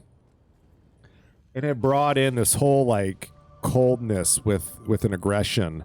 That's kind of been hanging out with rain and snow, and wow. Hey, an Amrune. That's huge. Could be a strength for him. See if he goes with that Crushing Blow build here in a little bit. Let's pull Bender. Just kind of see how his progression goes. See if he gets a skip real quick. This is one of the things, Bender on catch-up time to Boxer, and see how that's going. Yeah, rainy and floody all across California. Yep. Yeah, my area hasn't been real floody this year, which has been nice. I live near a floodplain, so it can get a little crazy. I used to live a lot closer to one, but... All right, so there's Gibden. Going to be a guaranteed reward here that most of the guys will do. These rings that Ormuz gives can be some of the best rings that you can find in the game. They don't roll particularly better. They just have a chance to be a great rare ring. So always a quest you want to do. You can get early faster casts, especially on a season start if you're looking for it. Before you go farm Nightmare Cows. Or you could get the worst, yeah. Yep, absolutely. Those rings can't matter. But when we tend to always do that quest, and especially our 8-man speed runs, as like you have 8 chances at a great ring, and I mean you only need 2. Who wants paladins to be going fast? It's a good waypoint to have. Yep, great little halfway waypoint there for Bender. Just 1 point. So he's able to skip a lot there. Wow, that's a big helm. Okay, so that helm, I believe, wow, see what I'm talking about, that ring? Look at that. Boxer already in Act 4, or B4, Arcane Sanctuary. Wait. Oh, Bender Act 4. Chaos Sanctuary. Boxer, not Bender. Shazbot. To dopiero shit show będzie, nie? Any old Tribes fans out there? Mają poison immune. Shazbot, actually, for those of you who play Tribes and say things like Shazbot, that word originally comes from Mork and Mindy. Robin Williams invented the word way back in the day. It was made super famous there and then resurged itself on Tribes. In the gaming community, we got real big. For anyone who watched The Simpsons back in the 90s, those were those references just out of hand. All right, so this is Act 4 Poison, where everything doesn't really care that you're poison damage. Also, we're seeing just how squishy this Necromancer can be. We can have some seriously frustrating Act 4 Chaos Sanctuaries here, as these dances around the Venom Lords, just kind of keeping them going. Yeah, they're in their name, the Venom Lords don't care that you're poison damage. But it will be something that you can avoid a lot of them. I don't know if we're going to see poison immune super uniques here. I don't know, in Nightmare. I can't remember Nightmare immunities. Dude, yeah, Boxer on a tear today. When did Boxer take the lead? Good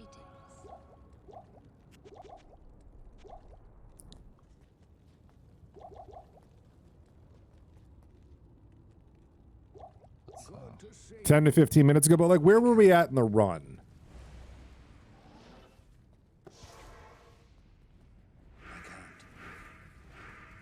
It all kind of blends together with me when we're 3 hours in. Heyo! Yeah, our guess was about 3.5 to 4.5 hours. I know that's a big window, but this is a really odd run for how long it was going to go. I'm still feeling good about it, honestly. About 4 hours, I think. 3.5, 4 for majority of people. Yeah, when did Boxer start leading? At what point during the run was kind of the feeling or question? Ooh. No, all right, Infector is immune to full poison.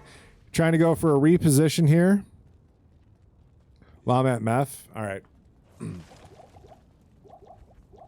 Let's see how... where's Bender? All right, he's on his way. Let's watch Llama at Meth. Nah, impossible. Kind of messed up. Build a little nuts. Oops. Sorry. Okay. So here's Bender at Meth, or Bender, Llama at Meth.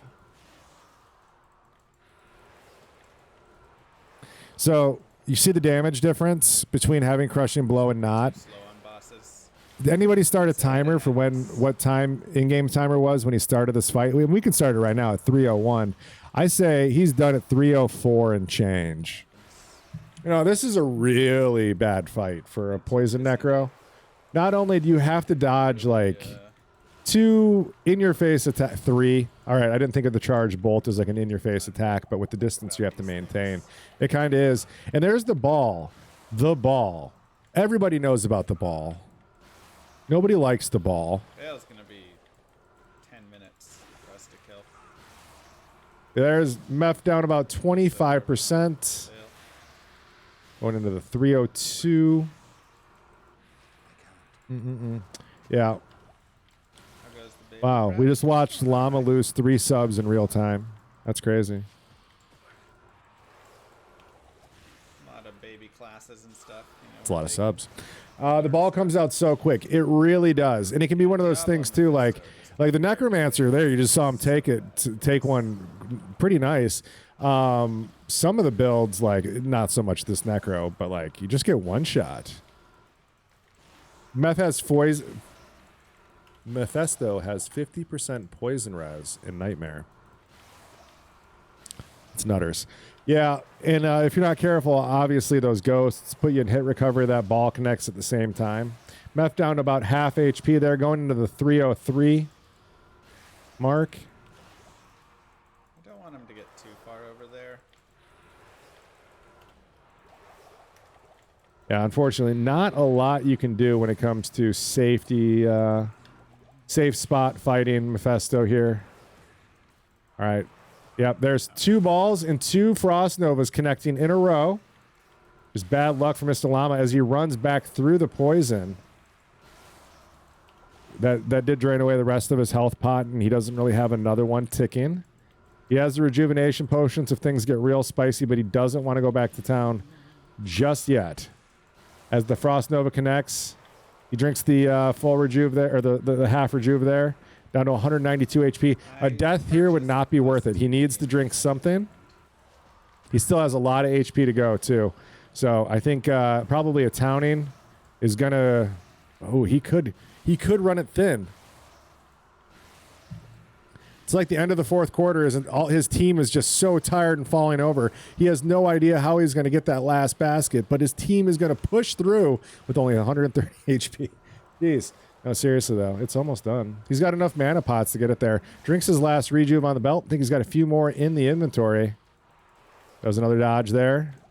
Sends the Hail Mary down the middle court.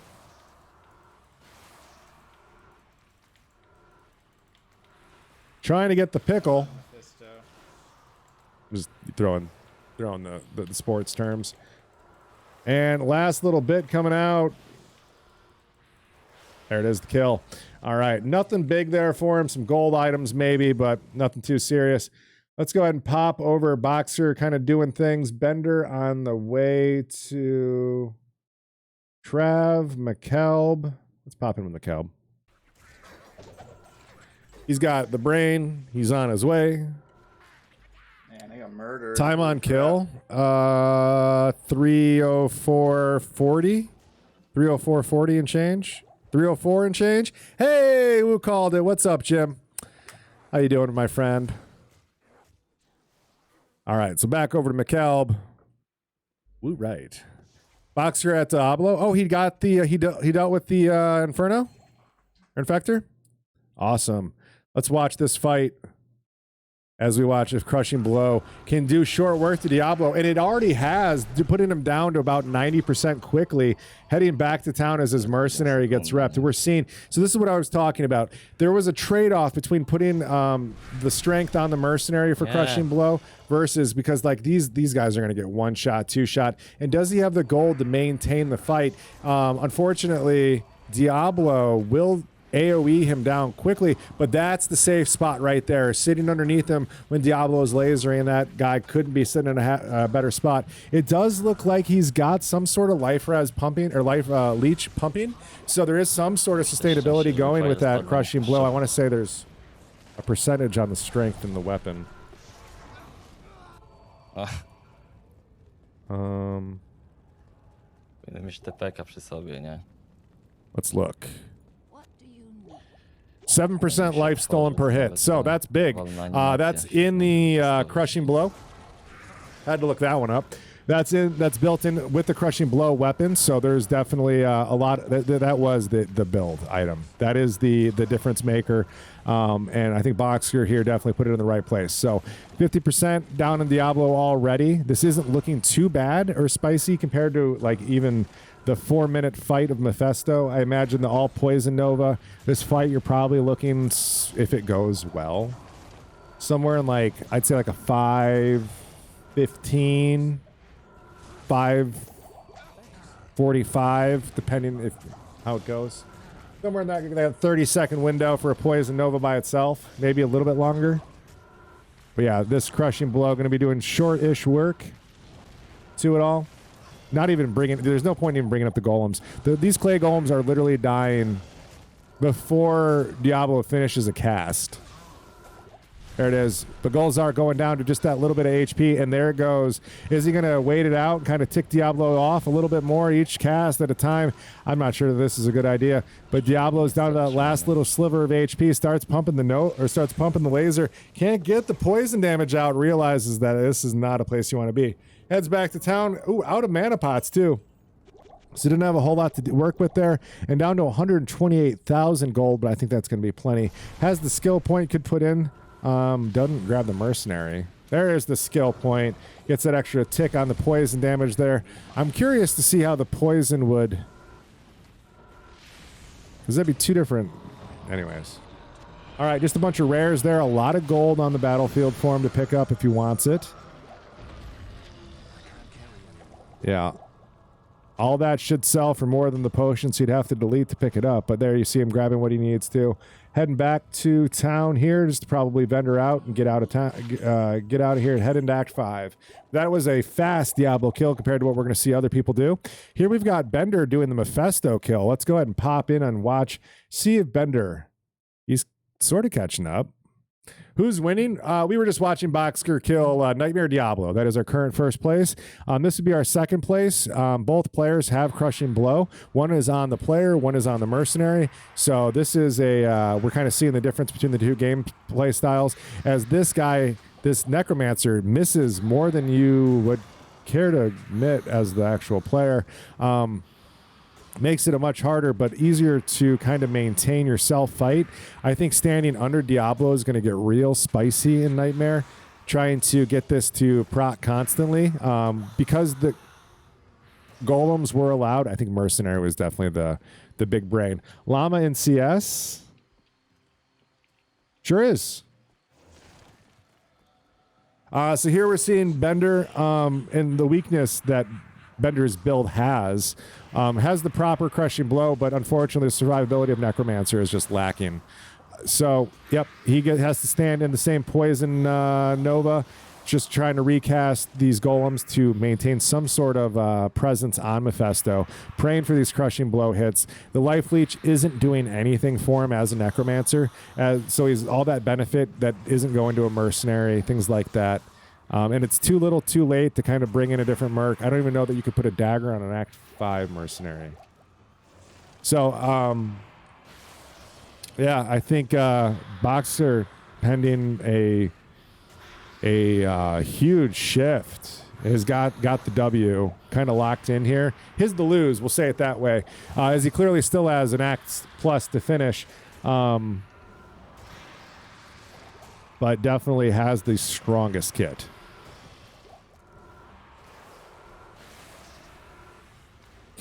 But yeah, there it is. That Poison Nova just isn't there. The damage just doesn't feel good. And the strength, Rune Word, just not proccing the way it should be. All right, 327 check-in. It's been a little bit at a time as he's somewhere in Act 3 doing some shopping for... Found a lower res wand. So that'll save him a few points. He doesn't have to go all the way down that tree. But because they are necromancers, obviously, they don't have to look for lower res charges. They can go with plus the lower res skills. 1 to lower res, 3 to lower res, doesn't matter. It's all the same thing for what they're doing. But that'll be big into use later. Right now, this is not a place you want to be as a poison necro. I'm actually surprised we're not seeing more of the teleport charges coming out. I'm actually not sure the bats res to poison damage, but it does look like they don't respond to being poisoned at all. That's kind of nice. His Boxer can keep his Merc alive at Ancients. That'll be interesting. I think we'll see Ancients get some sort of pillared approach. Is there a spot, Jim, do you think Nova can reach with a pillar? With some sort of like...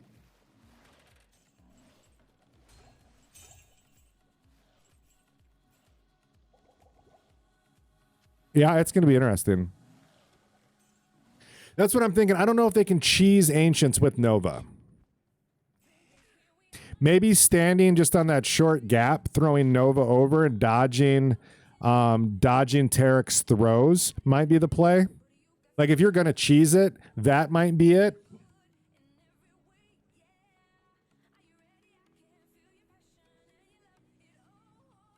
But I don't think that our traditional... Could you imagine if somebody was stacking poison pots this whole time? Like inventories, stash full of poison pots, comes in deep, dropping 40 plus poison pots. Yeah. Throwing the Hail Marys. I don't know. The range on the Nova just doesn't seem to be there that it's really going to matter for the Ancients fight. But we'll see how it goes for him. Boxer, we'll come back to Boxer when it gets there. Bender as well. Looks like he finished Mephisto. That was painful to watch. Here is Llama's progression through Chaos Sanctuary. Let's going to take a gander at this one.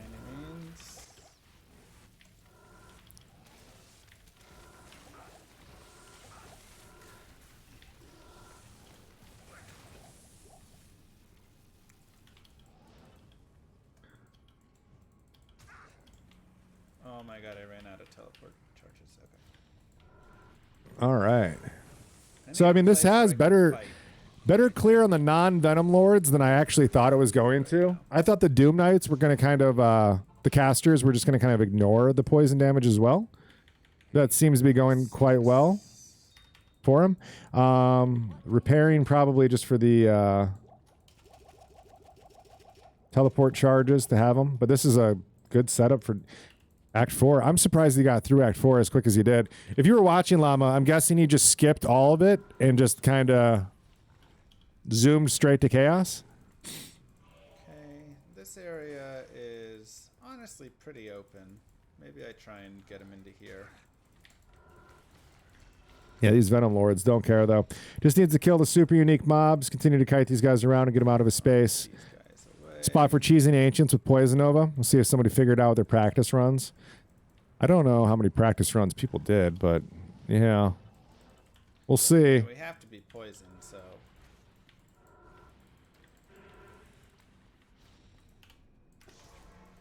Not sure what he's setting up right now.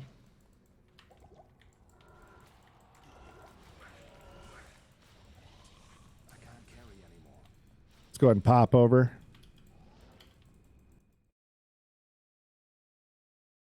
See Bender XP Shrine and City of the Damned. So he's on his way to Diablo as well. McKelb having a Mephisto showdown.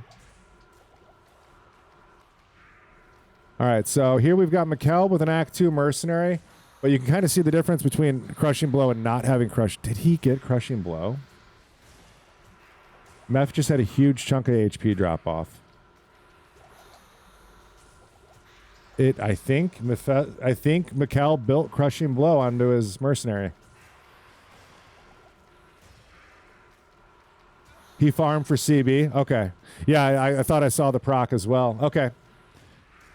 So smart choice. Mephisto or McKelb and looks like Boxer are the only two to put it on their mercenaries. 30 seconds.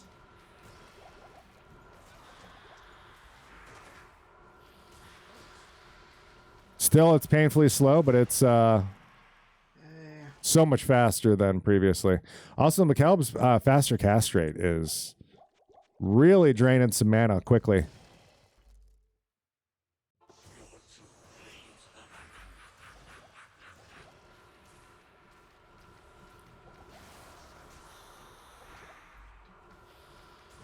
There's practice runs that go on. I've talked to Bender about it and saw McKelb practicing last night. Yeah, no, 100%. If I were to guess that there's two people that do practice runs, those would be the two. I'd say I know some of the other guys do too. Like Nodden does practice runs. I've seen him talk about it. Potato Freaker. I guess some of them do. Boxer got murdered in Ancient's Way. Oh no! Wait. Oh yeah, he's on his way back. Looks like he's already got map progression there. All right, here we've got Mr. Llama trying to deal with Infector of Souls, lower res one, a little bit of poison damage is doing something, but that's lower poison res on a Venom Lord. He still has it going. His practice splits seem much better. I can't do the splits at all. I don't even practice them. I'm not flexible. I don't know when the last time you could do the splits were, but for me it was probably sometime around the age 12. Split. All right. I think we go grab some gold.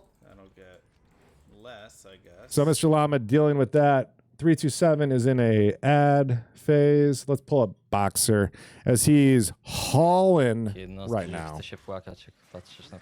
Doing a great job. Oh yeah, there's my plant. Cheers. Not gonna show yourself, huh? All right.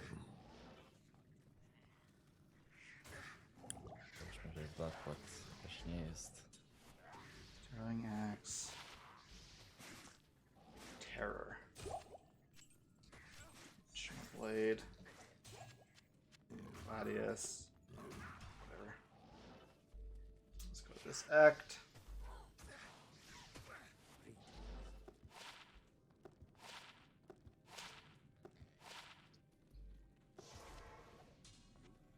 Okay, there we go. Because in a race, you can't reset bad RNG.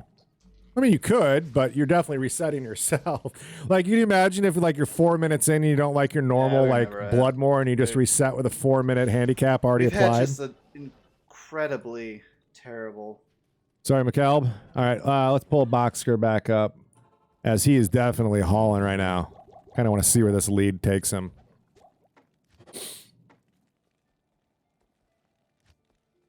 But yeah, that does make sense. You can't reset it. You can only reset practices. That's why I miss Macro Bio Boy. I watched that man do an entire summer of no reset speedruns. Yeah, why can't he be here? Somebody reach out, poke that man. Momo, poke him for me. All right, Ariat Summit. Here we go. Oh wow, just going into it. He's happy with everything he's got. All right, so there is no cheese strat initially coming out. No mercenary even in play. The man has crushing blow and said no. He's just going to maintain poison over here. This looks to be very mana hungry.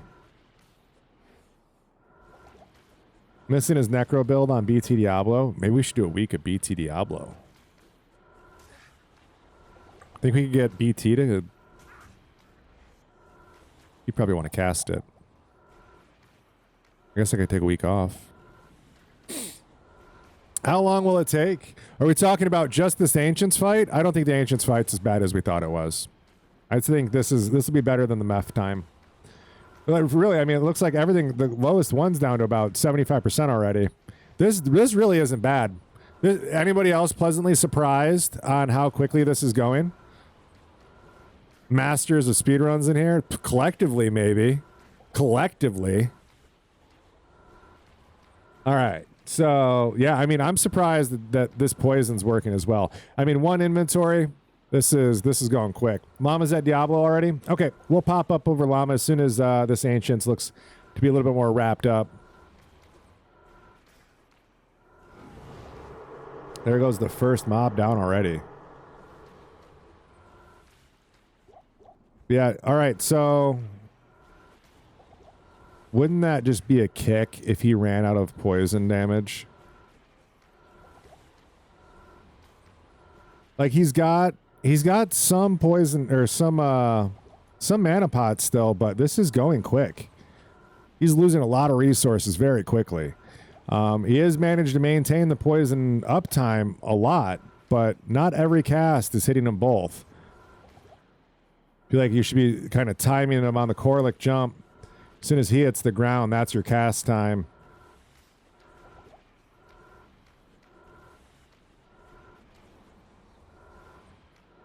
Maintaining that lower res.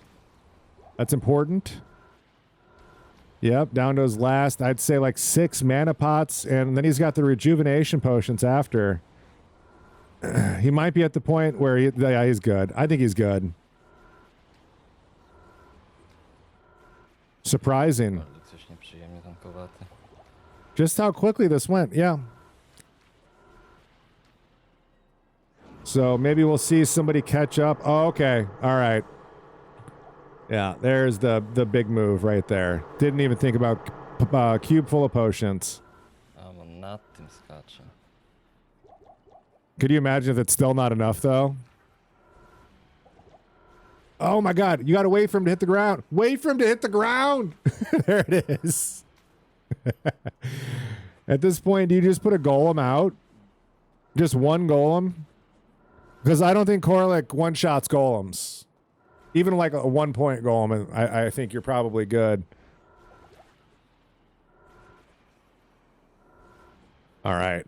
I'd say I'm confident he's got this. We'll come back as he'll probably be the first one to bail. Just guessing. Mr. Llama into the Diablo fight, just finishes it. Not sure how that went for him. Hopefully it went terribly, but he did in good time. So I like to see some suffering. Here's McKelb on his way through the River of Flame. Teleport bug. Then I really should admit. Looks like his character is on my screen anyways. Looks like it's a flail, even though it's clearly a wand. Small update. All right, just back into that river a little bit deeper. Let's go ahead and pull up 327 real quick. Get another feel for where he's at. Bender on Diablo. I actually want to see that. Thank you. Bender on Diablo time. Ooh. Okay.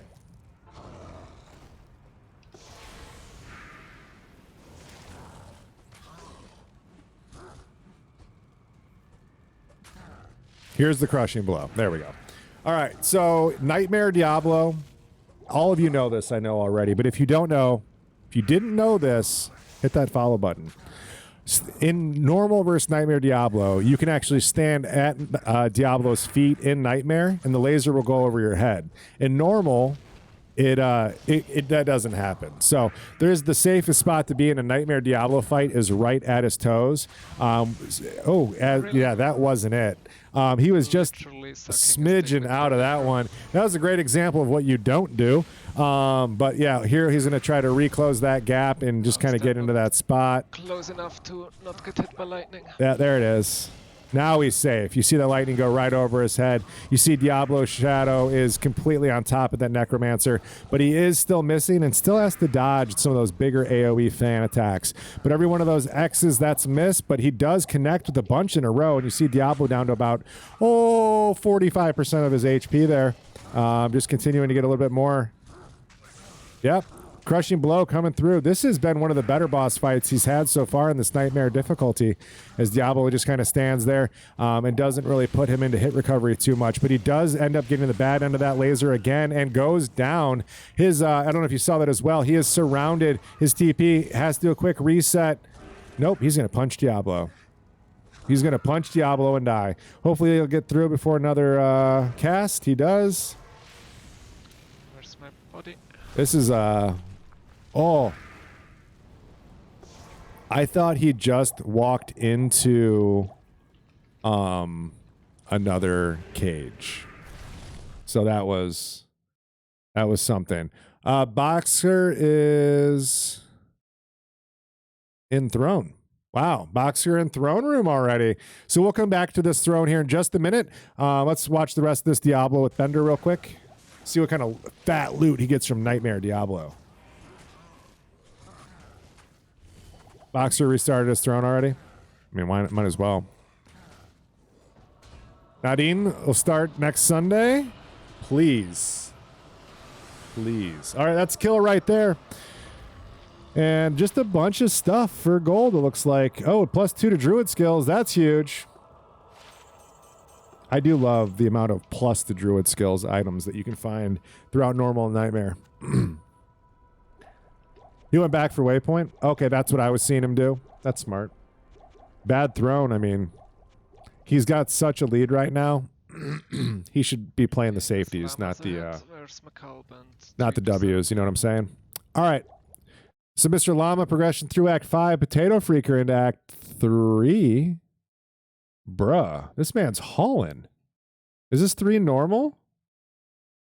No, he's in Act 5. Okay, he's out here shopping. Way to go, Potato Freaker in Act 5, normal. Boxer doing some wave skips. This is really what I think is any poison immunities and Nightmare Throne. Yeah, wave 2. Potato Freaker has no gold, going back and farming. Thank you. Wave 4 as well. Yeah, they're Venom Lords, of course. Thank you, Adam Joe. Go do schoolwork. What are you doing here? School.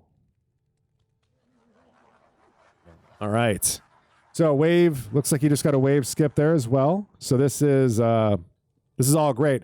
I thought this would be a little bit closer amongst first, second, and third place, but these guys are doing a great job here. Each runner, making the most of what they can. This is one of those hindsight runs where if they could go back and rethink it, everybody's farming that strength. I think McKelb had the right idea by going back there and doing it. School's rough? Yeah, it can be. I'm going to do some math after this. All right, unfortunately, gets the wave 4, but this will be an easy pullout for him. General strategy here is you want to make sure that the big boss is aggroed on you and the rest of the minions should follow. So as long as you can maintain the main guy, you just continue to kite him and the rest should follow. It's not too big of a deal just to kite one of them out after that, but that's just kind of what you're shooting for. Ensuring you got the main guy. Teleport staff in. Let's see if he can skip wave 5. I don't think anyone else is even close enough for him at this point to contest. Just don't throw it. And he'll secure that first place prize. There's Wave 5 skip as well. Great job. Going to town now, as you can't skip that animation. He's going to go pick up his mercenary, probably grab some potions, things like that. I think he knows he's going to be coming in and out a whole lot, though. So I was going to say, yeah, I definitely see a lot of health potion stacking. Also, where's his cube? Did he leave his cube back in Act 4? You don't need a cube. Or did he leave his cube at Ancients? Wow, Bale already down, like, what was that, 20%? Oh, that was great. Crushing Blow procced multiple times in a row there. There goes again, down to about 30%, 60% down already. This Poison Nova is doing next to nothing. It is literally, this has been nothing but a Crushing Blow run. Great job by these runners coming up with something outside of the box to really give themselves the edge here. I think a lot of the runners in their head were really planning for nothing more than just, let's do some poison damage. These guys came prepped with knowing that these mercenaries would be the main damage cannons that they needed to really bring in the W here. Congrats to DeBoxer and McKelb for really, and Bender for kind of coming up with this approach. As you can see, they're quite doing well. Mr. Llama, the one who didn't have it, is also doing quite well. Already into Act 5 also, but yeah, these guys definitely, you could see a progression gain. Llama definitely got really lucky early in the starting, normal versus this later in the run. He had such a gap that's kind of where we're seeing how he's still like in the game. But I think these other guys with the Crushing Blow, if we were to look at like how quickly they progressed. I mean, Llama was done farming XP and all that stuff too, so that's big. Bale can't cast when Decrepit Golem slows, so not sure if you even need the Golem slow. Fair. Yeah. I think it's just more of a safety net that it might turn on the Golem instead of the main, but with Decrep up, I don't think we're seeing. I don't think the mercenary loses to Decrep Bale. Like mercenary up against the wall. This was ideal positioning. Bale not teleporting around. Like it seems like sometimes we get guys who just hang out really slay this. But yeah, this is a great first place showing here by Boxer. Wasn't in the lead the whole time. Really coming back through. Once he got the lead, not really let it up. So, oh my gosh, just really whittling away at this last few percentage.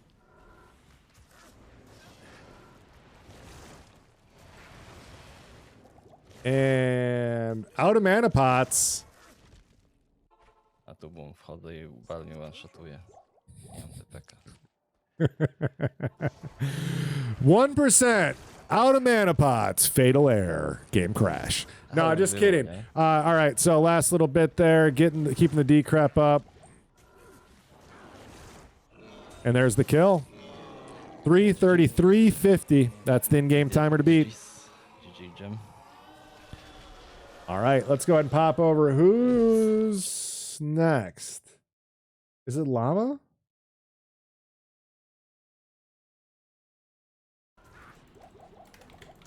All right, Mr. Llama dealing with Ancients. Let's see how his fight goes. Wait, 331. What did I say? What was Boxer's time? Sorry. Does he still have it up? 333.50. Okay. 333.50. So Llama's got 2 minutes to finish Ancients. Finish Bale and secure the W. That aura is painful, man. Yeah. Bears might win the Super Bowl, too. All right. Wow. A lot of damage here. Coming in on... So, it does seem like Llama's approach of putting down the golems didn't help. I was thinking that it would keep him from jumping as much. Nah. I don't like that extra fast. But you can see there's, 1, 2, 3, 4, 5 dead golems right over there. 6, 7. So, he's tried it a couple times, so... Golem didn't save. I think that the approach is you just look when Koralik would hit the ground, and that's your cast time. Nothing more than that. Where everyone else is doesn't really matter. It's just, or Talix. Sorry, Talix.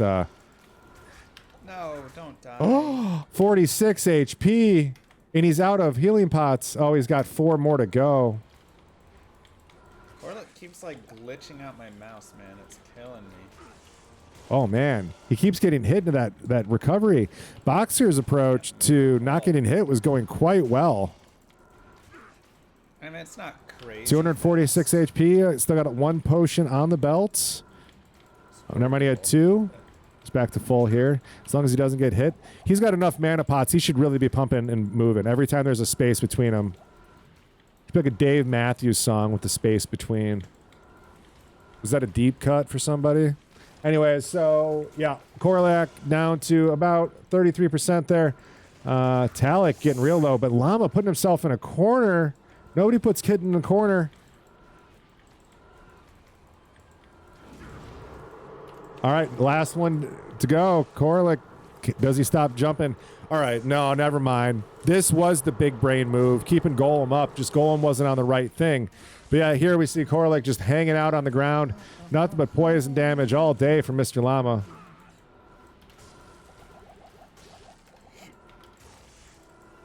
Yeah, plenty of mana pots. As long as he's not leaping, I'd say the mana investment for keeping the Golem on the board is absolutely worth it. Yeah, the minute he starts leaping even, he's not getting hit. But Llama timed that one nicely, putting him in the corner. Puts a point in Golem Mastery to maybe keep his Golem alive a little bit longer. And Boxer, congratulations on that first place, man. That was a big, big kill there. Yeah, you were the first one to, I'm sure your chat has already informed you, you were the first one to get into the Crushing Blow. And you were I think you were actually second to get into Crushing Blow, but you were the first person to put on a Mercenary. And that was clearly the big brain move that kind of set everything apart. Mr. Llama, throughout the entire normal, had such a lead on everybody. His Poison Nova build was able to compete a little bit going into this without Crushing Blow, but we see how he's kind of going here. You'll see a bit of a difference in the actual bail kill versus yourself. It'll be quite a bit more painful. But yeah, great job on that. Welcome everybody from the raid. Thank you guys for being here and supporting Boxer. If you guys are here, how you guys doing? I'm Mr. Hollywood. This is the official Arena GL stream. I cast here every Sunday, and we have a show every Sunday for you guys. So please, if you're just new here or you're just checking in, hit that follow button. We want you to be a part of this community, a part of what we do. This is all community driven, different content creators coming together to make this stuff for you. And that being said too, again, I need you guys to reach out to your favorite content creators and get them on this program. They're missing it. You've got Mr. Diablo himself here literally running it. You have Lucky Luciano hanging in chat telling me every time I'm wrong. Clearly, your favorite content creators are already here because Boxer just won. So, guys, get involved. Get them involved. And, let's grow this to be something, that we get. Could you imagine? What if we Twitch front paged because of you? That's something to talk about. Like the community could bring that together. And it takes a community to get that done. So guys, please hit that follow button. Be a part of what we do here at Arena GL. And let us know if we can make it any better. Because without you guys, this show doesn't exist. So much love. And congrats here to Mr. Llama as he's into the throne. Is anybody else at that point? 327 dealing with Diablo. Boxer. He quit. Just kidding. McCall dealing with Act 4. Bender into Ancients. I want to see this. Let's see what his approach is. Now, Bender opted for the Crushing Blow Dagger. I guess we didn't get to see this whole fight, but this is going nicely. If it's just down to 1. Looks like he's out of mana pots. Maintains the poison damage and the Decrepify.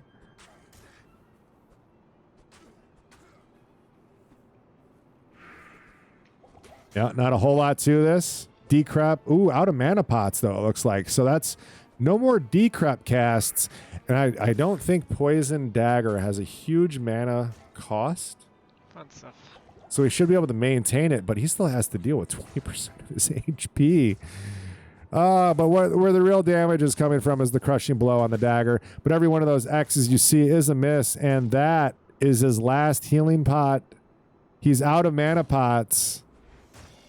Uh-oh. Uh-oh. Down to 11 mana. 1 health pot. Drinks the stamina pots for the extra speed. Uh-oh.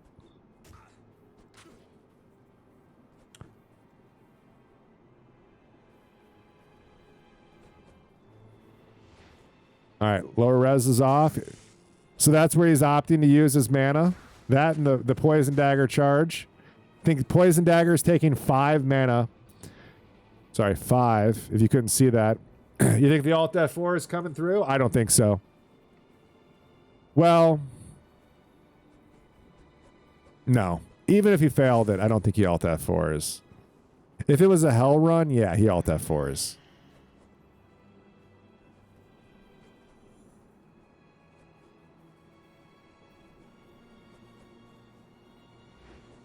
All right, lower res. Down to 308 HP. Got the tick off 201. I wish we could see like actual numbers of HP on mobs.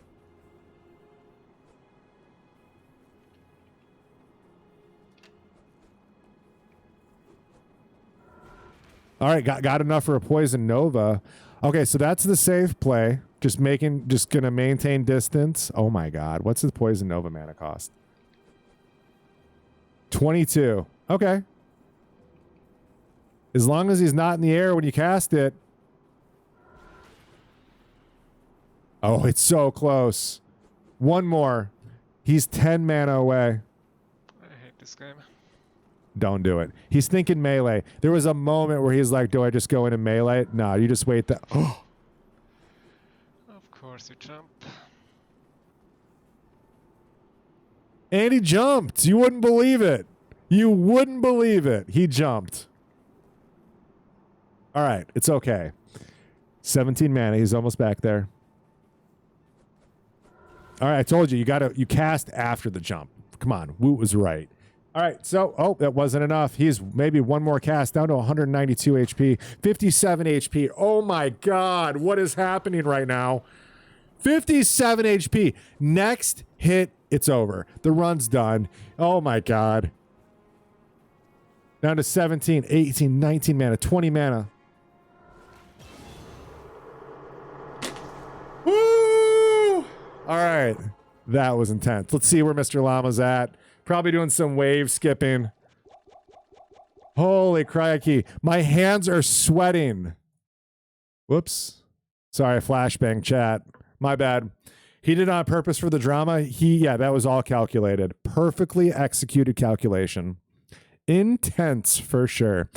All right, so Mr. Llama right now looks like he's dealing with wave 4 of the Bale waves here, as he does have a Venom Lord that seemed to be bugged out, and Mr. Llama wants a friend. So we'll see what he does here. Wave 5, he's just going to kite him out. All right, so real quick check on the other runners. Let me see where they're at. McKelb is standing still in Act 4.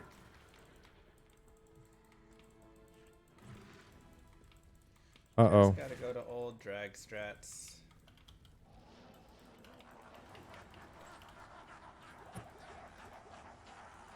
Quick break. All right, quick break for McKelb. All right, good. Potato Freaker perusing through Act 5, normal.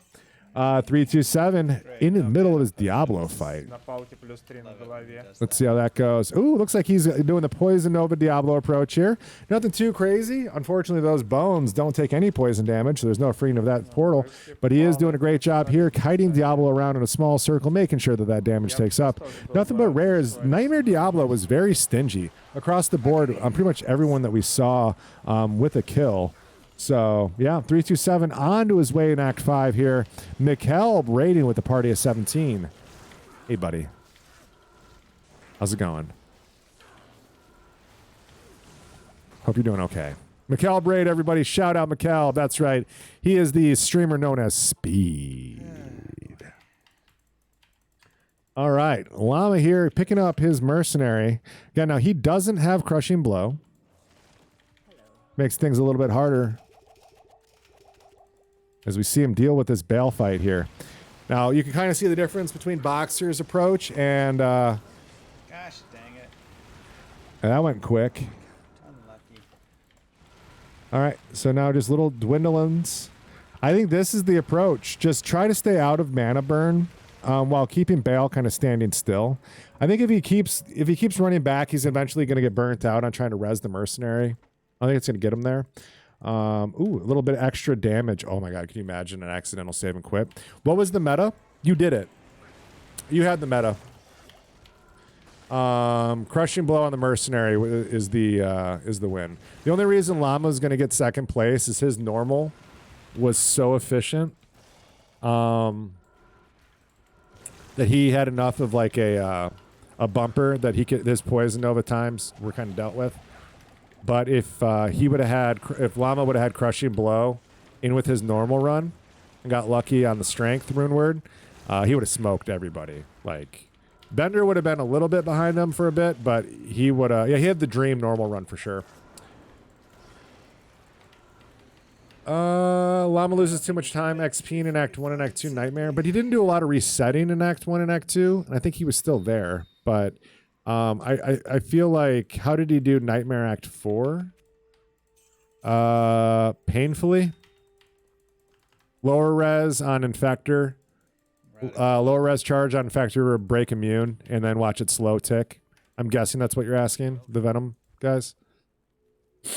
It was enough that it would break immunity and just kind of keep it going. But the strongest we saw was Crushing Blow from Boxers, Act 2 Mercenary. Same thing you did. Okay. It's a lot of prep work here. Crushing Blow didn't work. Good for everybody else. And kiting a lot. Yeah, a lot of kiting. Was on Infector for 2 minutes. Ooh. Sorry to hear that. It worked for everybody else. Unless somebody else saw something I didn't, feel free to tell me I'm wrong. All right, so that bale portal. Wow, dude, these bales are like. You ever watch a YouTube video and crank the speed up to like double? Yo, these bales are on hyper mode. Any League of Legends players out there? This is like ultra rapid fire bale. It's Earth bale. Yeah, my telly staff won't be worth a lot, but I might still sell it. Honestly, I might want it here. So at this point, Llama's having to deal with a resource management, it looks like.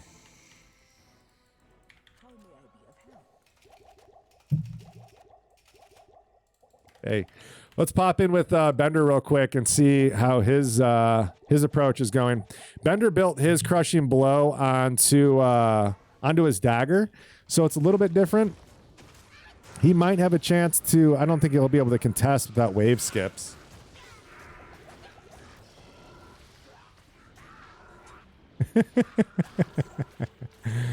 But not VIP.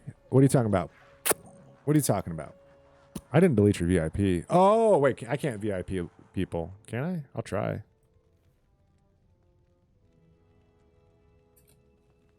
No, it's not going to let me. Yeah, I don't have permissions. Just the editors do. Editor up. I had to do Fire Golem on Infector because I couldn't kill him with Nadir and Decrep. So that'll work. That's weird. It didn't do anything. The Decrep should have slowed him enough that you should have been able to win that easily. I don't know. That's odd. I'm sorry. Maybe he's regenning at the same speed? Yeah. Let's see how Llama's fight's going. I don't want to like not watch Llama kill Bale. That'd be embarrassing. Looks like he does have Bale down to about 25% HP, so definitely a bit slower than the Crushing Blow build, but it is getting it done. It's actually a bit faster than I thought, too. We did say that the final build would be about a 4:30 fight for Bale. I think it's going to end up being a little bit longer than Llama had anticipated, but still achievable. Everyone failed wave 4. Yeah, I don't know why that... Bender at Bale, too. It's going back and forth. Yeah, I guess you gotta have Decrep and the Clay Golem, and then you can Decrep, Clay Golem him, and let you... All right, there we go. Updated Bender. Down.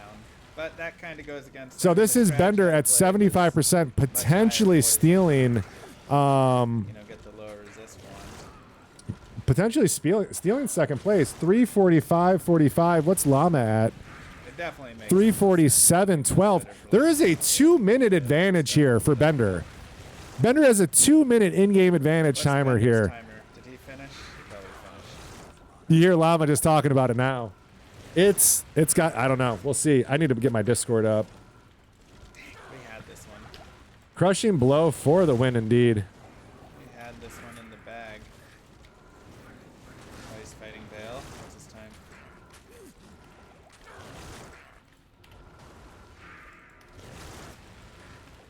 Halfway down Bale already? He just started, I thought. Yeah, Bell already at 25%. Poison dagger? Oh, he's 346? Okay, never mind then. He wins. Dang it. Third place. He has crushing blow? From what? How did he get crushing blow? Strength? That's silly. How did he get... Did he get an Amrune from his stupid... All right, Bale So mad. getting dwindled. Let's pop back over to Llama. Wait, why can't I use that? Oh, I'm missing a strength now. Let's see, where's he at? All right, down to 25%. Again, Bender's got this 20 or this 2-minute in-game timer, and he's actually at the same point. So I think this is definitely going to be locked in place for Bender. Second place, crushing blow is king indeed. This is doing a great run here. I can't even afford my mercenary. We're just... What a fun week. Really, between the top three, it's just going to be a mere moments between the timers here when you count in for in-game timers and the great equalizers. I know a lot of you may not know what we're talking about when we say in-game timers. Just know that there's an equalizer in speedruns. If you have a juiced out computer versus a potato, the juiced out computer will always win a speedrun. We run a program in the background that equalizes all of our run times so that everyone with a potato all the way to like a super potato cooker has the ability to get into speedrunning. So we pay attention to something called in-game time, and that's what really dictates the end. So right now we're seeing Llama's that smaller number, 349.26, come near that kill, and I think we're hearing Bender getting that final little bit right now, and his in-game timer is right there. You see it, 348.11. So Bender's got a bit of a about a minute and 37-second advantage and an HP advantage on Bale here. So I think we're definitely going to be seeing a full kill. Unless Bendy gets wrecked by Bale. That's true. Bender could get wrecked by Bale without a safety TP up, but I doubt it. I think he's doing a good job. So there's Bale down with Twitch, 349.56. He's getting there. And we're going to watch this last little bit here on Bender. 349.56.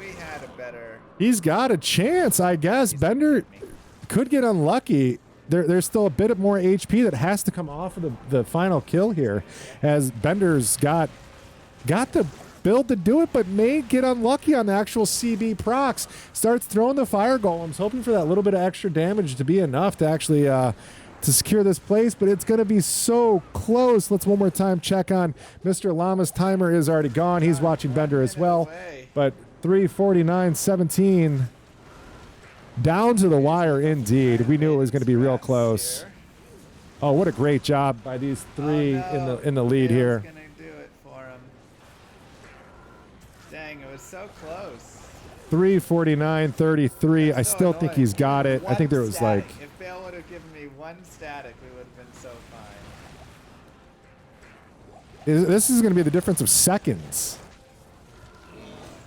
349.46. What was Llama's finish? Can't say that was fun.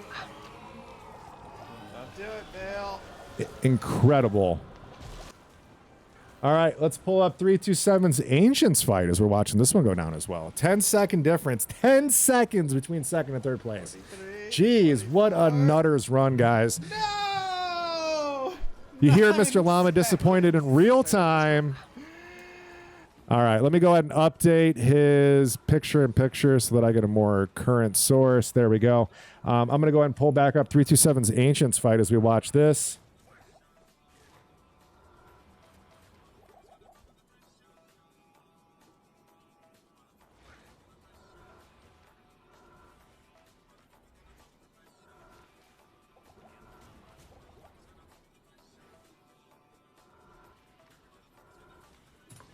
Okay, so here we've got 327. Oh, here we go. Join a quick call. Hello, Mr. Llama. Congratulations on that strong third place finish.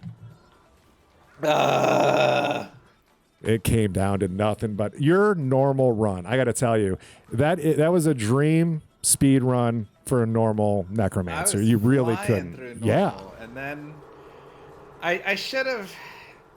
I tried to get cute with the low resist pure strategy off the weapon. I found that amazing wand that I purchased. Everything arguably was best in slot wand. But I didn't have the answer for the bosses.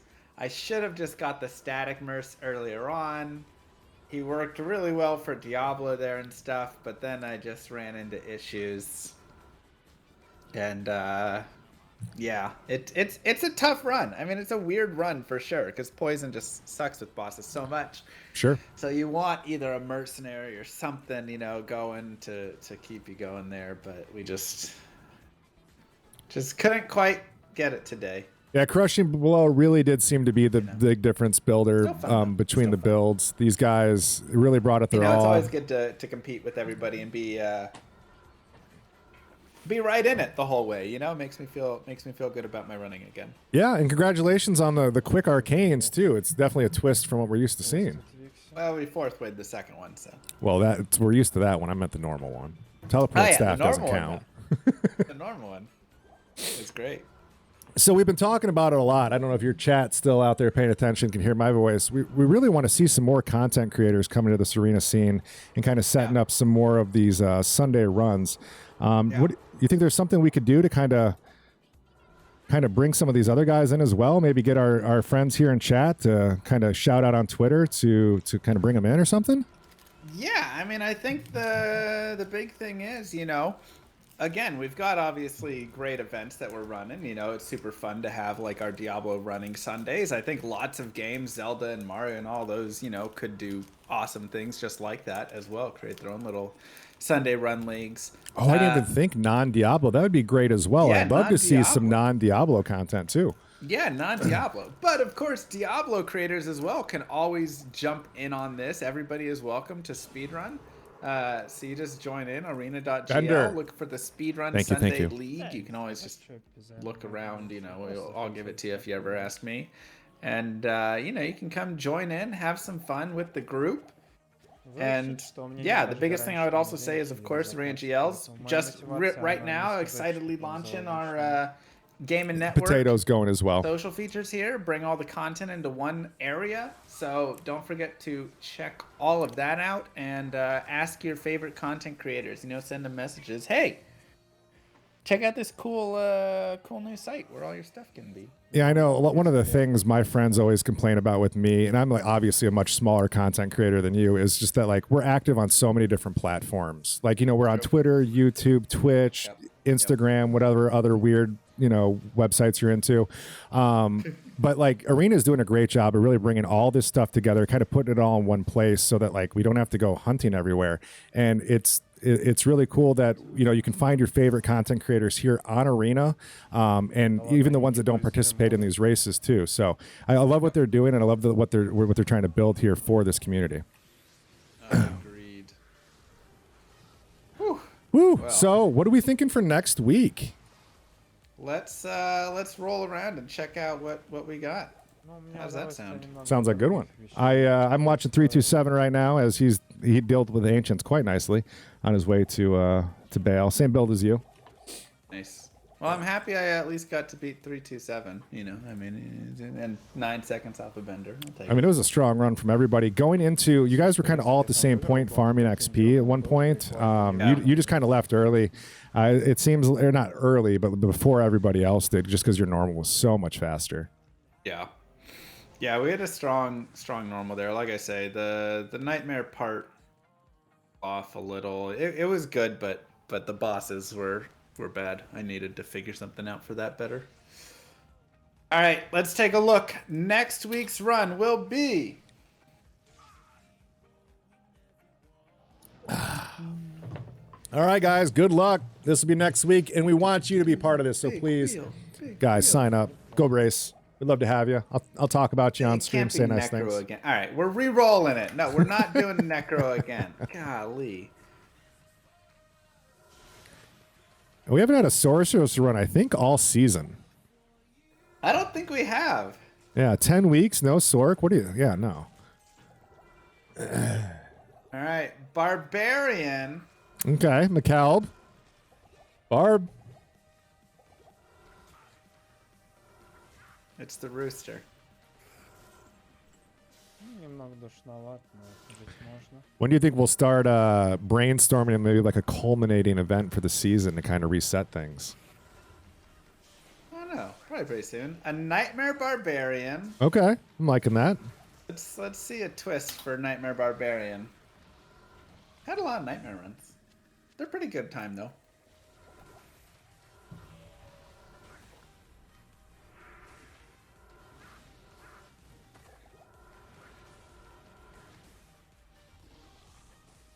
All right. 100% quest completion. Like it. It's doable. I like it. Yeah, it's doable. It'll be Like it. everyone will be able to do it, and I think it won't be too challenging for new runners either. Oh, I think that's a very solid one. Yeah. Let's pop back over to 327 watching his All right. Bale here go. Let me post the We'll pop in with Potato Freaker as well. Barbarian. He's doing a great job here, guys. Make sure to spend some love with Potato Freaker as he's doing great here. He's in normal Throne of Destruction, cruising through. Doing good ones. I will give Here's rules 327. for how quest completion must go. Okay. Because it's going to be not just you have the quest completed, but you have to do them specifically. You know, for instance, like before you finish the act, you have to get all the other quests and whatever. So Yeah, makes sense. yeah, get all the waypoints, all this stuff. Or is that just 100% quest? Oh, just 100% quest. Okay, never mind. Just quest. All right, guys. Yeah, Hollywood. Thank you so much. I don't know if you're going to finish casting up 327 or if you're going to drop out here. I'm going to finish off on with 327 here's run, and then I'll be signing off. So it's been a pleasure. Thank you so much, Mr. Llama, and I will talk to you later. Hollywood. Not sure. I think we lost his mic. Oh, hello. Can you hear me? Oh, yep. There you are. Okay. Sorry about that. So yeah, thank you so much for everything. Been a great week 10, and I look forward to next week's run. I'll talk to you then. Sweet. See ya. Be good. All right, guys, we're going to finish off watching 327's run here as he's going to be locking in, I believe, 4th place as the other guys have bowed out. Potato Freaker finishing strong, getting that 5th place will be qualify him.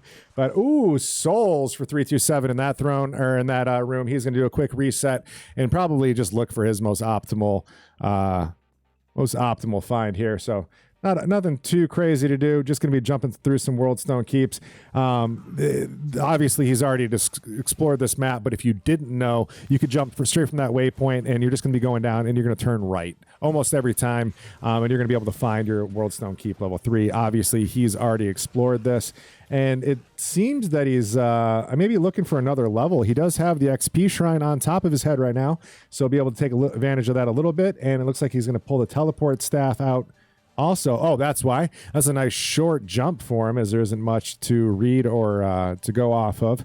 That's a great little World Stone Keep level 3 and souls immediately in. I'm not sure if that's why he quit on his previous one as he does set up the safety TP. That looks good. It's going to come down to what's in the throne and how much he kind of has to deal with. You see his HP get knocked down there to almost half just from a couple different, but he is able to kind of kite on P1. I think he is making short work of some of these souls as they tend to fall over after just one poison hits them.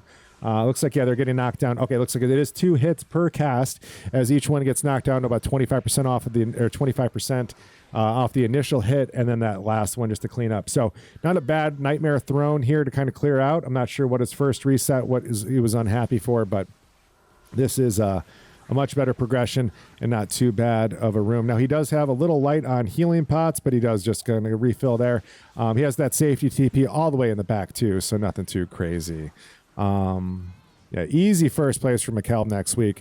To see a good example of what he's talking about, you can go, yeah, guys, I was talking, if you click that link right there, you can kind of go in and you can see all of the stuff that Mr. Llama has posted. I know I was talking about that earlier, where he's kind of keeping all the updated news and things like that. If you go straight to his clan, you can click on that and you can kind of see all the stuff that he's posted on Twitterscape and all that stuff. So there's a link for you. Sorry, I know you guys said that a while ago, Chuck, and I'm just getting there, but yeah. So 327 here going for the wave skips as This has got to be one of the greatest. Что началось-то? He didn't get it.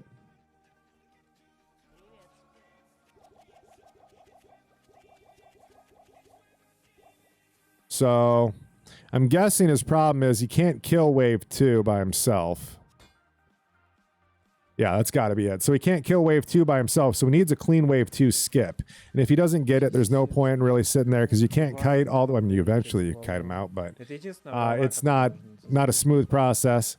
And so here we're going to see him just continue to reset. Again, there's only one other racer behind him, so it's his to lose at this point. His to lose the spot anyways, but Potato Freaker, if you can hear this man, pedal to the metal, dude. You can catch up. I hear a couple more skips coming through for him as he's going to kind of keep the same pacing, hopefully a nice clean throne room. He is close to a level. A little bit extra damage he might get as he wasn't just farming XP, was he? Like he did miss wave 2. Skip. I don't know. Yeah. Your Nightmare CS was P8? Oh. Yeah, I could. So, I mean, that would do it, right? You watched your you already went back through the VOD? That's not good. That's a definite bug. Sorry to hear that, McKelb. Yeah. There's the ding, though. What a time to come through, right as you're walking into the Bale fight. All right, so again, he's going to be looking for the wave skip here on wave 2. Hopefully he gets it. I think this is one of those things. I think I say it every week, too. I really need to practice wave skipping and understand the mechanic a little bit more. This is something I could talk about every week. All right, so wave 1, no skip.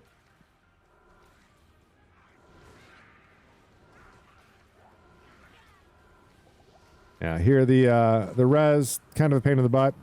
Learn together, you have no idea what you're doing. Dude, I never have an idea what I'm doing. That's my secret. All right, so thank you, Quake. Appreciate that. Remember, I am here every Sunday. And I'd love to see you guys here as well. We've got a...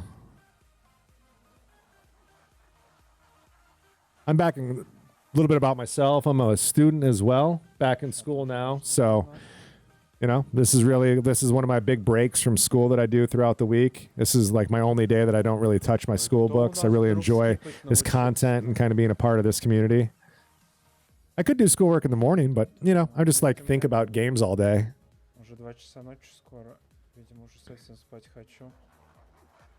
You got it. He got it. All right, all the way into wave. Is this going to be a wave 4? No, he got 5. He skipped all the way through 5. Congratulations, the only person to do it.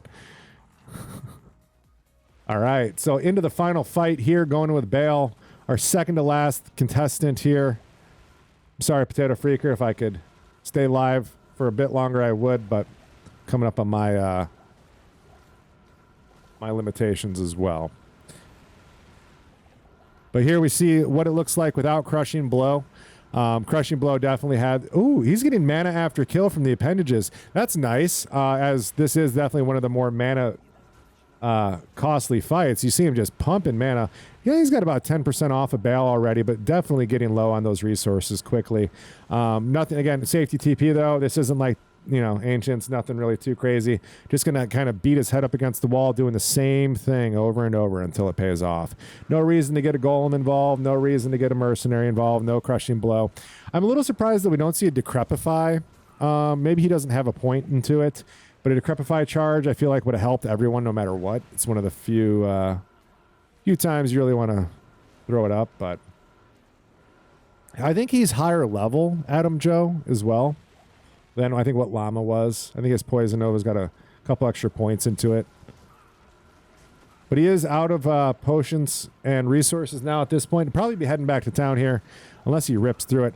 I mean, it might just be one of those things, but he's doing a great job here. This is 327. If you're not familiar with it, this is one of the people I'd consider one of the greatest speedrunners of all time. Definitely somebody you want to keep your eye on. I wish I speak multiple languages so that I could really partake in the content. But yeah, plenty of resources to get this done. 30K left in the bank. Not even going to fill up the cube. Probably going to be okay with what he's got on him. Came in even lighter and was able to knock off about a third of the HP off Bale. So there, I think we just saw a decrep go cast go off. Oh, lower res, never mind. Just hunting green bales here. Like it's St. Patty's Day. This would be a St. Patty's Day run. Poison Necro? Write that down. Something to that. So going to town, going to wait at least 6 seconds, grab some more potions, refill, despawn that clone. That's really all you have to do is wait. If you, by the time you go shop and come back, it's usually clear off. If you're really fast, you might have to wait a smidge. But that's, ooh, you know what I just realized? That Poison Nova casts through the not the pillar, but the rock.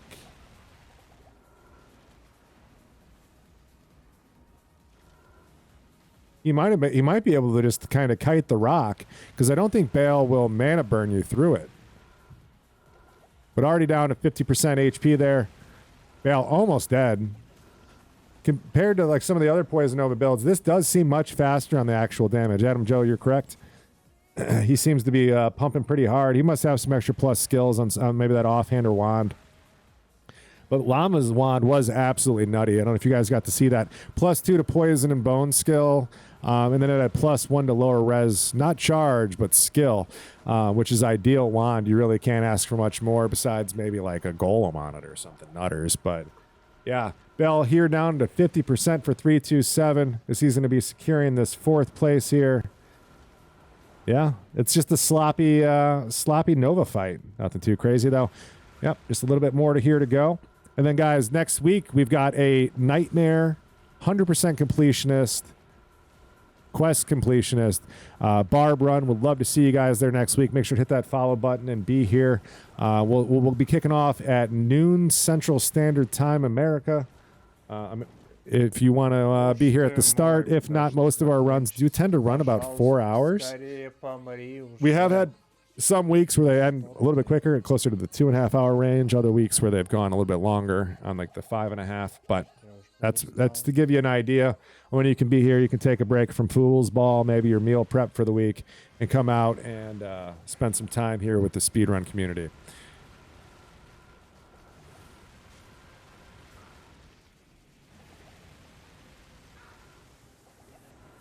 My phone, for some reason, decided to start doing a bunch of stuff. Вот это телепорт в спину и удар. Вот это ты на скеле. All right, Bale down to about 25% HP with 327 here. Just a little bit more to go.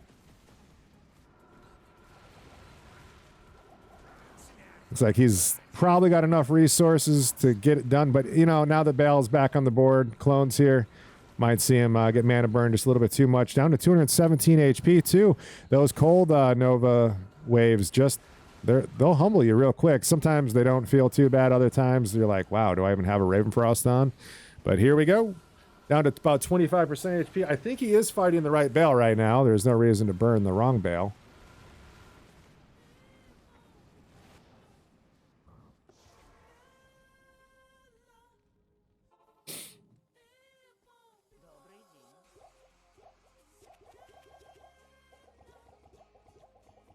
All right. See him stacking up all that cold res right there with frozen pots. Don't forget that little trick, guys. You can save yourself a lot of heartbreak by just drinking some frozen pots before you go into a cold fight. Very few of them that exist, but yeah, that's important.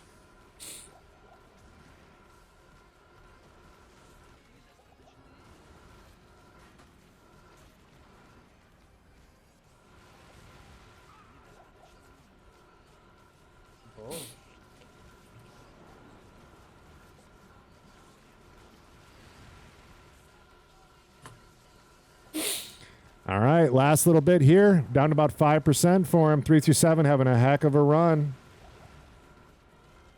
It's great to see him finish and run. I'm really surprised at the speed in which these guys got it done. I mean, we called about 4.5 hours on the run. surprised across the board. Llama and Bender pulling that sub 3-hour or 4-hour run and 3 hours and change. And then the rest of these guys coming in. Potato Freaker, I love you, man. Keep up the good work too. Getting better every week. But Bale's just a little bit more. Oh, last little smidgen, and there it is. All right, guys, that is your 4th place finisher. And then make sure, if you're still here, this is our last participant, make sure to head on over, give him some love. I don't have the ability to raid. So that's it. That's our last boy, Potato Freaker. Head on over, get your race on, and I will see you guys next Sunday. Sunday, guys. Please hit that follow button. Love you guys. I'm Mr. Hollywood from Arena GL and myself. I want to say thank you so much, and I will see you then. Love you. Whoop. Out.